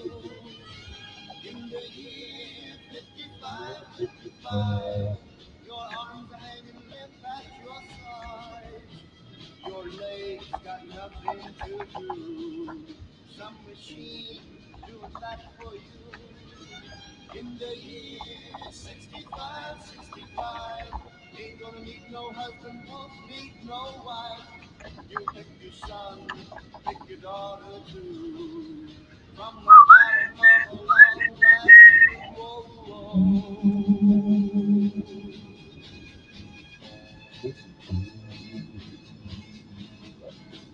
In the year 75, if God's a coming, he ought to make it by then. Maybe he could look around himself and say, guess it's time for the judgment day. In the year 85, God is gonna shake his mighty head. He'll either say, I'm pleased where man has been, or tear it down and start again.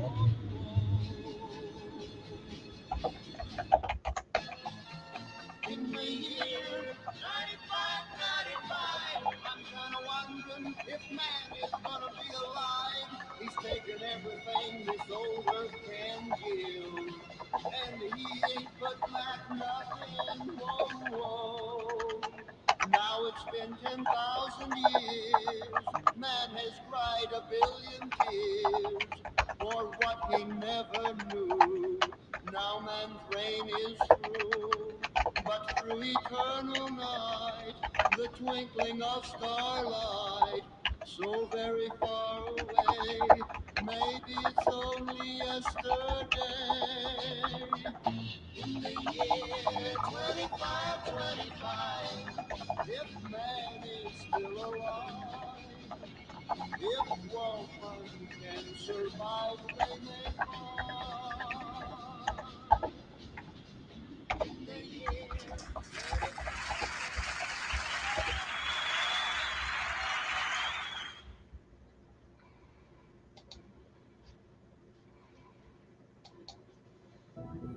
High-rise living has become very much part of the London sky scene. But to be honest, it's one skyscraper next to another skyscraper, but most of them are sold overseas, perhaps for developers to make money, and for those that speculated at the right period of time also to make money. But I really wanted to see is, how can we redefine the high-rise living? Stratford is actually a fantastic example where affordability exists. So many won't be able to afford it. Does that trouble you? It does trouble me. I think if I don't think what makes London great is the rich, the wealthy. That's not at all.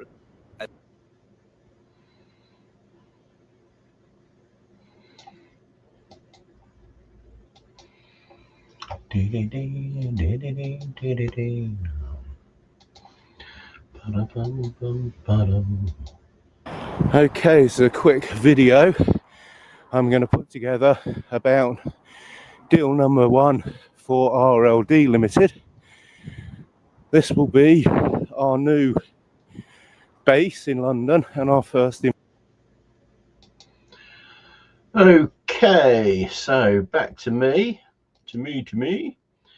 We're going to stop there, and I'm going back now to the Homatics playlist, and I'm busy just doing an article to post to LinkedIn on the urban environment panel I was on back in 2020, some years ago. The beauty of having a longitudinal analysis is to actually see the tropes and canards which are still being trotted out, and still nothing happens, you know, and still we wait, still the strawberries grow, and still we wait. We've got Angela Rayner, Keir Starmer and his extract AI for basically automating a failing system. So I have deep and utter contempt for the circular blame, the circular reasoning, the lip service, the political correctness, the blowing smoke of big finance, big planning and big construction arse. And frankly, they're taking the mickey.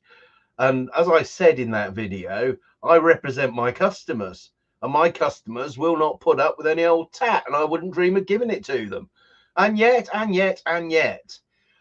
rabbit hutches, stack 'em high, sell 'em cheap, short-term scarcity thinking, keeping the credit allocation out of a market to restrict supply and push up prices. These are the truths. These are the truths that these people need to be called out on. And who is calling them out? Who?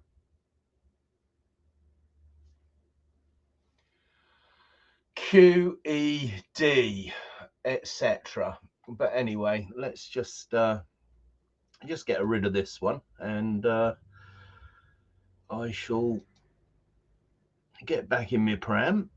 Stop screen. Right then, so where is me?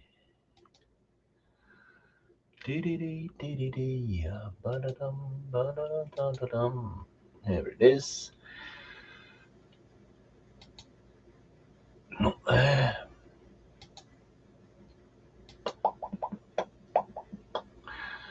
Okay, what we're going to do is we're going to do this. Switch account.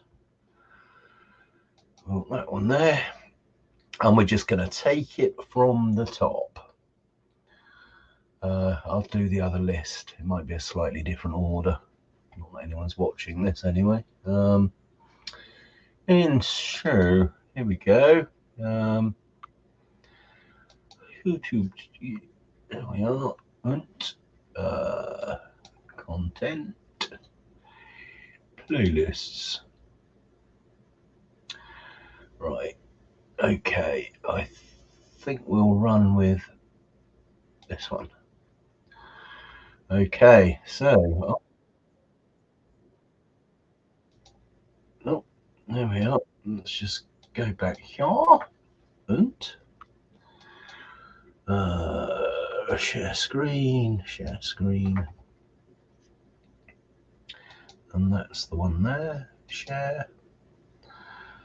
Okie dokie. Right. Well, enjoy.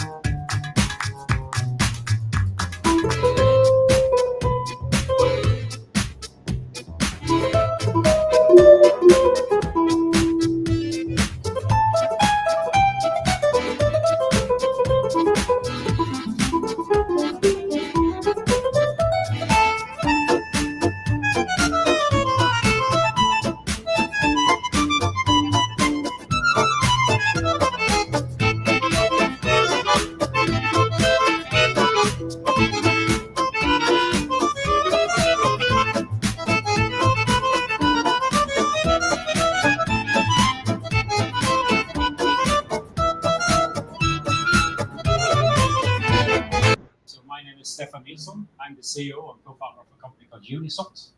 Unisot is a supply chain traceability company. So we are collecting data from the whole supply chain, from raw material to building products, but also connecting here with this project. We're going to collect data from the live house, connect to the heating system to collect data from there to prove the sustainability, that it actually stand up to the values that has been declared from the building material that actually stands out in reality as well. But what is the value that it's bringing each and every one of your companies? The problem that we have today is there is a lot of data in everywhere and a lot of different systems and a lot of different companies. The problem today is to actually get that data available, to open up these data silos. So that's what our role is here, to actually connect to different systems in the supply chain, but also connect directly to the houses. But how are we looking at construction material, also looking at the technology to make homes more sustainable, more efficient, and be able to track all of that? Look at other countries, how they are building, because there is a lot of difference building high quality homes or building sustainable homes. And there are technologies out there, but I know there are building standards, there are just standards that are hard to break. But I think it's very important. Same thing there as with data. We have to take information and knowledge from other countries as well, and take the best from each country and use that. What do you all see in regards to the trends or the challenges in affordable housing today? And what's unique with Homatics right now is that you are picking all of us guys here with some specific knowledge and technologies and putting it together in a completely unique way. So there is not a lot of new technology, new ways here, but it's just the way that we put it together and actually create a wonderful product out of it. And that's why I'm super proud to be in this gang of people here and be able to use the technology that exists out there and have been proven and put it together in a great way.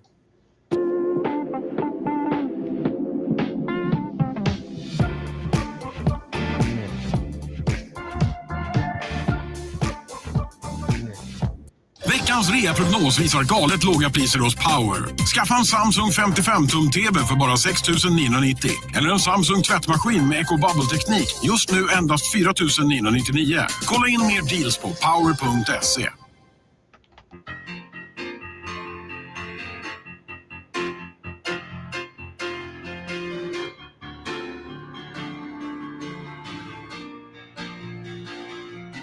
This project offers the opportunity to have a revolution in homemaking, not just house building, but homemaking. This will allow us to create efficiencies and really just drive that through so we can just get the economies of scale to sort of grow into the new market, and Homatics is really exciting on that basis. Ride a lot from one spot to the horizon while we trust.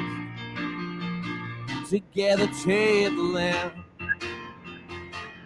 Oh, yeah, people giving everything you're dreaming. Working every night to make a dream come. So we fit into Homatics because this is such a great platform for measuring and actually tracking how homes are built and performed. We are the only solution that can actively reduce and measure how leaky a building is. So it's designed and tailored just as you want it, which really fits into the Homatics ethos. We feel that if we can get the structure correct and we can bring some sanity to the market, we have an ability to unlock new value, especially from the homeowner utilizing these carbon credits. For Homatics, we are actually creating a customer-facing interface where they can pick their house type, customize it, the look and feel of it. What Roy just tried to create with Homatics is what we see the evolution of the industry. We want to be a part of that. We are supporting Homatics by creating material passports for the buildings that they are creating for their sustainable, affordable homes. And I'm very grateful and respectful to the organizers of this conference who have had this pioneering vision. And I, for one, am determined to learn more about it and do what I can as a former member of parliament to help them.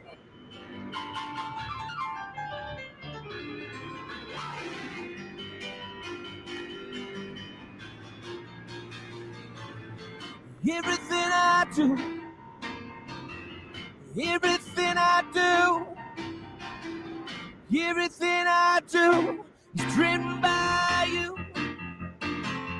It's driven by you. Everything I do is driven by you. Ladies and gentlemen, hello.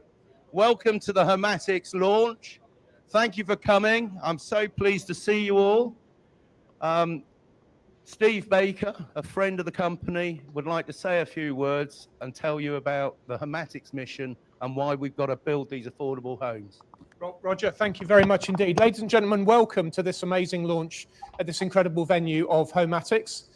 This is a brilliant company. Now, when I was first elected to Parliament 14 years ago, you could talk to young people about freedom in the abstract and they'd listen. But I discovered as the years went by that you couldn't talk to them about freedom or prosperity until you talked to them about housing. Why? Because if you're in the UK today and you're young, housing is just racing away from you. Daniel will have found the same in your constituency, I'm sure. But young people need to know that they're going to have the hope of a home. Why? Because family is the most important thing to anyone, and a family needs a home.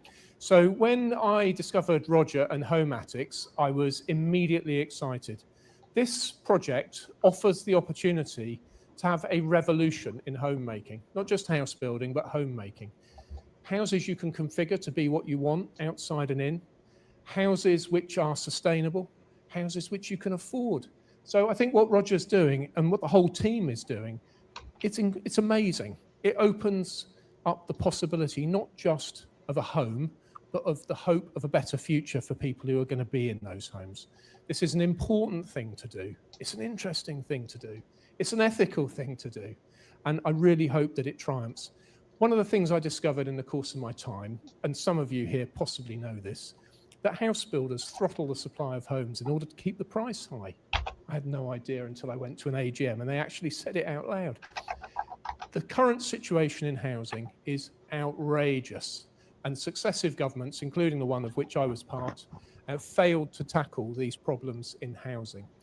What I think we need to do is solve the problem in the private sector. That's going to need a large number of homes to be built for affordable rent, and yes, for affordable purchase too. And I think that Homatics is going to provide us with a revolutionary path forward, and it's going to be able to do that with the help of all of you at every stage in the supply chain, whether you're doing the software, whether you're building the houses, whether you're finding the plots. I'm sure I've forgotten somebody. So I want to say a huge thank you. I'm here today just to find out more, but I'm hoping that Roger and also my masters who determine what I'm allowed to do will allow me to be a bit more involved. But the reason I want to be involved is because it offers people the hope of a better future. And for that, Roger, I want to say congratulations before we go any further. Well done. All right, show of hands. Everybody's having a good time. Free drinks. We're going to learn something new. We're going to talk about Homatics launch today, which I think is incredible what they have accomplished to help us, as you heard some of the politicians that were here, prime ministers and so forth. How do we make homes more affordable, right? That's the goal here. How do we do it in a way that the consumer can be a part of that process? And there's a lot of data and technology that you're going to hear from these folks that go in to making this happen behind the scenes. This isn't something that happened overnight. This is years in the making. And I think it's a very viable way forward for all of us to collectively work together, learn something new. So I'm going to start off by introducing the panel, and I'm just going to call out the names here because nobody sat where they were supposed to sit. So we have Tom Roberts, SmartX Data. Where you at, Tom? We have Charlie Mills, Oakrights. Hugh Franklin, Aero Barrier. We got Renee Pussup from Creatomas. We have Andrea Charleston from Matastar. And Stephen Nilsson, Unisat. Welcome. All right, so we're going to start off. I'm going to let everybody introduce themselves and also tell us a little bit about who your company is and what you do, and then we're going to get into the discussion. Why don't we start right here? Hi, everyone. My name is Andrea Charleston, as already been said. I'm the Managing Director of Madasta UK. Madasta is a data platform that creates material passports for buildings. What that means is we create records of what materials and products go into your buildings. We know where they've been before, we capture their environmental attributes and their technical attributes, and then we keep that safe throughout the life of the building so you can refer to it whenever you need to. particularly, we've created them to enable a circular economy. So these materials never need to become waste if we help them retain their identity within the buildings. Thank you. Hi all, I'm Hugh, spoken to a few folks already. I'm from Aero Barrier UK. We are a tech-driven air tightness company. So what we're aiming to do is reduce drafts in homes across Britain, from affordables right the way through to the inner city building as well. And in doing so, saving energy and saving money for clients or homeowners as they live and use buildings as they go forwards. The aim is to incorporate here, as you mentioned, carbon credits, reducing embodied carbon. The life of the building is so important for the people that live and exist in the UK now, and that's really what we're trying to improve and reduce the energy usage for those. I'm Charlie Mills. I'm Managing Director of Oakright. Our heritage comes from building one-off oak-framed houses, but we now focus on high-performance homes, and that's where we're really leaning into with Homatics is our panel system, using our natural panel system to make it more viable for the affordable homes market. So that's our incorporation here. All right, so my name is Stefan Nilsson. I'm the CEO and co-founder of a company called Unisot. Unisot is a supply chain traceability company. So we are collecting data from the whole supply chain, from raw material to building products, but also connecting here with this project, we're going to collect data from the live house, connect to the heating system to collect data from there to prove the sustainability, that it actually stand up to the values that has been declared from the building material that actually stands out in reality as well. Hi, I'm Tom Roberts. I'm a founder and partner at SmartX Data, where we believe data is a commodity. It's a new asset class. We're taking traditional market structures and trying to bring some price discovery to unlock true value of what the data is out there, leveraging which the carbon credits and all the things these people have here. We can utilize that to bring additional value to homeowners in this exercise. I'm René Busep. I come from Creatimus Solutions. We develop house configurators. Actually, I'm not going to be talking so much. I'm going to just playing with our software, so you will see it on the screen as well. So we developed this demonstrator for Homatics to show the wonderful designs from both architects. And we're going to take your data and put it here to make it sense for the home buyer and the home user to actually show this data, how much it's going to cost, how many carbon credits you're going to get, how many embodied carbon you're going to have. All that will be eventually displayed here. Currently, we just have dummy data. I think it's a big question. How do we actually get the real data in here? But you will see our software on the screen. Yeah, so thank you for that, and I'm looking forward to seeing it. Has anybody out there actually been on the website yet? A show of hands, have you looked it up before you came? Right, well, it just launched, if I'm correct, last night. Yeah, the website, so super exciting. I want to go through and ask each of you, what your role is with Homatics, right? And not only the value that you bring Homatics, but what is the value that it's bringing each and every one of your companies? Please. Sure. So the value we're trying to bring with Homatics is to create that the register of the products materials in the Homatics homes. So we are hoping to work with all the supply chain partners to help get their data organized in a consistent fashion. We then want to work with the configurator to select from that data to have bespoke information sets for each house that's created. And then our aspiration, and something that we're kind of is two-way, is to then be able to give those data sets to the future homeowners so that they can use them when they're like upgrading and maintaining their assets. They've got access to all the information that I wish I had about my house, so what paint's on the walls and how old is the boiler and when was it like last refurbished. And that's the kind of thing that we'll be doing like together as a new exploration in the UK.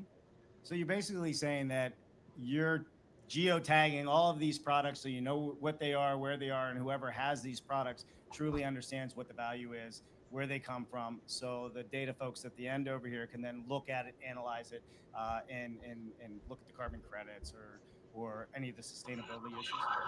Yeah, and it's going to be used for all those like kind of very clever and carbon credit things, but it can also be used by real people every day. So we are not just capturing like the carbon information, we're also capturing like who made it, how should I look after it, how do I clean it, how do I maintain it repair it, all of those kind of things that you would need as a normal homeowner, we can capture within a material passport, as well as like the pure data points relating to carbon or any other kind of environmental impact as well. I got one more follow-up question on that. So all of the work with Homatics, the products that are in here, you guys have been working with them to actually prove out and source the products that are within the platform?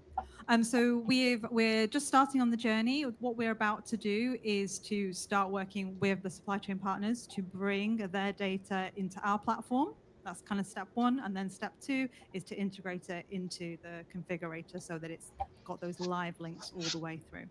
Thank you for that. All right, Hugh, let's hear about it with AirBear. Yeah, it's really interesting because you got talking about how we use data, how we track data. Our aim is how we make data. So everything else here we can see, you can choose from all the great people we've been speaking to here about, what windows you're going to put in the building, how, what are the walls going to be made of, all those sorts of things. One thing that we track in the UK, and we're the best in the world at tracking it, but doing absolutely nothing about it, is air tightness. We are 100% testing. So every new build home in the UK, you check how leaky it is, because leaks in buildings are the largest cause of energy loss and energy wastage. So our aim is to finally put a dial on that option. So when you're designing all these buildings, all these concepts about, I wonder how the building's going to perform, how much energy is it going to use, all that stuff that's so important to homeowners these days, trying to get that most integral point, that air tightness score, to be a number that you can track, repeat, and get in the system. Again, we can talk carbon, but it all fits into everything else here as well about, reducing that embodied energy usage as the building is used throughout its life. So that's really where we are. Thank you for that. All right, so Charlie, you're a manufacturer up here. You're actually going to be boots on the ground. You're manufacturing the product, delivering the product. How is this a benefit for you, especially since you come from a very bespoke build? You're not typically known for affordable housing. What is this going to allow for your company? So for us, we have two panel systems. A market sort of competitive panel, and then our natural panel system. With the natural panel system, it's still probably 20% of what we sell overall. Why is that? Because it's using materials which are sustainable, focusing on performance. Now that comes at a premium. So by using this with Homatics, it allows us to lean into it and say we're only going to do the natural panel system moving forward. So it then gives us the efficiencies and ability to sort of systemize and just drive that through. So we can say we're only going to do this, and Homatics will give us the flow, and we'll be able to then give the efficiencies back to Homatics to make it even more cost efficient again, and use it as a platform to continue to learn on. And obviously through data and understanding performance of materials and stuff, evolve that panel. So to bring it to mass market, where right now it just could never be, because it's just not cost effective enough, for the masses. So by wanting to go sustainable, go eco, go high performing, it doesn't stack up for when you're trying to build a house to sell it £250,000, £300,000. So what you're saying is basically the platform is also going to help you develop a better process using better materials to build with, because it's already getting sourced out. Completely, yeah. So where we're sort of tweaking and chasing the butterfly, so to say, now with the proper materials and data to know that actually this is the best direction to go, we can continue to develop the panel, the process. We're prefabricating, we're putting windows in the panel. I know the ultimate goal is to try and do much in the production process as possible, and we can really learn from that process. And so what we're learning with Homatics, we can then sort of lean into our own clients. But yeah, it's the opportunity to chase the butterflies we've always wanted to chase. Love it, love it. Stephen? Just looking at the butterflies. Yeah, so the problem that we have. So it then gives us the efficiencies and ability to sort of systemize and just drive that through. So we can say we're only going to do this, and Homatics will give us the flow, and we'll be able to then give the efficiencies back to Homatics to make it even more cost efficient again, and use it as a platform to continue to learn on. And obviously through data and understanding performance of materials and stuff, evolve that panel. So to bring it to mass market, where right now it just could never be, because it's just not cost effective enough, for the masses. So by wanting to go sustainable, go eco, go high performing, it doesn't stack up for when you're trying to build a house to sell it £250,000, £300,000. So what you're saying is basically the platform is also going to help you develop a better process using better materials to build with, because it's already getting sourced out. Completely, yeah. So where we're sort of tweaking and chasing the butterfly, so to say, now with the proper materials and data to know that actually this is the best direction to go, we can continue to develop the panel, the process. You know, we're prefabricating, we're putting windows in the panel. I know the ultimate goal is to try and, you know, do much in the production process as possible, and we can really learn from that process. And so what we're learning with Homatics, we can then sort of lean into our own clients. But yeah, it's the opportunity to chase the butterflies we've always wanted to chase. Love it, love it. Stephen? Just looking at the butterflies in the morning. Yeah, so the problem that we have today is there is a lot of data everywhere and a lot of different systems and a lot of different companies. The problem today is to actually get that data available, to open up these data silos. So that's what our role is here, to actually connect to different systems in the supply chain, but also connect directly to the houses, to the heating system, to get real live data on those houses, to be able to compare what it should be and what it actually is. And that can also lead to further on that we can start educating the people that are actually living there and get the interest to live more affordable, live more sustainable, get that interest up as well. Yeah, thank you for that. Tom? Remember I said you're going to need a glass of something?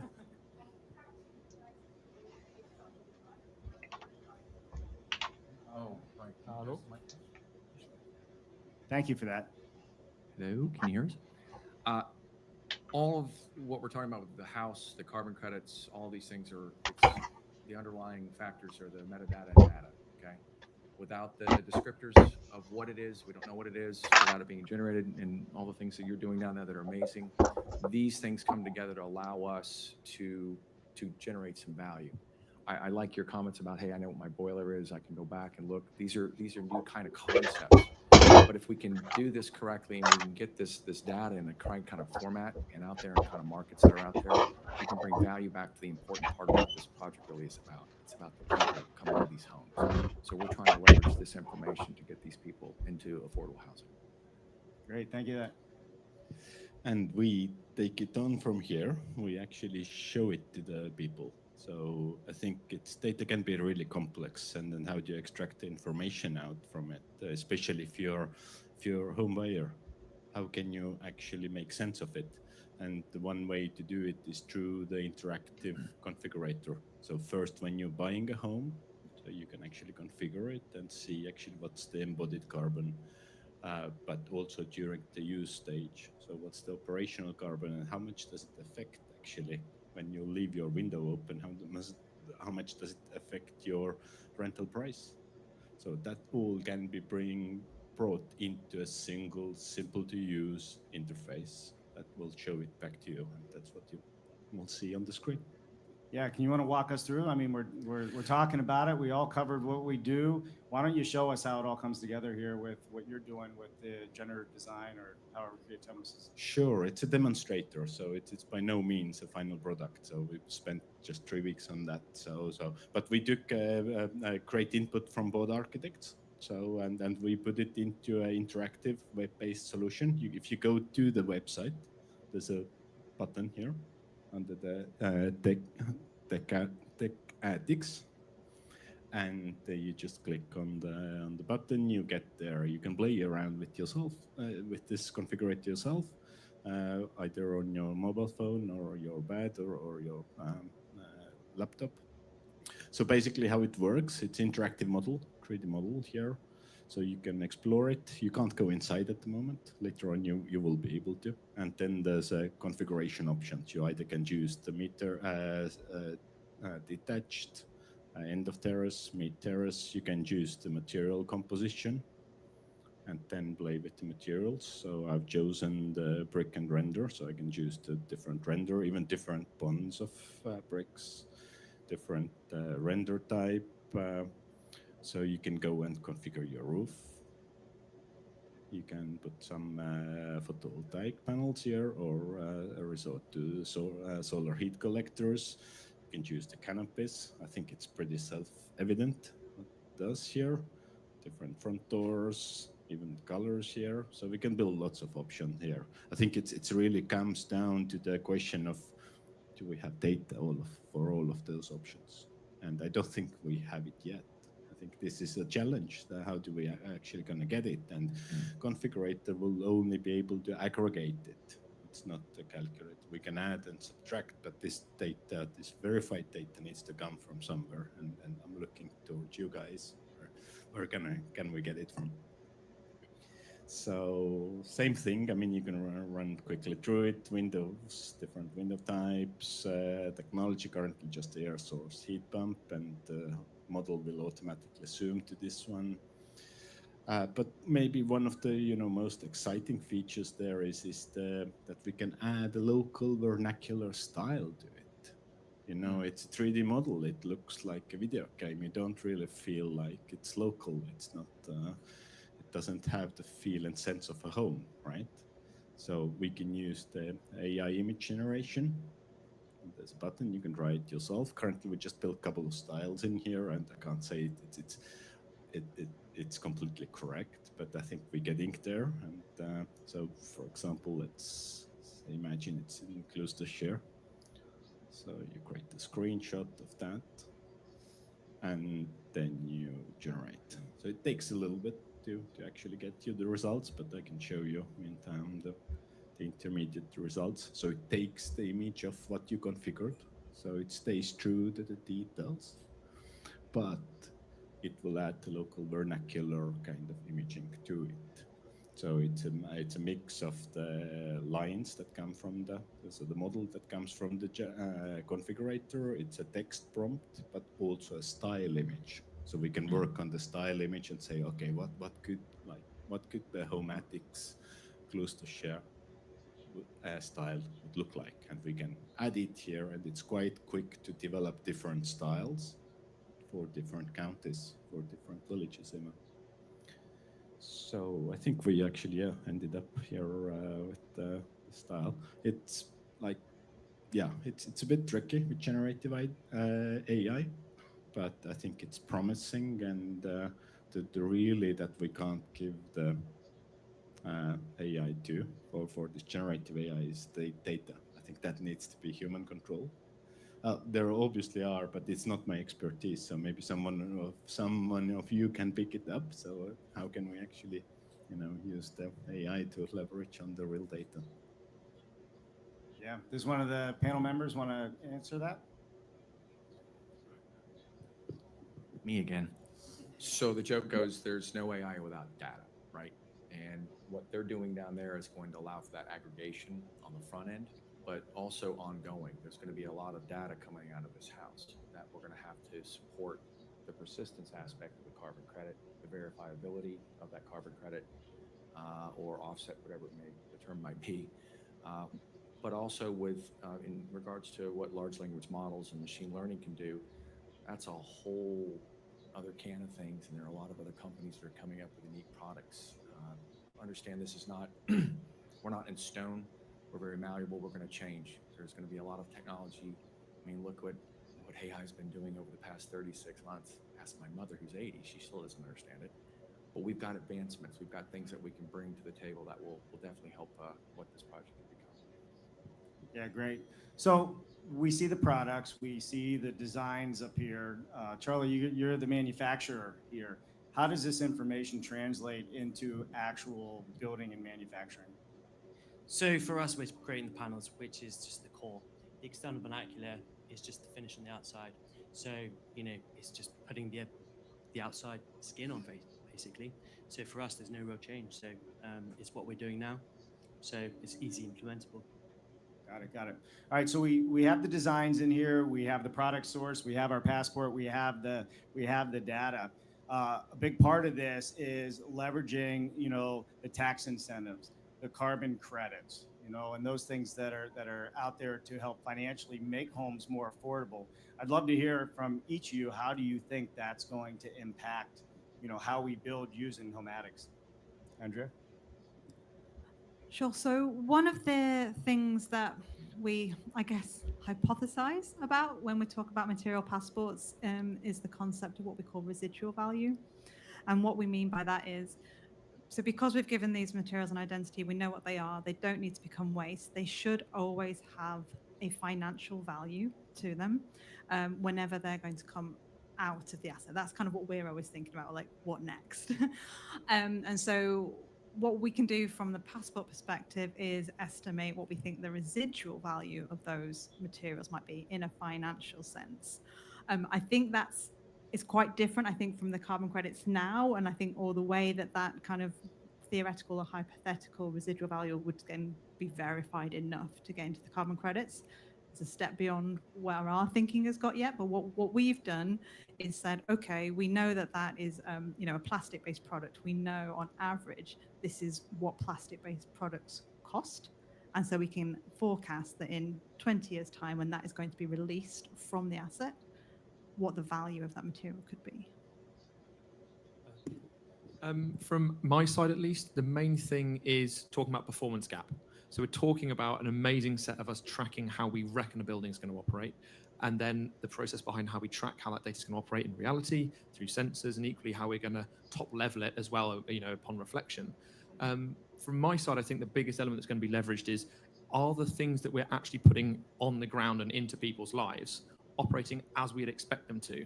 I always liken the performance gap in building, which is the discrepancy between how we think something's going to run versus how it actually runs in real life.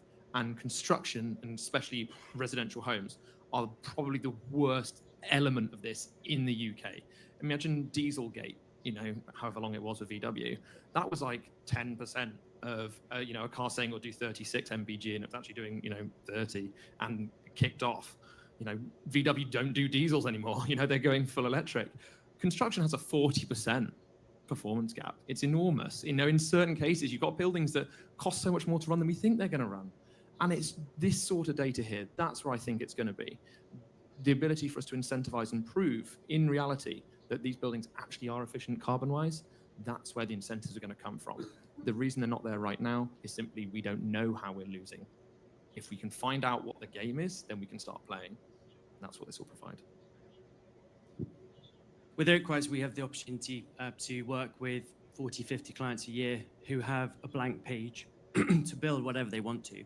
And so I already get to see people making an ethical choice versus a cost-based choice. And to now have something like Homatics, which is obviously got the carbon credits, to allow the ethical choice to come forward and be chosen over just the cost basis and aesthetics. That's what I'm really looking forward to see. There's such amazing products out there, but they're just not easily accessible, to the mass market. So to encourage and allow people to make the right choice on the right materials, which is sustainable and has better impact on the environment. So really looking forward to seeing that come through. So we're talking a lot about data here and where to get data and so on. But what's very, very important with data is that not just that we have data, but that we can trust the data, that we know where it comes from, that it is digitally signed by the source of that data.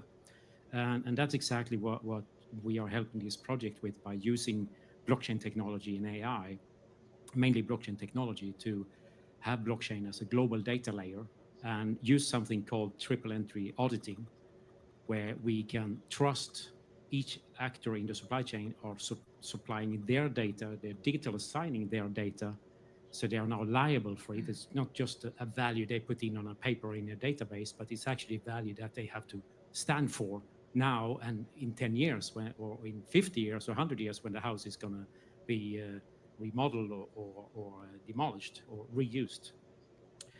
So that's a very important part of all of this with data. Data is the new gold, and it has a value. And also, thanks to using blockchain, we can put a value on every single data point. If that's a temperature or location or something like that, we can put a value on that down to like 100%, which gives it the data point and the data source itself a value, which now can be exchanged between the different actors in the supply chain and be later used to do certificates, C2 certificates and so on. And then coming to Tom. Still talking about data. Yes. In listening to all of you, the word keeps coming to mind is risk. We're de-risking by what you guys are putting together. And in the carbon markets and these offsets, there's a lot of risk. I mean, you'll buy an offset for 100 hectares worth of trees, and 2 days later, somebody cut it down. You don't have the verifiability. You don't know what's going on. But with this, we're de-risking to a degree. We're bringing accountability, persistence.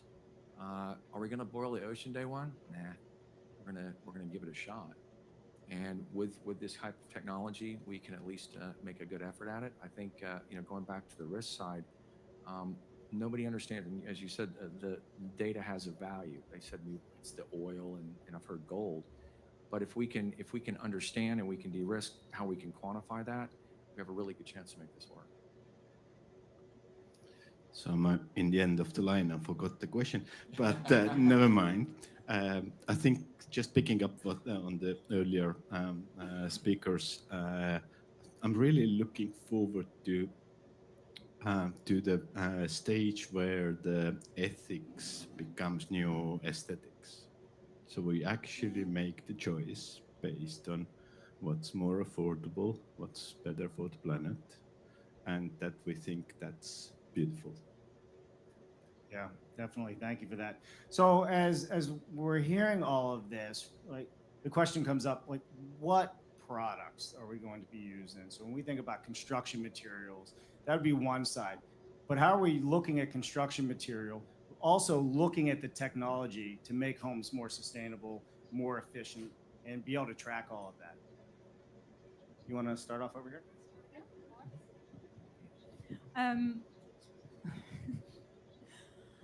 So I think it's interesting what these guys are doing. So modern methods of construction is a big trend in the UK. Designing for manufacturing and disassembly is a big trend as well.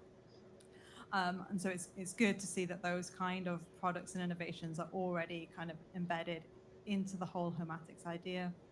And like, in fact, like the configurator completely lends itself to those kind of ideas.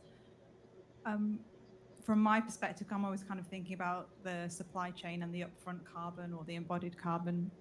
And so it's always going to be I'm always going to be thinking about alternatives to the mainstream products that can be lower carbon. So hearing about the natural building panels, that's already a positive compared to some of the heavier forms of constructions, which are the traditional forms of constructing houses in the UK. I think there might be a challenge at some point when we start talking about the vernacular, kind of what was just said. The UK vernacular for houses is brick, and that is really carbon intensive. I love brick houses too, so it will take a little while, I think, for that kind of mindset shift from the general population for people who want to buy that. But lots of more lower carbon alternatives, more natural building systems, more modular, more demountable, other types of innovations that I think are already embedded, but we're going to need more and more of. Can I just say on that point, they are bricks, but they're brick slips and they're carbon free. There are lots of systems out there. Crusader, Roger, the top plans veteran with market tales, Mark, the smooth corporate navigator, and a chorus of questioners typing from their home offices. Little do they know, they're starring in a perfect circle of blame production, where responsibility spins like a hamster wheel, powering nothing but hot air. As John Ward might quip from his Gambian exile, has proof of life required for his pension, and quote, it's all bollocks and that's official and quote, but let's watch the show. Act 1, Natasha's Portsmouth Peninsula.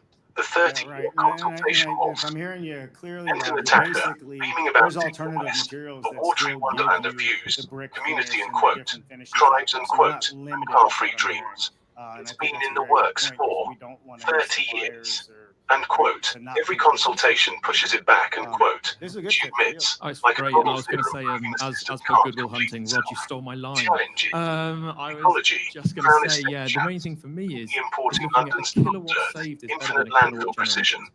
You know, Funding, can we be leaner with a what we're mystery doing mix right of now? And government that's really what we're grants looking and at Navy here is dredge by waste. able, the Talk about innovation in my emergent eyes is actually regeneration. streamlining. But fear not, flood defences for the island city are underway, because nothing says, unquote, future-proof, unquote, like building higher while seas rise. Home at 9 logo, diamond-strong foundations for flood-prone dreams. I think that's the big thing for me. The innovation, The blame begins. It's not us, it's the regulators, the ecology reports, the funding fairies who haven't shown up. As Malone might say, this is Boltzmann's entropy in action. Energy, taxpayer money, scattered into bureaucratic chaos, never concentrating into actual homes. What we build out of Act 2, Roger's Docklands dig, stories over narratives, but who's listening? Cue Roger, galloping through slides like a Property Pony Express. Regeneration, brownfield fixes for degraded dreams, contaminated land, social woes, the housing ladder's broken rungs, 75% ownership down to 65%, involved unite. He name drops Docklands legends, Mike Barney, RIP, and riffs on, unquote, places, people, stories, not narratives, unquote. The LDTC was essential for coordinating 3 boroughs' chaos, but beware the, unquote, redefining planning system, unquote, a blame magnet where delays are, unquote, political, unquote, not market-driven. Enter Home at 9, modular magic for affordable homes, competing with big boys like Fairview. Sustainability, circular economy, timber frames from Germany, because free markets innovate without finger-wagging. Strawberry Manifesto, plant local seeds, harvest community abundance. And an interesting Lame circle spins. Private sector reads market signals, but public, unquote, overthinking, unquote, 2023 plans before finishing 2020s, misallocates capital. Lewis's philosoetry whispers, emergent processes, determinist data knows best. But as financial eyes might audit, it's all misallocated credit, infinite debt for finite homes. Act 3, Mark's multi-city marathon, 25 years of, unquote, failed, unquote, private attempts. Mark takes the spotlight, skipping his dolphin tail, we've heard it. Rivington Hara juggles £1.25 billion in projects, crossing public-private divides. Why regenerate?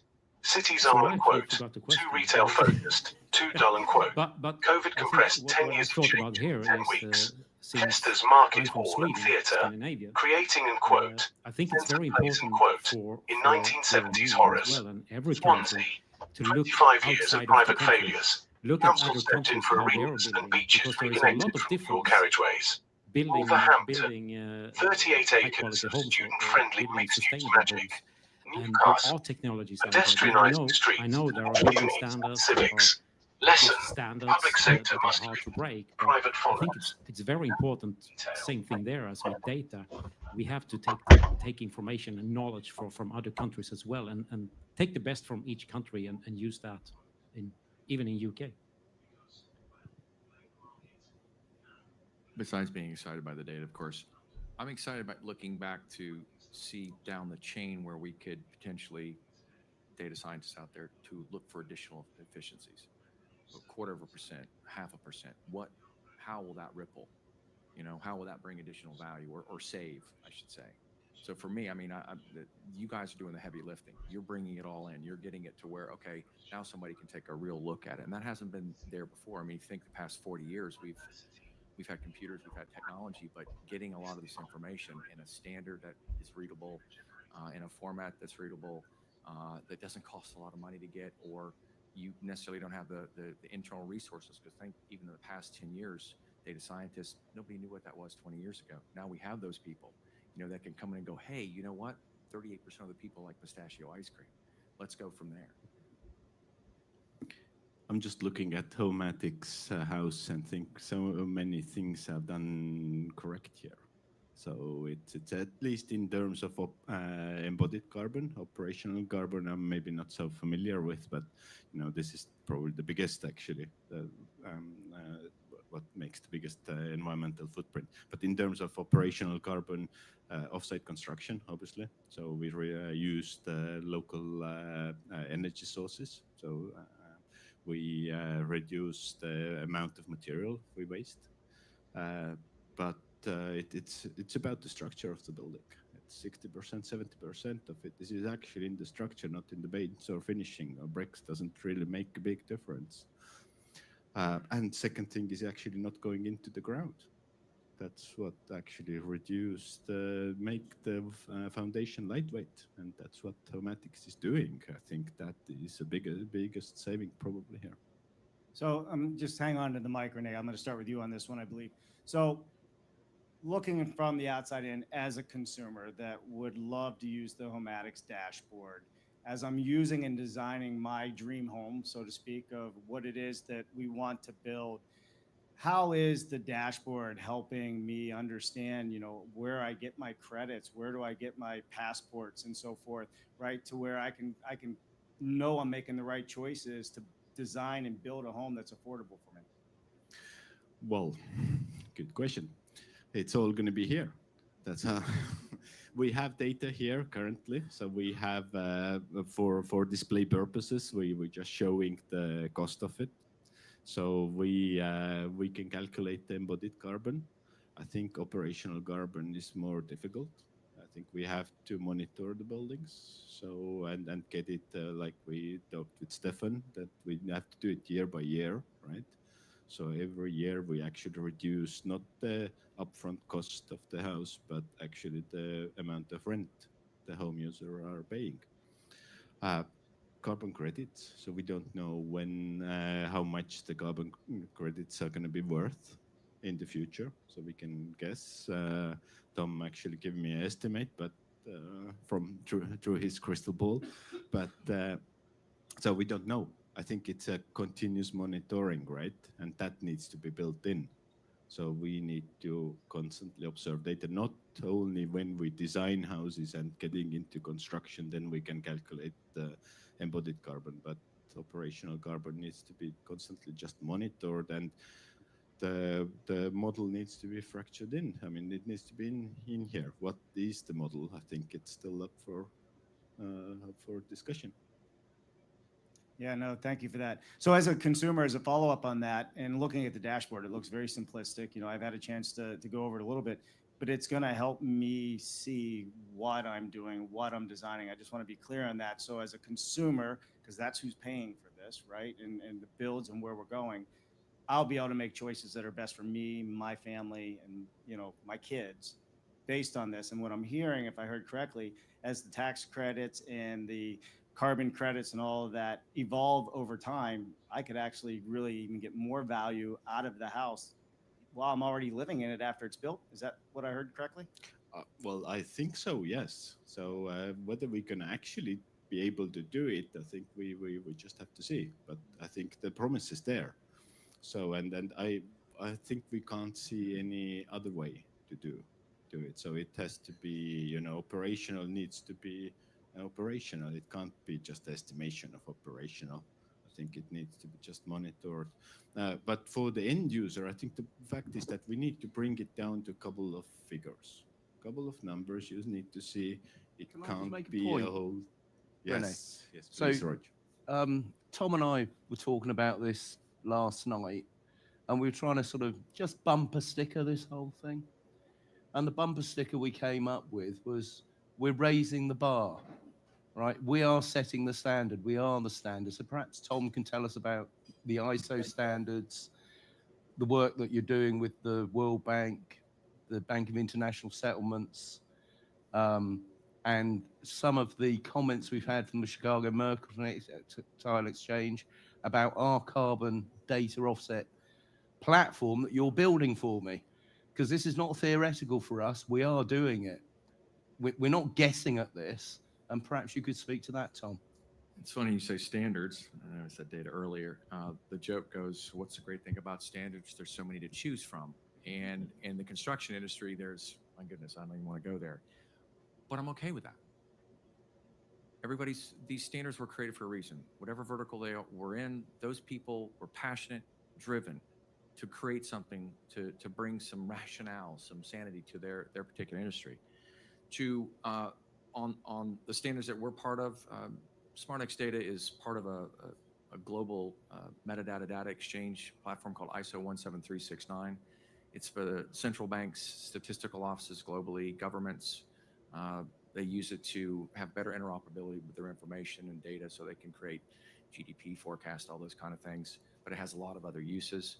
From our point, we're trying to just bring in the standards that you've got and get the insights out of that.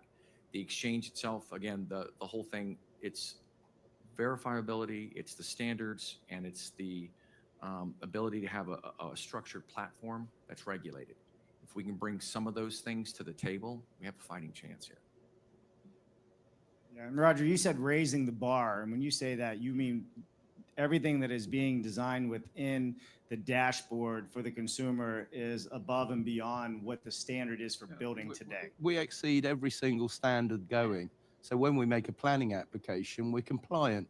We expect all of our planning applications to actually be decided in the statutory 12 weeks. Okay, why do, what is it, 87.5% of planning applications fall over and not get done in 12 weeks? It's because the house builders are gaming the system. That's why. That's where all the backlog comes from and all the rest of it. Well, my question was, well, how do you get in that 12.5%? And to get into that 12.5%, you just play by the rules. The rule book is quite clear. Play by the rules. Don't game the system. We're not speculating on land. We'll buy land, then we'll build. And we build to order, right? We're very efficient. We're very lean. And we add the value and pay it back to our affordable homemakers. And we build homes for our homemakers. We don't build units. We build homes.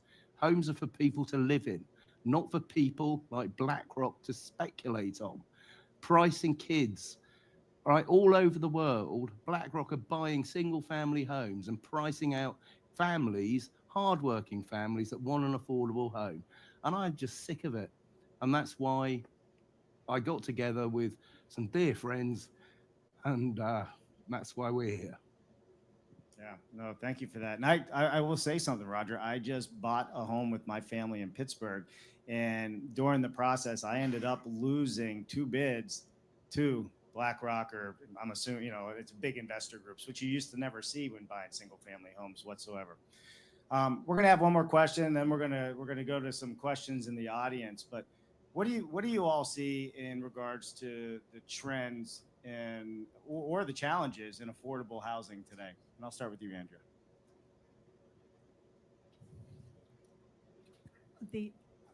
In affordability of affordable housing, I mean, I'm lucky. I bought my own house quite a while ago, and I could just about afford it with help. I know most people who cannot afford affordable homes. So I think that's actually one of the biggest challenges, that most homes are not affordable in like the categorization, and even lots of affordable homes are not affordable to most normal people.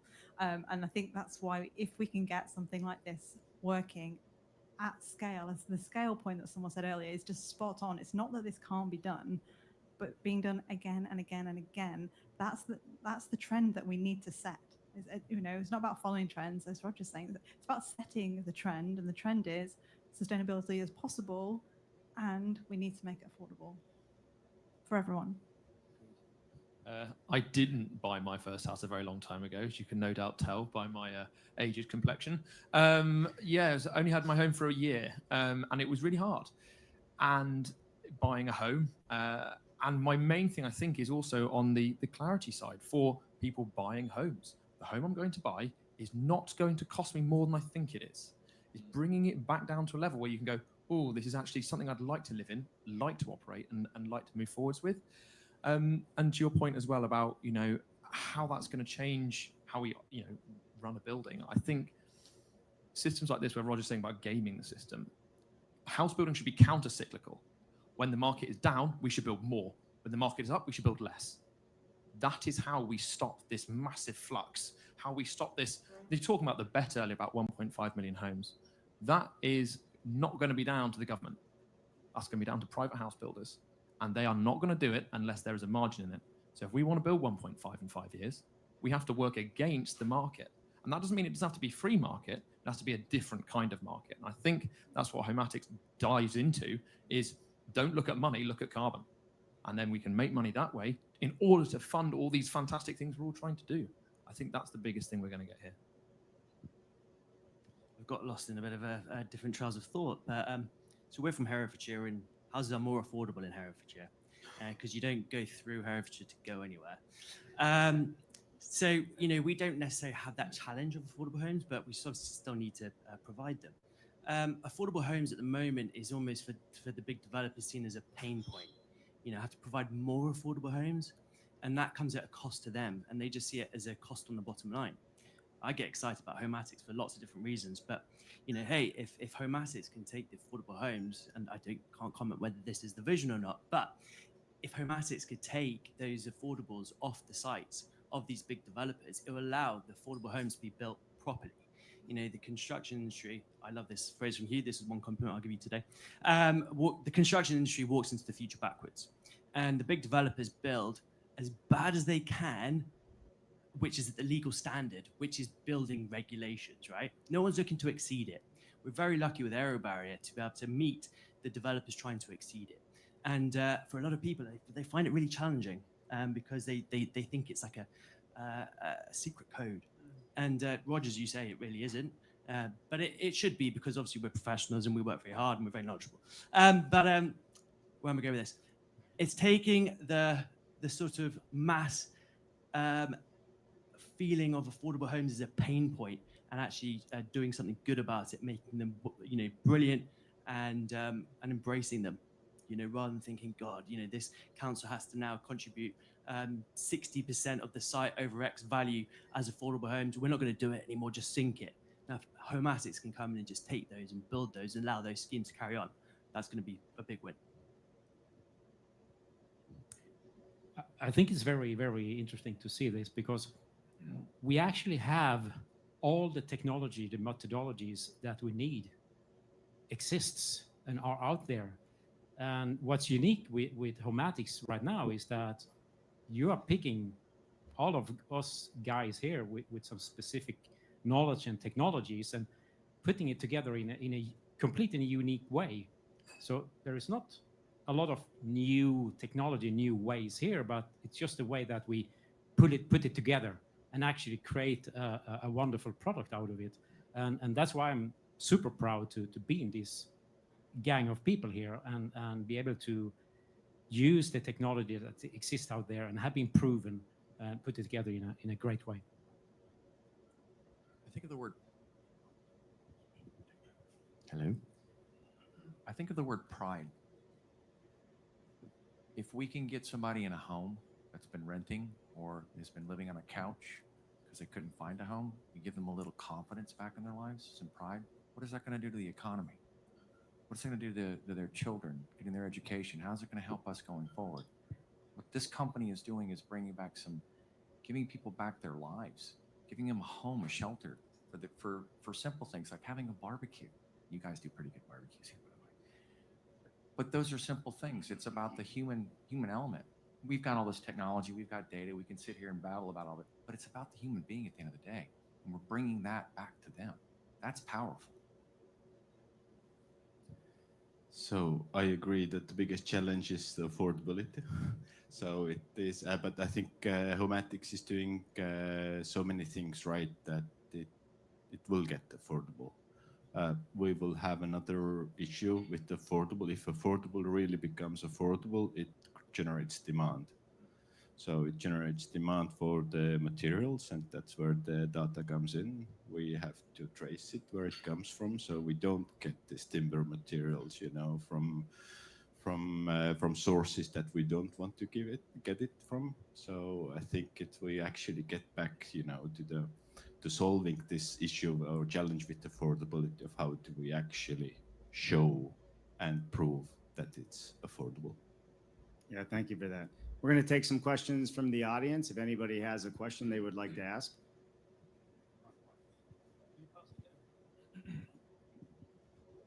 It's Brian Murphy, National Green Specification and Green Building Calculator. I'm doing the number crunching to help this project go forward. I'm seriously disappointed with the way the RICS and all of those that have supported the development of the net zero carbon ambitions, in that you're not allowed to report carbon. So we can't look at embodied carbon in building calculations if we follow that route. What do we do about it? How do we change that? Do we just ignore them and carry on? Probably. It's the data. That's it. They're encapsulating, saying you're going to present them with a carbon credit. Well, we're just going to have the information. We're going to have it available, because they're turning a blind eye because you're saying it's a carbon credit. Well, that's actually information that they should be able to leverage. You know, we can take this to the World Bank, to the United Nations. I mean, look at what Eurostat's trying to do here locally, and the European Union. Not so much you guys anymore. But if we can encapsulate it that way, maybe it's a different way to kind of, you know, bring that insight to them. Yeah, on that point as well, my thought is as well, I've never been amazed by regulation. I never go, God, this has been above what I was expecting. I'm super pleased with how ambitious we've been. And it just doesn't happen. I completely agree. I feel like regulation is there to, we're talking about raising the bar. That's the low point on the high jump. Like, these things are there to stop people who are genuinely doing damage, rather than being the ambition that we should all be driving towards. So it's not, let's ignore them. Why is that a bit of ignore? Let's use it as a platform, but let's not allow ourselves to be shackled by, and you said, looking abroad. This you know, we can tread multiple paths as we proceed here. But it's allowed this to be drag regs with us. I mean, Charlie stole my phrase, of course, much like Roger. But this, you know, use regulations as kind of the sweeper to bring those in line who aren't doing such good work. Anybody else have any questions?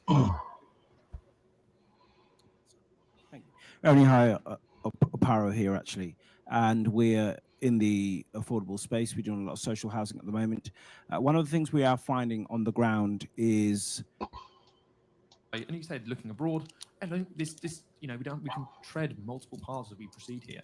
But it's allowed this to be drag regs with us. I mean, Charlie stole my phrase, of course, much like Roger. But this, you know, use regulations as kind of the sweeper to bring those in line who aren't doing such good work. Anybody else have any questions? only hi, Oparo here actually, and we're in the affordable space. We're doing a lot of social housing at the moment. One of the things we are finding on the ground is actually at a local government level, and in terms of planning. We were in conversations with a tier 1 funder, you know, global funder, about delivering some things. And one of the things we were particularly focused on using our own internal technology was on CDM, and all the sensors and technologies around there. And really with the focus being on placemaking. This only works at scale. And at scale is where you'll be able to actually bring the cost down. However, it's difficult for us in the area of financing and being able to predict and to model back due to the stuff around the local planning. Now, I don't know if there are any solutions. It might be Roger behind me, that with all of this, it just reminds me of Aesop's fable and who will bell the cat. And we just arrive there with this massive bell and everyone's looking around. So I don't know what's happening in that space to enable this to take forward and be adopted here. I answer that. Sorry, what's your name? Aaron, hi. Aaron, good to meet you, man. Aaron, hi. So how do we do this? We don't ask for permission. We insist. Okay, we have a planning handbook. We're compliant. We're not following the rules. We're setting the standard. So I don't expect to hear no. If I hear no, I'll say to the planning officer that's saying no, or the regulator that's saying no, I've got a pre-sold development here because we built to order. So you don't want our development in your community? Well, I might sue you. I might appeal you. But actually what I will do, I'll walk away and meet my customers. Have a nice day, and you won't get elected. That's how we do it. Thank you. Any further questions? So if there's no other questions, well, first of all, let's wrap up with some thoughts that I've had on this. I travel the world and I showcase innovation in construction around the world, and I work with governments. And earlier you heard me say the word prime minister, and everybody chuckled. But the reality of it is, you know, there are members of parliament or past members of parliament that are here, right? And I say that, and I know you all chuckled on it, but it's the way the consumer thinks of our industry. We're all really good at talking to each other. But outside of that, it doesn't go outside those four walls. The government, parliament, they're good at talking to each other, right?